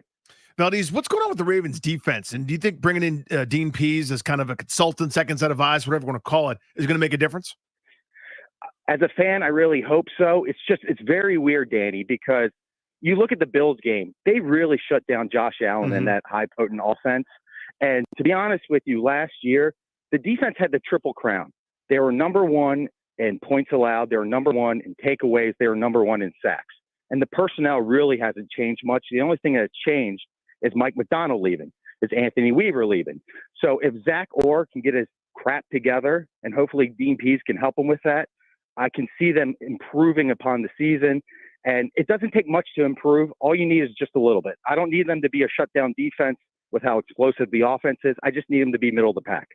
All right, so let's just say hypothetically, you show up to work with the Junks on Monday, and the Commanders have beaten the Ravens somehow. How did they do it? How do they do it? I think they a lot of big plays over the top. They're very susceptible over the middle. They're very leaky in the back end with Eddie Jackson and Marcus Williams. And honestly, if there's a lot of flags called, I can see the Commanders really moving down the field that way. I'm not going to blame it on the refs. That's not me. But I'm saying the Ravens are a heavily penalized team. And if they give call you a it nugget, by the way. You texted me a silly nugget. I did. Lan Clark, his referee crew is calling the game. They really don't throw that many flags. And the Ravens on the outside with Wiggins and a slow Marlon Humphrey, they're very handsy. So if they let them play handsy on the outside, it could be very difficult for Jaden Daniels. I don't think he can throw into tight windows, but to throw into tight windows for 4 quarters straight, it's going to be very difficult. So if they let the game play out, that they let everyone get handsy on the outside, that's how Jaden could have a subpar game. I bet you didn't have Valdez giving you a scouting report on the ref, did you, I'm telling Danny? you, man. I'm telling you. Who else is giving you ref scouting reports today on G&D? Valdez, thank you, buddy. Thanks, dude. Hey, no problem. Hey, by the way, I'm winning off the field because this is my first call into Grant and Danny. Okay. Is that true? First ever? No, he's been on with us. No, first ever. You've been on in studio. You've been on with us a ton. Not through a call as an insider. Okay. Winning off the field. As Ravens insider. Yeah, that's insider an Matt important Valdez, caveat. yeah. As Ravens insider. We've had Drabby. Last time we had Drabby as our Seahawks insider was right after the Sam Howell trade, I think. Yeah. He was reeling a bit. Yeah, that was Remember that was the veritable kiss the toilet seat situation for Drab there. That was the first of a couple. Thank you, Valdez. No problem, guys. See you, Be brother. good, man. All right, let's keep the blitz moving. Our guy Denton Day produces Kevin Sheehan by day and then talks about college football also by day. Big slate this weekend, Double D. What are you looking forward to the most? This answer should be Texas, Oklahoma. I want to say Texas, Oklahoma, but the easy answer is going to be Oregon, Ohio State. First ever matchup between the two in the regular season. Both of them have expectations to win a potential national championship, and neither of them have been tested at all. So we get their first test against each other. It should be a fun one, and it's in prime time. It's not on these noon slates to capitalize off television ratings. You get a big game under the lights. I'm excited about that one. I don't believe in Will Howard. Why am I wrong? You're not wrong. I have no reason to believe in Will Howard either. I wanted to last week. The problem is they went up against a good defense in Iowa. With everything that goes in on Iowa's offense, that defense is still good. The problem is if you can't score, it doesn't matter how good your defense is when you have the level of talent that Ohio State does. So I'm in the same boat as you, Grant. I don't really know what to think about Will Howard. I liked him at Kansas State, but I think he's moderately better than Kyle McCord they had last year, which is positive, but it's not like he's CJ Stroud. So we're going to learn a lot about him, but I'm in the same boat as you. I don't believe in him yet. So I was going to say to you, Ohio State just feels completely untested, like they've proven nothing, but it sounds like you feel the same way about number 3 Oregon. I think Oregon's schedule has been a little bit better, but not a whole lot better, right? And last week, like the thing about people, when I talk to people about Oregon, they say, well, they're starting to execute better. And that is true. But at the same time, Dylan Gabriel threw 2 picks early against Michigan State last week. That shouldn't happen. He should be past the point where he's making silly mistakes, especially when there's opportunity for points on the board, because those came deep into the field, deep into drives, and then you're blowing drives, leaving points on the field. That's been their Achilles heel this entire season. So they've been a little more battle tested. I mean, they played Boise State, and Boise State's a pretty good team, even though they're not a power school. They've been a little more tested, but they still haven't been really, really tested. And Dylan Gabriel was great in the Red River Shootout last year when he played in Oklahoma, so he has big game experience, but this might be a different beast with Ohio State. Yeah, Denton, you mentioned Red River Shootout. This is longtime SEC opponents, I guess now, Texas and Oklahoma. As soon as I figured out they're going to both be in the ACC somehow, or there'll be like a new conference that like also plays in London or something. I hate it so much, but whatever. 120th meeting between Texas and Oklahoma. Break that one down for us. Yeah, as they say, Danny, just needs more with the Red River Shootout starting this year. This one should be great. Like, I should be super excited about it if only Oklahoma had a quarterback. Like, you're getting Quinn Ewers back this week for Texas, and with Quinn Ewers healthy, I mean, there's going to be some sort of rust, I'm sure. But with Quinn Ewers healthy, Texas is the best team in college football. And I would say there's a pretty noticeable gap based on some of the things that we saw last week. But they're the best team in football. And then you look at Oklahoma, and they are one of the many really good schools, really big programs that does not have a quarterback that can throw a forward pass consistently, which is shocking in 2024. Defensively, they're great. If they could take this year's defense and match it with like one of those Lincoln Riley teams, they would have won a championship, but they don't have a quarterback. This feels like, while it should be a great game, it feels like Texas is going to run all over Oklahoma, and that's kind of what I'm expecting them to do. That line 14.5, I usually don't love big lines in rivalry games, but that's one that I'm itching towards. My second favorite game is not Texas Oklahoma. It's Ole Miss LSU in the SEC. 9-13. LSU's 4-1. They lose Jaden Daniels, Malik Neighbors, and Brian Thomas, who have all been unbelievable, and they're still sitting pretty. By the way, I don't know how they didn't win more games last year. I mean, the defense was obviously terrible, but those guys have all been incredible in the league. What do you make of Ole Miss LSU? Bet the over in this one. That's just free advice. Bet the over. There's going to be a lot of scoring because despite the fact that offensively they've made some adjustments, obviously with no Jaden Daniels, Garrett Nussmeier, their quarterback, is a really good quarterback but has zero running ability.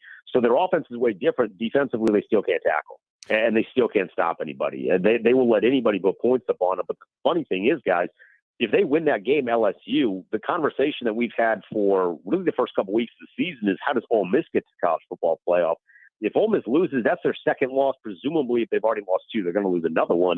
But then you're looking at this LSU team who has an early loss against USC, but they're a one-loss team as we approach November. So this is a big one. I mean, this really has a lot of long-term season-defining stakes on the line here. So I'm with you, Grant. I think this one's going to be a lot of fun, and I think you're going to see a lot of offense. Jackson Dart needs a quote-unquote Heisman moment. He really just needs an I'm him kind of moment because he should have had one against Kentucky, and he dropped the ball. So this is a great opportunity for him to get back. Nate, you're the best, buddy. Thank you. Appreciate it, fellas. Enjoy the weekend. Hit that local 53 sounder. Our pal Michael Phillips in Richmond, the Richmonder, 910 The Fan, down there in the capital of the Commonwealth. Miguel, it's still a 6.5-point spread. Washington's an underdog in this one. Do you see them competing and maybe even winning? This is crazy, so I'll jump straight to it. We'll get straight to the crazy. You can see a scenario. I'm not saying it'll happen. You can see a scenario where they win by 2 or 3 touchdowns, right? You can see a scenario where Baltimore wins by 2 or 3 touchdowns. It's a fascinating game because if either defense shows up, that team is immediately at a huge advantage in this game. So I respect the 6.5 and where it's coming from.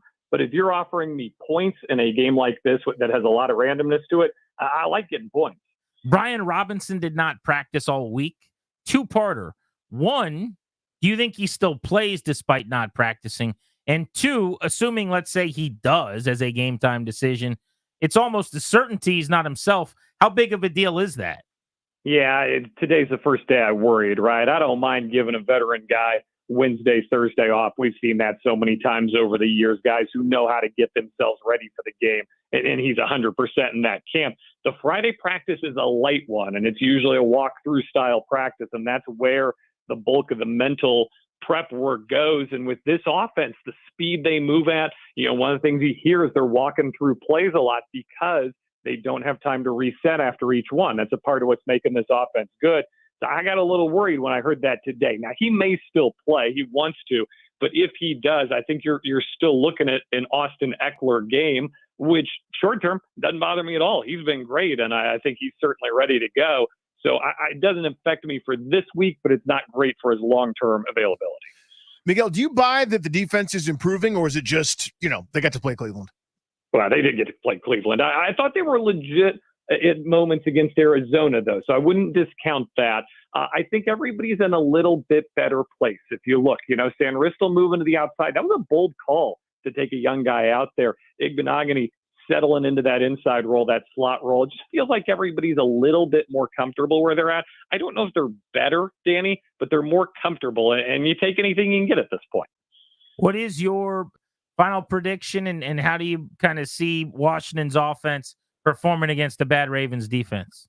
I hate to be that guy who says like conventional wisdom is right, but I've looked at this a million different ways. I know you guys have as well. We do all these hours of radio all week. I just don't see a defense on either side that can stop the offense on the other side. I think it's a high-scoring game. I'm going to give it to the good guys, 35-34, just because that's atonement for how long it took me to come around on just how fun and how good this team is. But until further notice, I just don't see how you could predict punts happening in this game. Miguel, you're the best, buddy. Enjoy the weekend. Take care, guys. See you, pal. There is your Beltway Blitz on Grant and Danny. 25 minutes from now, we will play Does Ryan Know It for Caps tickets. Next, we're taking a look at the FanDuel individual player projections, looking at the props. We'll play over-under Commanders-Ravens on Sunday. This is Grant and Danny.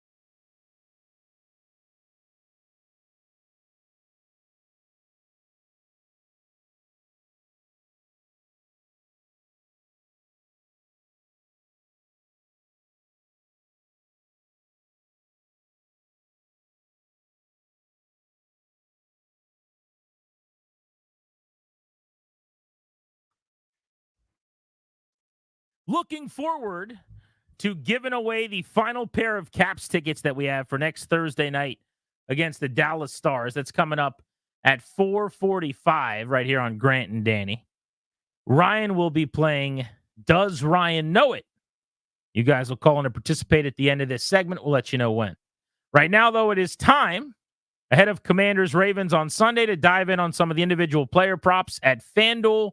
You know, I am a FanDuel sportsbook guy. FanDuel.com/GP for all your FanDuel needs. Why don't we go over or under the individual player props for Commanders Ravens as we do each Friday, Darius? Good afternoon, gentlemen. Good morning. Let's start with the passing props.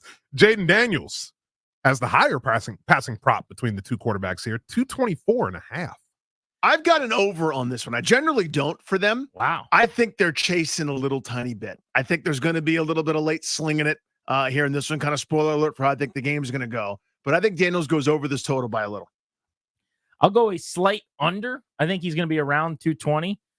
Look, you can have a really good passing day, and it doesn't necessarily mean he's going to be lighting it up. Like the Bengals game, as an example, he was fantastic throwing the ball. It was 250. You know, now that's 20 or so yards, 25 yards past the number here, but he had the 55-yarder to McLaurin. He had the long touchdown at the end of the game. So I think 220, and we saw him look really good at 4 incompletions against the Cardinals, barely threw for 230 in that game, threw for 226 against the Giants, had a huge second half. So I think mid-220, something like that, under the number for Jaden Daniels. I'm with you, though. I think there's a chance they're chasing and throwing the ball in the second half. How about the reigning MVP? He comes in with a passing prop of 221.5. Lamar Jackson. I will go over because he's playing Washington's defense. I also think Zay Flowers is going to have a good game. I mentioned that earlier, but I like Benjamin St-Juste as a big, physical, long, lengthy corner against big, physical wide receivers more than I like him against like smaller, twitchier guys. Flowers 7 for $111 this past week. It was his second 7-catch, 90-yard game this season. I think they might have found something there and got something going. Mm-hmm. So I'm going to go over for Jackson, not by a lot. I think he throws for around 230, 240. But he's coming off of a pretty strong passing performance. And I do think they're going to be able to run the ball pretty well. So it's not like he's going to have to throw it a ton. But I think they'll make some big plays. Yeah, I've been hammering the over on opposing quarterbacks against Washington. I've been wrong the past few weeks. So I'm going to say over, but I'm with you. I don't think it's like a 400-yard day. I don't think it's what he did last week against Cincinnati. I think they'll run the ball too well for that to happen. So I've got him in that 225, 230 range. So a slight overage. They have a bunch of rushing props here for the quarterbacks, of course. Jaden Daniels, his rushing prop is set at 48.5. Under for me on this one. He's been under pretty much half the time. And I think Baltimore's sole focus is going to be to prevent that. I think it's going to be a lot of espionage, a lot of boring rush lanes, just sort of keeping him there in the pocket. Again, easier said than done to negate all of it. But I think when he does run, it's going to be a lot of those 3 and 4, get out of trouble, not much there. Instead of the play getting -10, it'll be +2 or 3. So I've got a slight under here. This is an over. 82 yards this past week. Second time he's run for 80. He has been at 44 or higher 4 out of 5 weeks without really breaking much of a sweat. He has not been held under 40 yards essentially this season. So the answer is over. If they're going to win, he's going to have to be spectacular and put his cape on and fly around a little bit. Plus, it's the Jaden Daniels Lamar Jackson show. We know that. He said all the right things at the podium. Frankly, I loved what he said. I'm not Lamar. I'm not trying to be Lamar. We're playing different styles, which to me means in his mind he's more of a passer, less of a runner. It's like I dig that. I like that. All that's good. Still, though, when this game starts, you're basically going head-to-head in everybody's mind with the 2-time MVP as the dual threat superstars. And you're going to want to run for more yards and throw for more yards than him. So he's going to try to make the spectacular play a couple times, and he's going to make it once or twice. I think he goes over that number. Will Lamar Jackson go over or under 55.5 rushing yards? Over 55 yards. Again, I don't see a path really to stopping the Ravens on the ground, and that means primarily him. So I think he goes over. If I'm saying he's going to throw for 260 and run for 60, you know, it's a 300+ yard day for Lamar Jackson, which is not abnormal. That's how you win 2 MVPs. And right now he's probably the front runner in the MVP balloting for a third. He's been spectacular. 9 touchdowns, 1 pick so far this year. Yeah, he's had 1 game underneath this rushing total. So I'm going to go over here. Again, I don't think it's 150 yards, but I do think he goes over the total. But if he goes for like 150 or 25, which one would you pick? 150. Yeah, I mean, he's a superstar. I think there's a path to the monster game. Just so we're all on the same page, yardage for him this year, 55, 54, 87, 45, 122.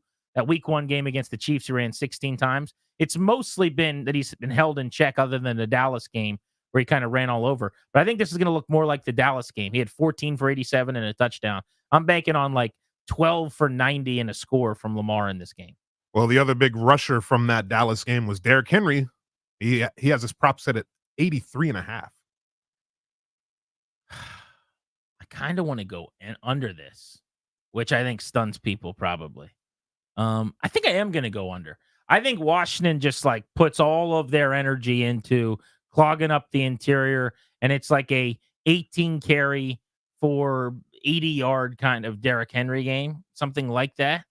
Yeah, I'll say under narrowly, and then it's the Lamar Jackson show. Interesting. I thought I was going to have my little hot take that they hold Derrick Henry under the total, but I do. I have him under, but here's the little caveat. 1, Lamar Jackson has a good rushing day, and so does Justice Hill.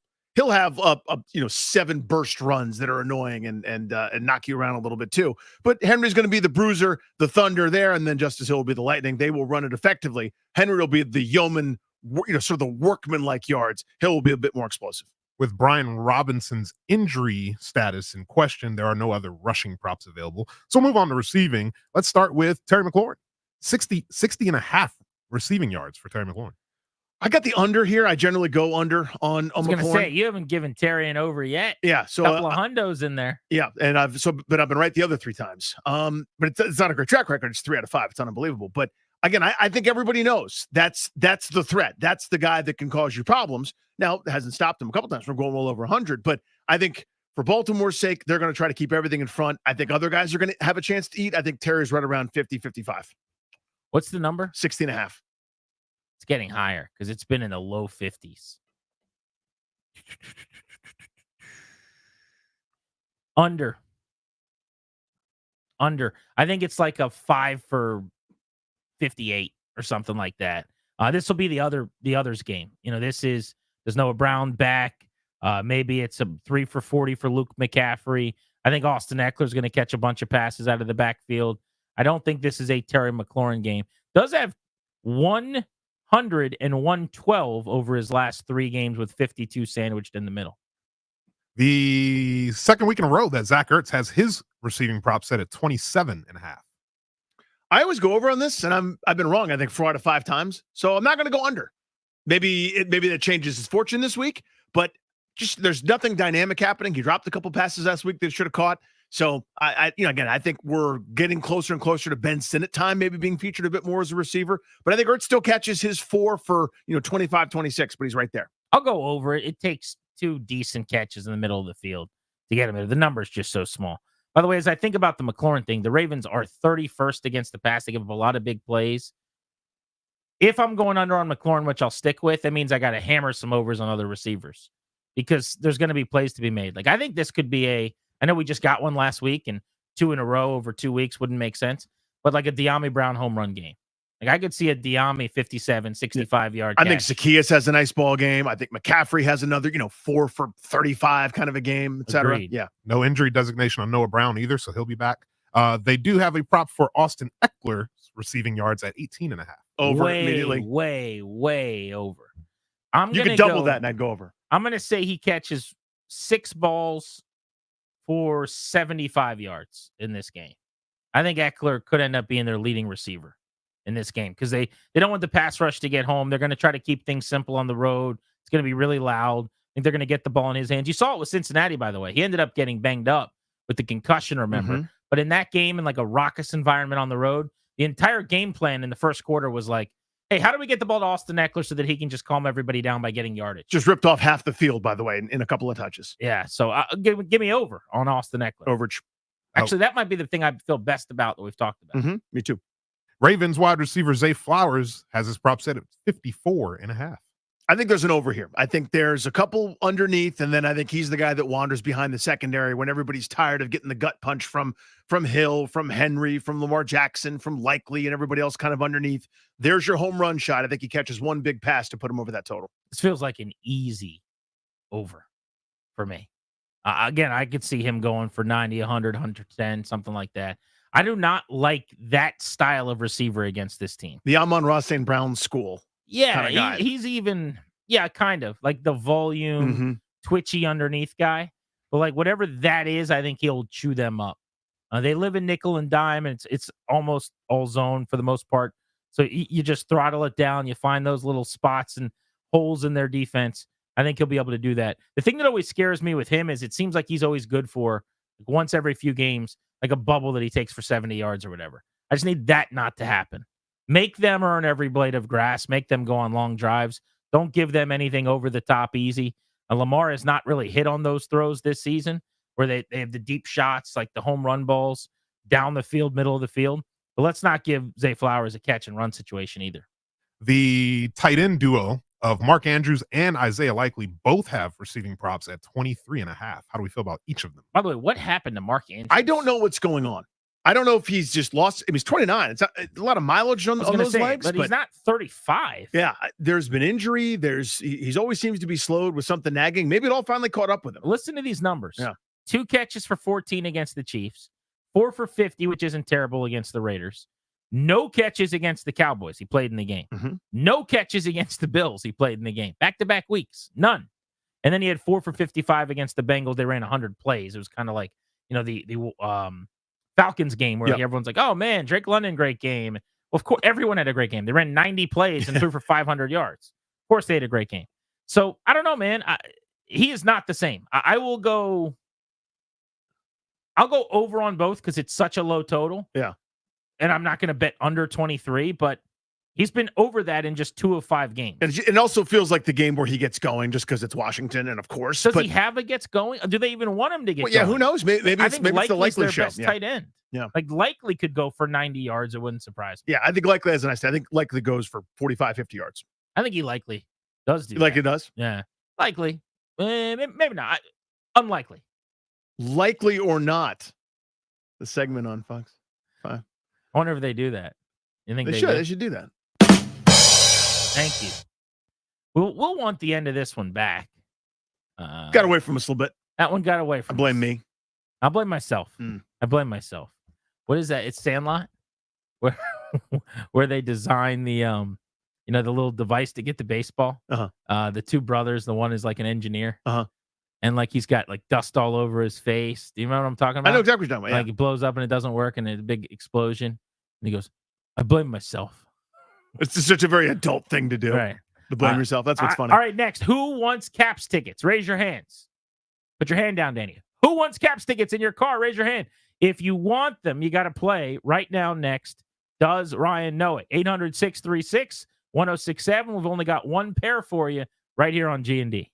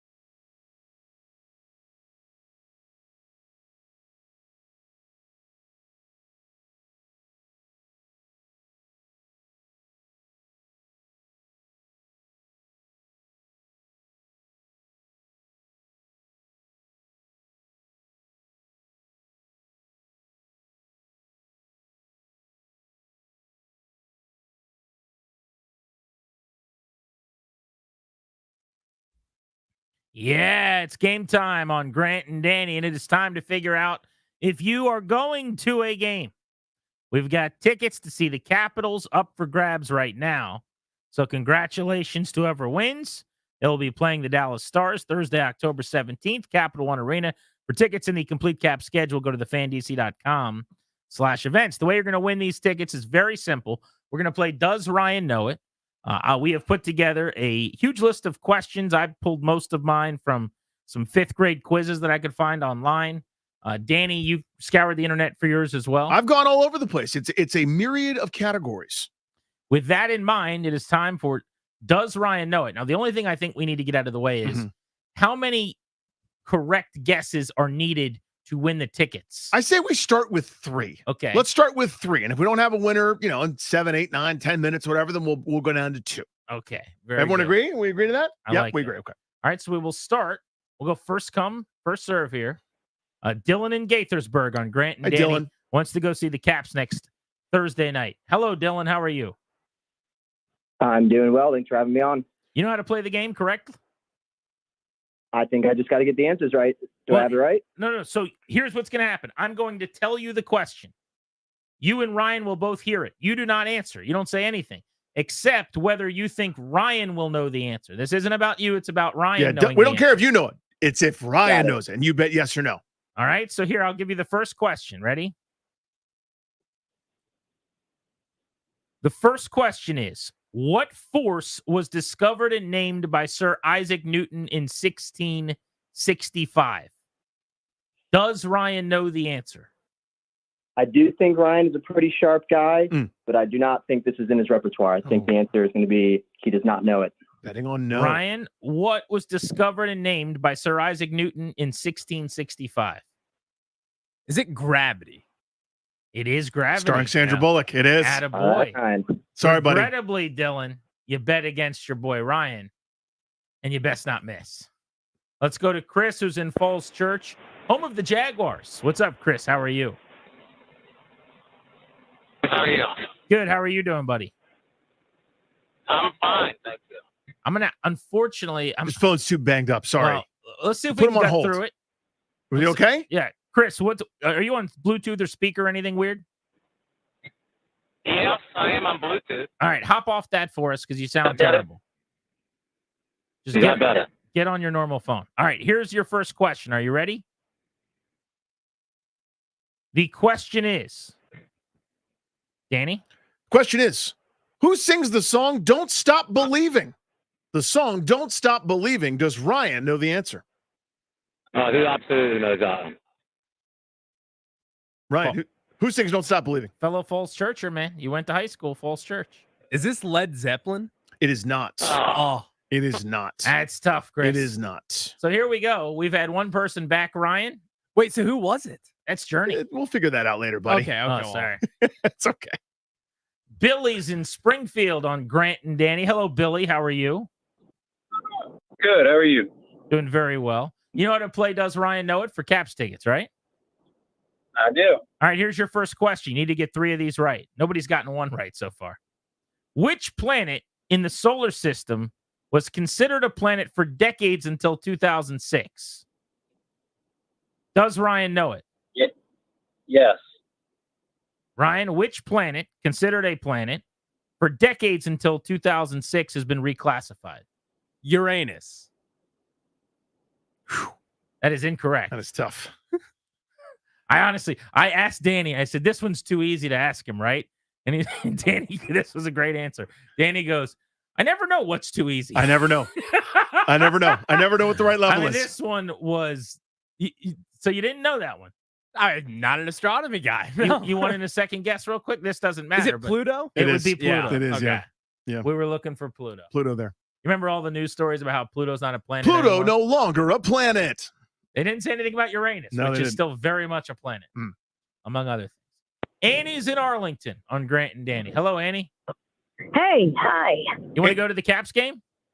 Oh, yes, I do. All right, you know how the game is played? Yeah, I do. Very good. Ryan, there's 6 main characters on Friends. Name 2 of them. Annie, can you name 2 characters from the show Friends? I hope so, because I'm going to say yes. Betting on Ryan. Ryan, go. One of the most famous shows ever. Of course he can. Ryan? We're going to start off with Ben. Mm-hmm. Anybody else? Victoria. There you go. Sorry, Annie. You're doing a bit. Don't bet on him. I've never seen Friends. I've never seen Friends. You don't know any of the characters on Friends. No, I haven't seen a second of Friends before. You've never heard of Ross, No. Rachel, No. Joey, No. Chandler. Isn't Jennifer Aniston in Friends? Is Yes. that it? But she plays. Is that it? She played. What did he just say? Electoria. What did Victoria you and say? He Ben. plays Victoria. But was Ben a guy? I mean, I thought No, Ben. Ben's not Ben's correct. Ben's Oh, Ross's okay. son, but you didn't know that. I didn't Is know. it? Yes. So would that have worked? No. Yeah, yes, it would have. I said the 6 main characters Okay. on Friends. The show's about I 6 didn't even friends. know Ross had a son, so it's See? not one of the main characters. Not a Friends guy, but still, for some reason, bothered by your answer. Mhm. I'm sure. All right. I mean, just please know those. You can That's be not. sure as you want That to is be. not difficult, bro. That's just Friends 20 years on stinks. television. Friends stinks. Let's go to George and Waldorf. He's letting so many people down. Son of George. What's up, George? What's up, guys? Come on, Ryan. You can do better. Just go. Can he, though? Just go no 3 I hope times so. and see where that gets you. All right. Are you ready? You ready for the question? All right. Here we go. In the number sequence, 0.0347. 0.0347. The 3 is in which decimal place? 0.0347. Does No. Ryan know the answer? No. Ryan, 0.0347. The 3 is in which decimal place? It's not the 10th because that's the first one. The 20th? How do you get that? I don't know. I mean, understand this is incredible. I What always is want. it? It's the hundreds. Okay, I It's didn't the know. second one next to But I've the been done this 10th. since 3rd grade. I don't care about this. The 20th guy. Don't get bogged down. We have to give away tickets. Okay. Don't get bogged down. Yeah, So we got that first one Is right? he doing a bit? No. He's doing a bit. This is very real. That's He's what You're sandbagging. good, That's what- Ryan. You're doing good. that's what makes it great. He just says you're doing good. All right, here we go. Question. Clary, my boy. You need What- 2 more to win here, okay? Bet honor against Ryan. Ryan, who won the 2021 World Series? Does Ryan know the answer to who won the 2021 World Series? No. He's a big baseball guy. Guy. Who was it? Oh, he's taking too long. Wow. No. You got 3 Thank you. seconds. 4, Wait, whoa. No, I don't Three. want a countdown. 2. We got tickets to give away. You One. got 5 minutes. I'm drawing a blank right now. I need an answer. I know. 2021. Was it the Dodgers in 2020? Who won it right after that? Oh, the Answer. Braves. Braves. I mean, it's right, but that took too long. Yeah. That took George said- a really long time. I don't know what. He knew it. I guess he knew it. And you guys know I know All right. You know what? Too much controversy. I'm starting Dodgers, a 5-second first clock guess. from now on. You got to give him another question. 'Cause All right, here we go. I don't want to screw George over. There you go. Next question. You got 5 seconds Thank to you, answer, bud. Clary. All right, George. Does Ryan know who sang the song Billie Jean? Who sang Billie Jean? Ryan, do you know it? Yes. He Michael knows who sang Jackson. Billie Jean. Michael Jackson is correct. All Boom. right. One more for the win. Get it right. You Here we ready go. here, George? Let's do it. You got one you really want to use? I got a fun one here, I think. Whichever one. I can go. You can go. You tell me. You go. Here we go. As a geography guy, what is the capital of Alabama? What is the capital of Alabama? Does Ryan know it? George? No. Ryan, 5 seconds starting. Montgomery. Boom. Oh, my God. Here's Sorry, the George. thing about Clary. We never give away the tickets. It's an how could anyone know? How can anyone know? How could anyone know ever? All right, we got to try one more really quick. We might be late. Here we go. Let's go to Walter and Warrington on Grant and Danny. Walter, you there? Yes. All right, speed round. Ready for your question? Uh-huh.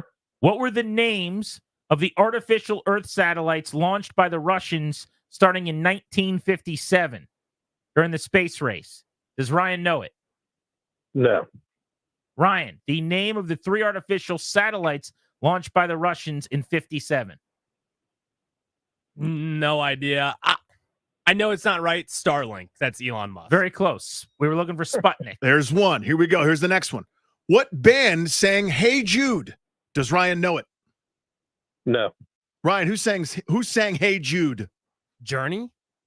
2 for 2. We were looking for the Beatles. The Ever heard of them? Beatles there. The Do you really Beatles. not know Hey Jude? No idea. Hey Jude. Maybe Nothing? if I heard the tune. I was I think you just did. I think that don't get Grant just it. smashed it. 2 words. Yeah. Okay. All right. Danny, one more? I got another one. Here we go. Walter, you're on a heater here. You're just saying no. It's working out for you. All right. The current governor of Virginia is Glenn Youngkin.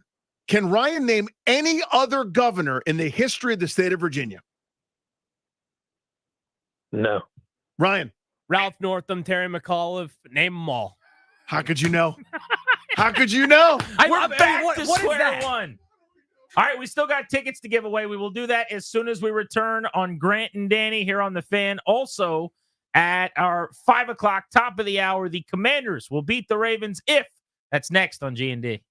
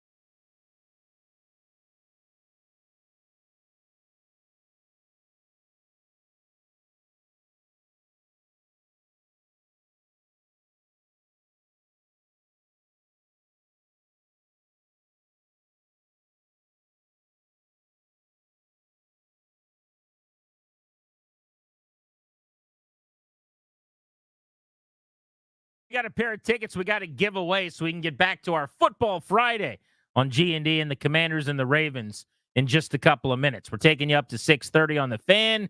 The DMV's football team is a bright future, and it's time for you to plan yours. The exclusive sponsor of this show will help. The law firm Condori and Murad will update your last will and testament or set up a trust for you and your family. Schedule a free consultation with their estate planning attorneys today. Go to kmlawyers.com. Tell them G&D sent you. That's kmlawyers.com. We are playing Does Ryan Know It? It's very simple.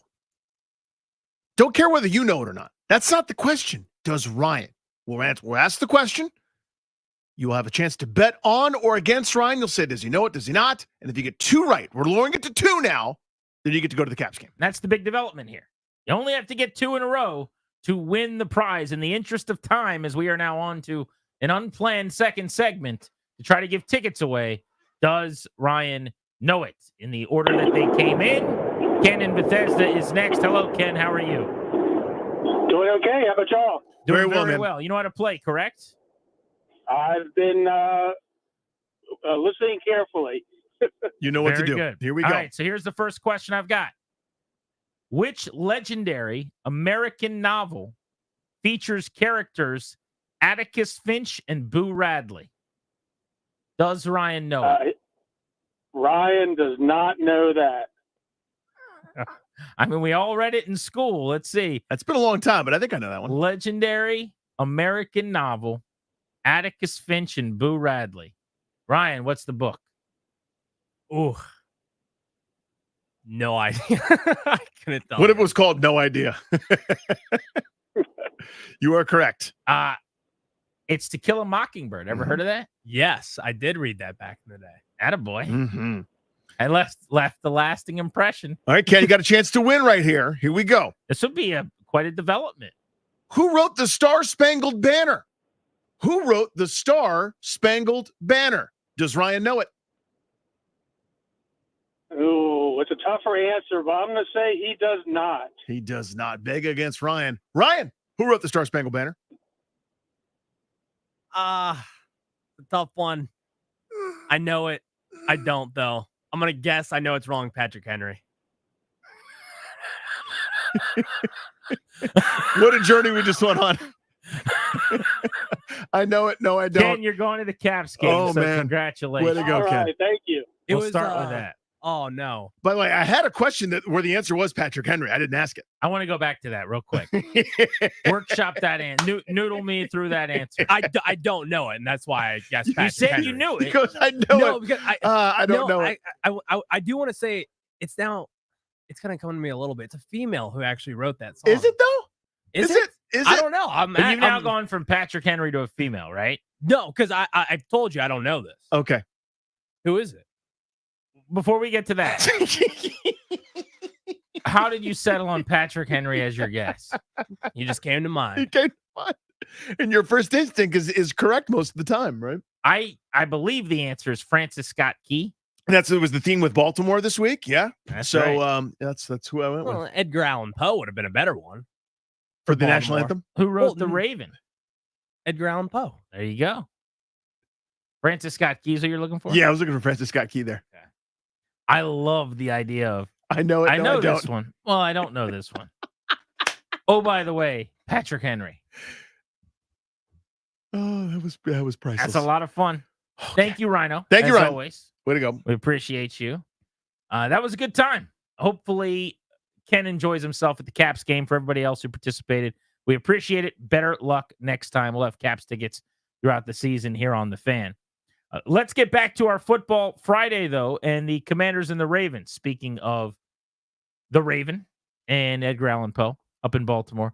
Danny, the Commanders will beat the Ravens if they have a lead. They're prolific early. If they get up on Baltimore, somehow, I mean, it happens. Kickoff return, a busted coverage, long touchdown pass, a defensive touchdown. Something crazy happens where they get a lead and that lead continues. Even if you're going back and forth at some point, the Ravens will be able to stay with their game plan for a while, right? If it's just a one-score game, if it's a 10-point game, et cetera. They know they feel good about themselves to be able to wear you down and win playing their way. If you make them play not their way, then you got a shot at this thing. If Washington is up by a couple of touchdowns in the second half and it becomes a drop-back game, I like their chances. If they can be +2 in turnovers and keep Derrick Henry quiet on the ground, I don't know that either of those two things is likely on the road, and it's why I'm not going to pick them to win.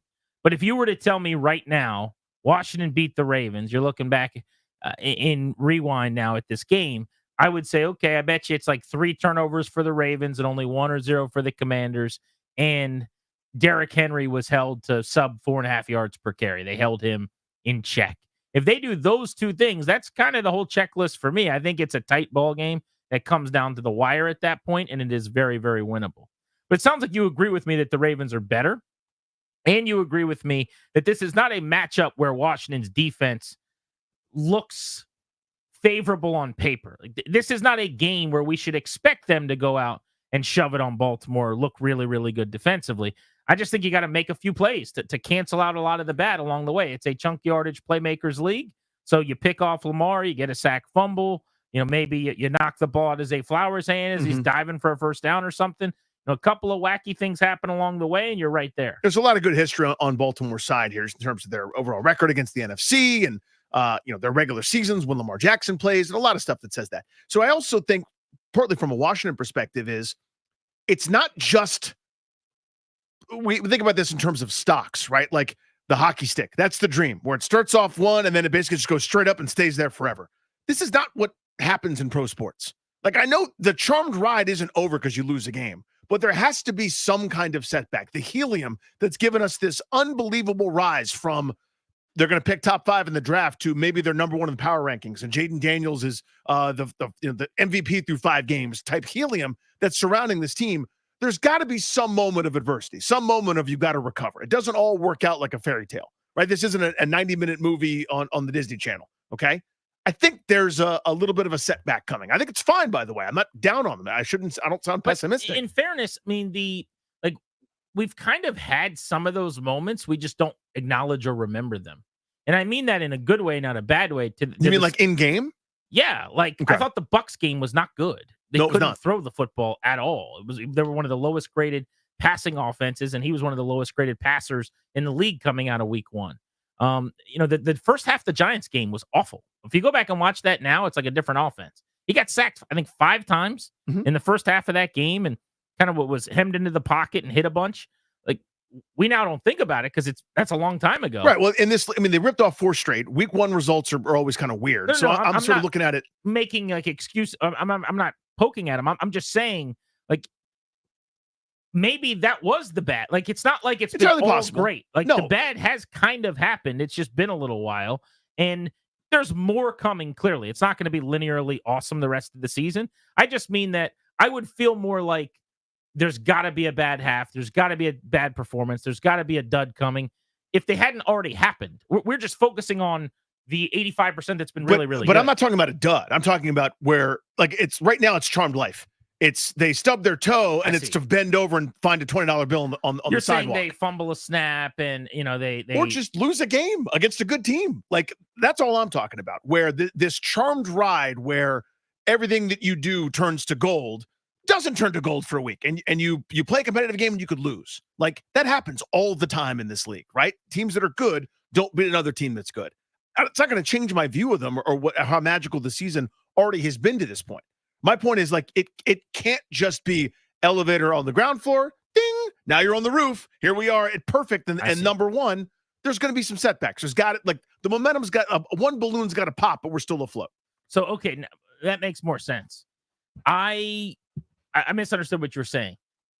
I thought that the idea was, like, everything's been so good so far offensively that there's no way that there's not basically the bottom falling out coming. Right. And I'm just saying, well, it could be, another couple of games before that happens, or it hasn't all been perfect. I mean, we've mixed some of those quarters in, and there've been enough plays that maybe this is what it looks like.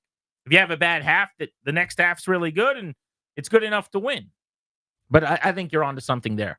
Going into the Bengals game, my argument for why everyone was not giving them enough of a chance, I didn't think they'd win outright, was, if you remember, I kept saying, like, what if Jaden Daniels just has one of those games where he won the Heisman because when he was on national TV, under the bright lights with Kirk Herbstreit on the call or whatever, like when the audiences were the biggest against the best opponents, he balled out. That was the college resume last year. You're playing Alabama, you pick the matchup for LSU, he does some of his best work. And my point was, what if he's just one of those guys? What if you just got one of them dudes that just, oh, is this the huge stage, the game everybody cares about? This is your win your Heisman game. Just like the Bengals game was for him. It was the best he's been. What's to say this isn't what he does, that you don't have one of those super special guys that has an incredible performance? Like, what if he's better than he was against Arizona and Cleveland in this game, I thought he was pretty good in both of those games, to really good. Bengals game's been his best game. What if this is his second best game of the year, and that's just what he does? He elevates his game in these spots with everybody watching, with the most anticipated game of the weekend, because he's going head-to-head with Lamar Jackson, and those two guys have a chance he took to that put on a personal. show. Yeah, exactly. Right? Yeah, I mean, it happened against Cincy. Why can't it happen again? Entirely possible. I mean, that's the thing. It's not as if this is the 85 Bears, the 2000 Ravens defense you're playing against as well. That might lend itself to having a big game. That certainly is the path to winning. Like it's the type of thing where you sort of hesitate this early in his career. At this stage, with Pat Mahomes making whatever he makes and all the different pelts on the wall for him, it's fair to say, Pat, listen, Pacheco's hurt. Rice is hurt. We don't have much. It's got to be you, dude. It's all on your shoulders. And he's like, that's no problem, dog. Got me MVP multiple times over. We're going to the Super Bowl again. Me try having Coach Reid. Boom, fine. For a guy in his 6th NFL start, it's probably not fair to ask every week, but there may be weeks where you got to be like, listen, dude, you got to be a superhero this week. We're playing a team that, frankly, does what we do and has done it at a high level for a much longer time with a lot more deposits in the bank. So we're chasing this group to be legitimate and well thought of and being top 5 or 6 or 7 in everybody's power rankings every week. We've had a nice run of 4 games in a row. They've had a nice set of seasons, 5, 6 in a row now, including a 14-win season, a 13-win season last year. That's what we're trying to get to. So this may be a week where you've got to do a little bit more. That's a little bit extra on the scrambles. Instead of going out of bounds, maybe you cut back that time or dive for the end zone that time. I mean, who knows? You can't major in that, I don't think, and keep them healthy, but maybe this is one of those games where you go, yeah, put the cape on, dude. There is the team version of what I'm saying with Daniels too, which is maybe they're just better than Baltimore. That's not crazy either. Maybe they're just that good. Like, we know they're good. Mm-hmm. They're 4-1. They've dominated Cleveland. They've crushed the Cardinals. But maybe they're just elite. I mean, I know that sounds silly, but I think it should be acknowledged, or at least thrown out there before we play a game on Sunday here as a town. What if they are just one of the best teams in the NFL? Yeah. And the Ravens we view as like they're going up a weight class, and they knock out Baltimore. And we realize they actually are a heavyweight contender. That they could, in any weight class, they could get the strap. That's of the different good. Yeah, that's of the different, sort of scenarios and path in this little choose your own adventure book, right? Where that's the best case is none of this stuff is, I'm not arguing it's a mirage, by the way. You got to be good to beat a couple of teams in a row that they have. That's not fluky. That's what good teams do. But it's now bona fide. You're real good. Not just, oh, that's nice. Good couple of weeks, gang, neato. And now we're back to normal. There's no regression because they're nasty. Like they're legit. Do you guys think that the Commanders beat the Ravens, yes or no?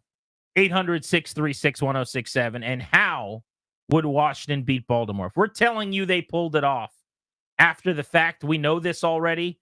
How did they do it? 800-636-1067. Grant and Danny on the Fan.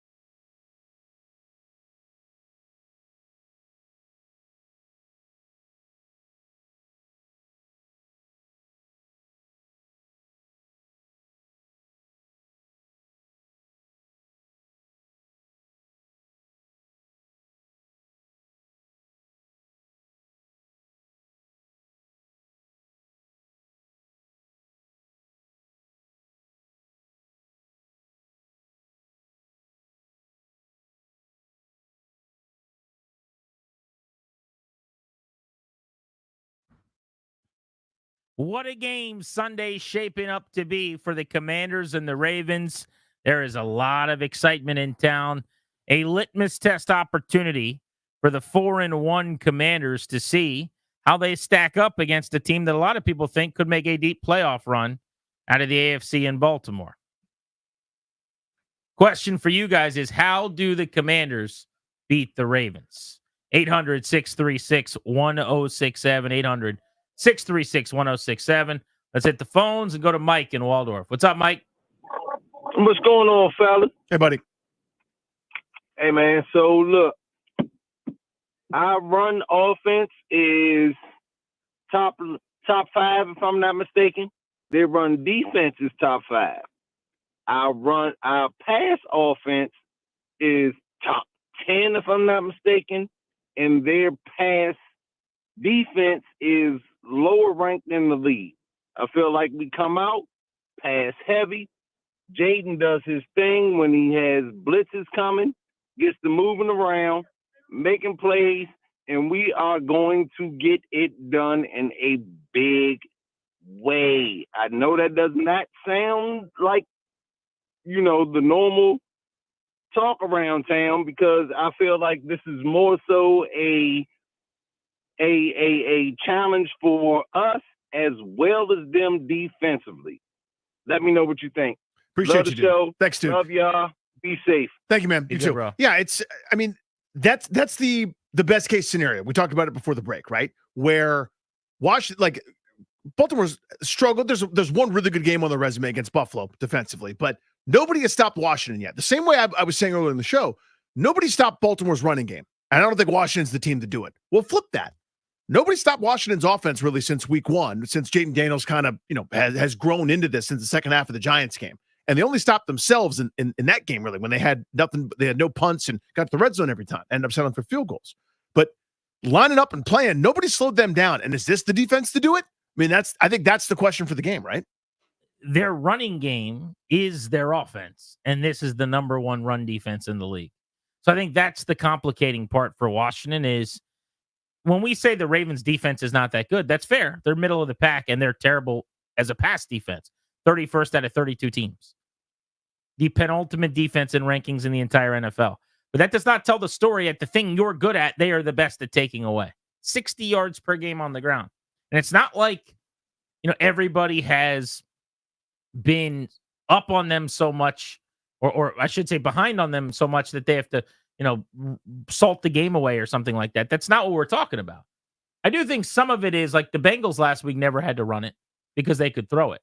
The Raiders in the second half with Gardner Minshew ate the Ravens' lunch, didn't really have to run the ball because they could throw it. The Chiefs didn't really do a whole lot running the football in the first week because they were able to move the ball with short passes. So maybe Washington is going to be able to do that, and if they run it or not doesn't matter that much. Let's go to Nick in Prince William. What's up? Nick, you there? He hung up as soon as we went to him. Unbelievable. Waiting for that exact time, and then he's like, nope, that's all for me. Let's go Odyssey app style. Let's make the rounds. Callahan in Minnesota. What's good? How are you? What's up, guys? First off, I have some things I want to list really quickly, but first off, left hand up for both of you guys. Danny, the perfect basketball game I heard, and Grant standing up to those pesky Raven fans earlier in the day. I loved it, dude. Talk your stuff. Oh, thank you. Thank you, buddy. And thanks for acknowledging my Tuesday night hot ending to pick up basketball. I didn't play great the whole time, but that last game took it upon myself. I took it personal, like Michael Jordan, and helped the team win. I love it. Thank you. You got the tongue out and you got ice in your veins. I have Washington winning 31-24, and how we're going to win is we need to continue to play clean football with minimal penalties like we have the last few weeks. I think that's key. Our O-line needs to keep playing really well. They're not the Hogs, but I'm calling them the Piglets because they're the baby Hogs right now, dude. We need to clog up the holes on defense, and we need another good week of linebacker play. Plus, take some shots down the field with their weak secondary. I think Luke's going to have a killer game. He's leading the league with 81.1% creating separation, and I see him having a touchdown and 65 receiving yards. So Love you guys. Thanks for taking my call, and have a nice weekend. We promised him yesterday if he scored a touchdown, we'd eat chocolate lava cakes for him on Monday. From Chili's. From Chili's. Those are where he likes his chocolate lava cakes from. Me and him have that in common. I mean, this past week against Cleveland was the worst it's been for Washington recently in terms of penalties. They had 5 for 30. You would sign up for that sight unseen. Oh, every time. Every single week, because the big ones are the 15-yarders or the 42-yard pass interference or something like that. 5 penalties for 30 yards. Absolutely, yes, please. Week before that for Washington, when they were out in Arizona, for the second time in as many weeks, they didn't commit a single penalty on offense until the end of the game when it was already out of reach. And then they ended up getting 40-some penalty yards down the stretch, but it was over. It didn't matter. When you and I were in Cincinnati with Darius sitting in the stands, watching them just move up and down the field against the Bengals, all game long, they had 3 penalties for 28 yards. They have been amazing in that regard. When you go on the road, that's not supposed to happen. Right. That's why it was so amazing. In that environment in Cincy that was so loud, like Arizona is not as impressive to me. It's still cool, but that's a neutral site game almost. I mean, the Commanders fans, Redskins fans, whatever you were wearing in the stands, it was all burgundy and gold. Luke McCaffrey even told us yesterday, I was like, man, you guys have been great on the road. He's like, I don't really count the Cardinals game. And he's right about he's like, that. we were away from home, but it wasn't a road game. It's true. And they were staying, they stayed out there. It wasn't like they flew in and had to get adjusted to the time zone. So to me, this is the second biggest test probably that they will face on the road all year in terms of environment.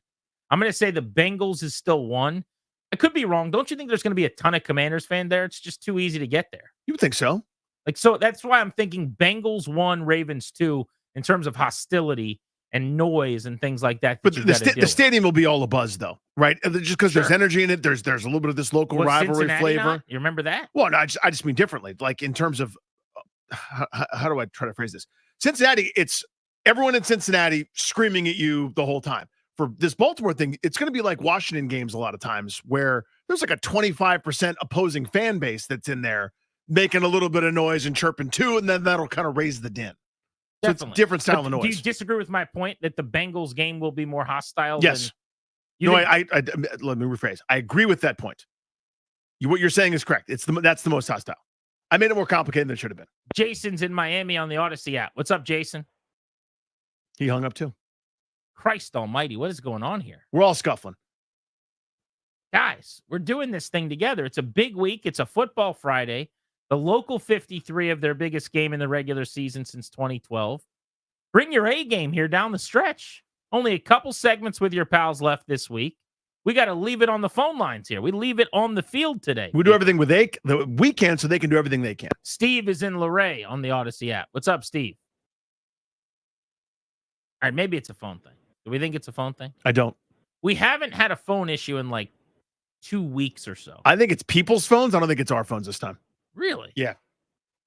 Steve, can you hear me? Going once. Gone. Let's go to Jake in Richmond on Grant and Danny. Jake, are you there? Yes, sir. I'm here. What's up, Jake? Hey, good three evening, people guys. in a row. Hey. It was their phones? Yes. You sure? Yes. All right. Hey, My phone works just fine. Go ahead, Works just fine. Listen, I think we're overcomplicating this. The Ravens shoot themselves in the foot week after week, especially when they're the heavy favorite at home. They shoot themselves in the foot. I think the last time they really put a whooping on a team at home was the Lions last year. And let's just make it a Lions problem, not a Ravens success. But we need to take deep shots because these safeties are going to have to respect Jaden, and Austin Eckler and McNichols are going to eat in the flats. And Cliff Kingsbury, he lives in the flats, man. We're gonna eat these linebackers up. I mean, we're gonna expose their defense because the Bengals exposed their defense big time. Yes, it was a divisional game, but I just don't think the Ravens are as good as everyone says. I just don't think they are. So I'm going to come back to that point in a second because you've got somewhat of an advocate in me in that. I do have to take issue with one of his points. He talked about how long it's been since the Ravens just dominated somebody at home. They played the Bills 2 weeks ago in Baltimore and beat them 35-10. And at the time, that was a 3-0 Buffalo team. That was in prime time, right? Mm-hmm. That was a under the lights, night game, standalone, national TV, 3-0 Bills. Baltimore came in 1-2, by the way. I don't want to say their season was on the line. It wasn't. They needed it. You fall to 1-3, you're in a bad spot. And they manhandled Buffalo. They outgained them 427 to 236. They ran about the same number of plays. The Ravens, 8 yards a play. The Bills, 4 yards a play. I mean, they were twice as good. They ran for 271 on the ground to the Bills' 81 yards. So we'll disagree on them not showing up big home games. I think the opposite is actually true. These are the types of games where they really do a nice job. Now, if you want to tell me you don't think the Ravens are that good, I'm one of the few people, I think, around here, Danny, willing to hear that argument. Because I think that by the end of the year, they will be good. Right now, it's not who you play, it's when you play them. I got no problem playing Baltimore this moment. They should have lost to the Bengals last week. They should be 2-3. They lost to the Raiders, collapsing in the fourth quarter. Everyone wants to, give them an award because they almost beat the Chiefs. Everybody almost beats the Chiefs. Nobody does. You don't get something for that.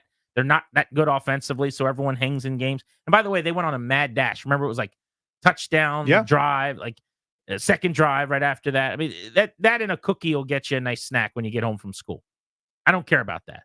I think they are good. They're not great. They're very beatable. And if the Commanders are excellent, and that is a possibility, if they're just legit awesome, then they might be better than Baltimore. I actually leave that open to possibility more than a lot of people do. Yeah, so I've been wrong a couple times this year, just sort of thinking back on it. I'm wrong a lot, as you know, always try to be accountable for it. But where I've thought, okay, this team hasn't played great yet, but we still think of them, or evaluation of them, or their track record says they're going to get going. Cincinnati most specifically, right? For the last several seasons, Cincinnati has started terribly. And then when Burrow's healthy, they get going and rip off a whole bunch of wins, and their offense is really prolific, and they're really, really good. And I thought that's what was going to happen when Washington went to Cincinnati. I, of course, was wrong about that. Now, offensively, they were good, but defensively, they were a hot buttered mess. I thought similar things as we kind of progressed through. So I'm doing it again. I realize I'm falling into my same trap. I think 2 discussions about Baltimore. This year's work that they've turned in has not been the usual A work from Baltimore.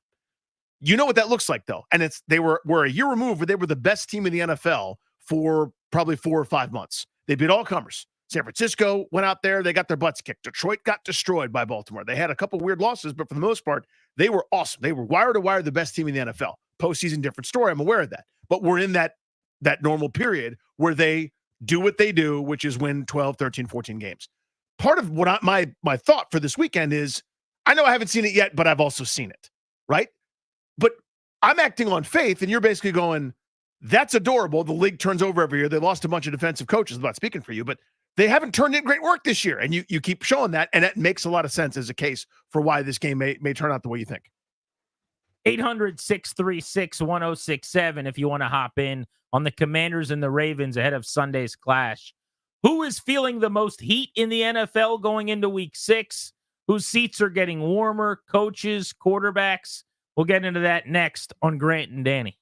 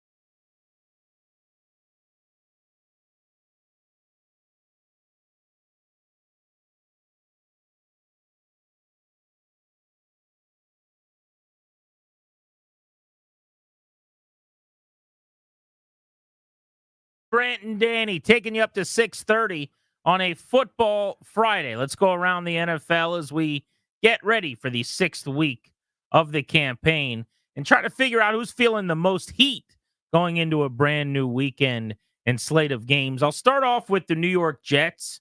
Brand new coaching situation. Jeff Ulbrich taking over now as their defensive coordinator. He will be their interim head coach. Robert Saleh has been fired. Aaron Rodgers got to be feeling the heat. The story is that their offense is the problem, not their defense, and that he got Robert Saleh fired.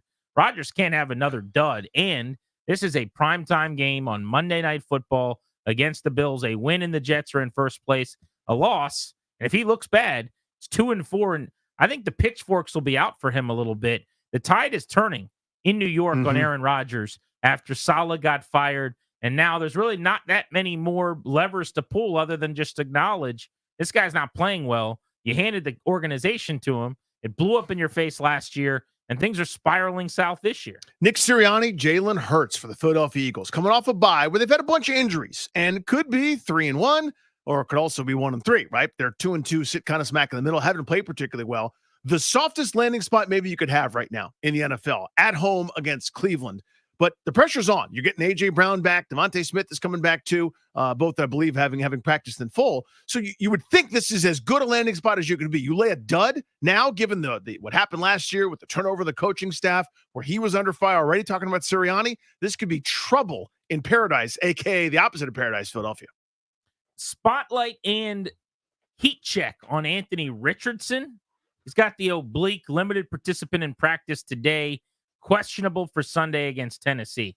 I don't really know if he's playing or not. I don't know what the trend is there, what their local media would say. But whether it's this weekend, where he might come back, or next weekend, the heat has to be turned up, I would imagine, on him, as this offense started looking better with Joe Flacco out there. He makes too many bad turnovers, too many mistakes, misses too many easy throws. When he gets back on the field Sunday, or if it's not till next week, fine. I think it's time, man. You got to start showing something. Guys like him, or you want to put Will Levis on the – I think the jury's already been returned on Will Levis at this point. They'll be looking for a quarterback. But regardless, when you're picked as high as Richardson is, you don't get forever to show something. And when you start to see another guy run the offense, see Andy Dalton for Bryce Young, and it looks very different and way more professional, and you can move the football through the air, it's not a good look. Richardson, I think, is feeling some heat at this point. The Jacksonville Jaguars. It's not exactly George Peterson. It's Doug Peterson, who is in a little bit of a heat lamp situation. Not like the full fire, but like those warmers at the truck stop Roy Rogers, just off the turnpike. You know what I'm talking about, right? He's keeping that Frisco bacon cheeseburger warm. He and Trevor Lawrence. At some point, good quarterbacks play good. That's all I'm saying. It hasn't happened really this year for Trevor Lawrence and company, and Doug Peterson and company are scuffling. They got the Chicago Bears this weekend. They need a win to have a season. If you're 1-5, now it's update your resume time. Who's feeling the heat in the NFL in Week 6 on Grant and Danny? How about Drake May making his first career start? And he'll be under siege probably. Best pass rushing team in the league in terms of pressure rate, the Texans. Worst pass protection team in the league in terms of pressures allowed, the Patriots. And it's his debut. There's not a whole lot more pressure that you can face than doing it for the first time. The entire fan base watching.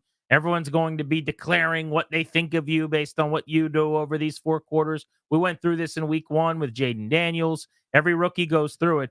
But finally, Drake May gets to start. It's going to be a tough matchup for him and the 1-4 Patriots.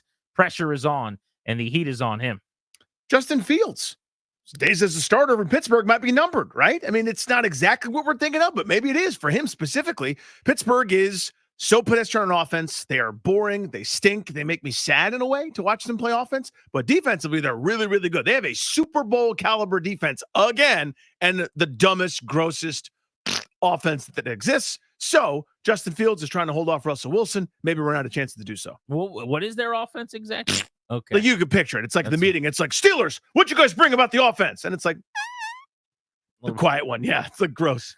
It's not a good offense. Follow me through this one. Gotcha. I don't know if this one plays. I think Spencer Rattler's feeling the heat a little bit. Here's what I mean. It's an amazing opportunity. He's starting. Now, again, this is not hot seat like he could be benched. But if you're Spencer Rattler and you go out and ball against the Bucs, you have a chance to play your way into a starting role the rest of this year over Derek Carr. You certainly have a chance to be thought of as the future quarterback, even if because of money they put Carr back out there in the second half of the season. But at least if you look good in this game, you get 2 of them. If you look good against the Broncos, I think it is, on Thursday Night Football coming up, you play 2 solid football games. You know what they're going to be saying in New Orleans, where our buddy Christian is at Brennan's right now, serving some delicious food. Everyone's going to be saying, we got our guy. Let's move on from Carr this offseason. But if he comes out and stinks the joint up, throws a bunch of picks, gets sacked a bunch, just doesn't look good, not necessarily going to be fair to him, but I don't think there's going to be any kind of urgency to turn things back over to him. You're not going to be clamoring for him down the stretch to the same extent. You might not be advocating as a mid-round pick that you don't need to go get a quarterback because you got Spencer Rattler. I just think there's a lot on the line for his standing within the fan base anytime you get to show out for the first time. So I'm going to put the rookie, just like Drake May, as feeling the heat because you're trying to get off to a fast start. The Bengals are at a crossroads. Shout out Bone Thugs and Harmony. Zach Taylor, Joe Burrow. They're 1-4, dude. Do you want to have a season this year? It's up to you. What would you like to have? Do you want to have a season, or do you want to have this be just a lost cause? You sell everybody at the trade deadline, and we'll come back and figure it out next year. Because they're 1-4 playing the Giants on the road. Now, the Giants are not good, but they're also not that terrible either. They could mess around and beat you if you're not careful. The Bengals very easily could be 1-5 to start their season and pretty much cooked, dead in the water. A lot of pressure right now, all of a sudden, for a group that a lot of folks thought had Super Bowl aspirations. That's who's feeling the heat in the NFL this weekend on Grant and Danny. By the way, Daniel Jones been playing a little better. We were talking about that. I think he gets Malik Neighbors back this weekend as well. Darius Slayton. Malik Neighbors is out again? He is officially out, correct. What on earth? He just came back to practice, and they said he was trending in the right direction. He catch too many balls, his hands get hurt? Oh, so he has a concussion. He missed a game. Then they had a bye week. So he's going to be out 3 weeks with a concussion? That's what we're doing? I must have had a pretty serious concussion. You don't see that very often. Well, I stand corrected. All right, they don't get Malik Neighbors back. So it's a lot more Darius Slayton and Wan'Dale Robinson.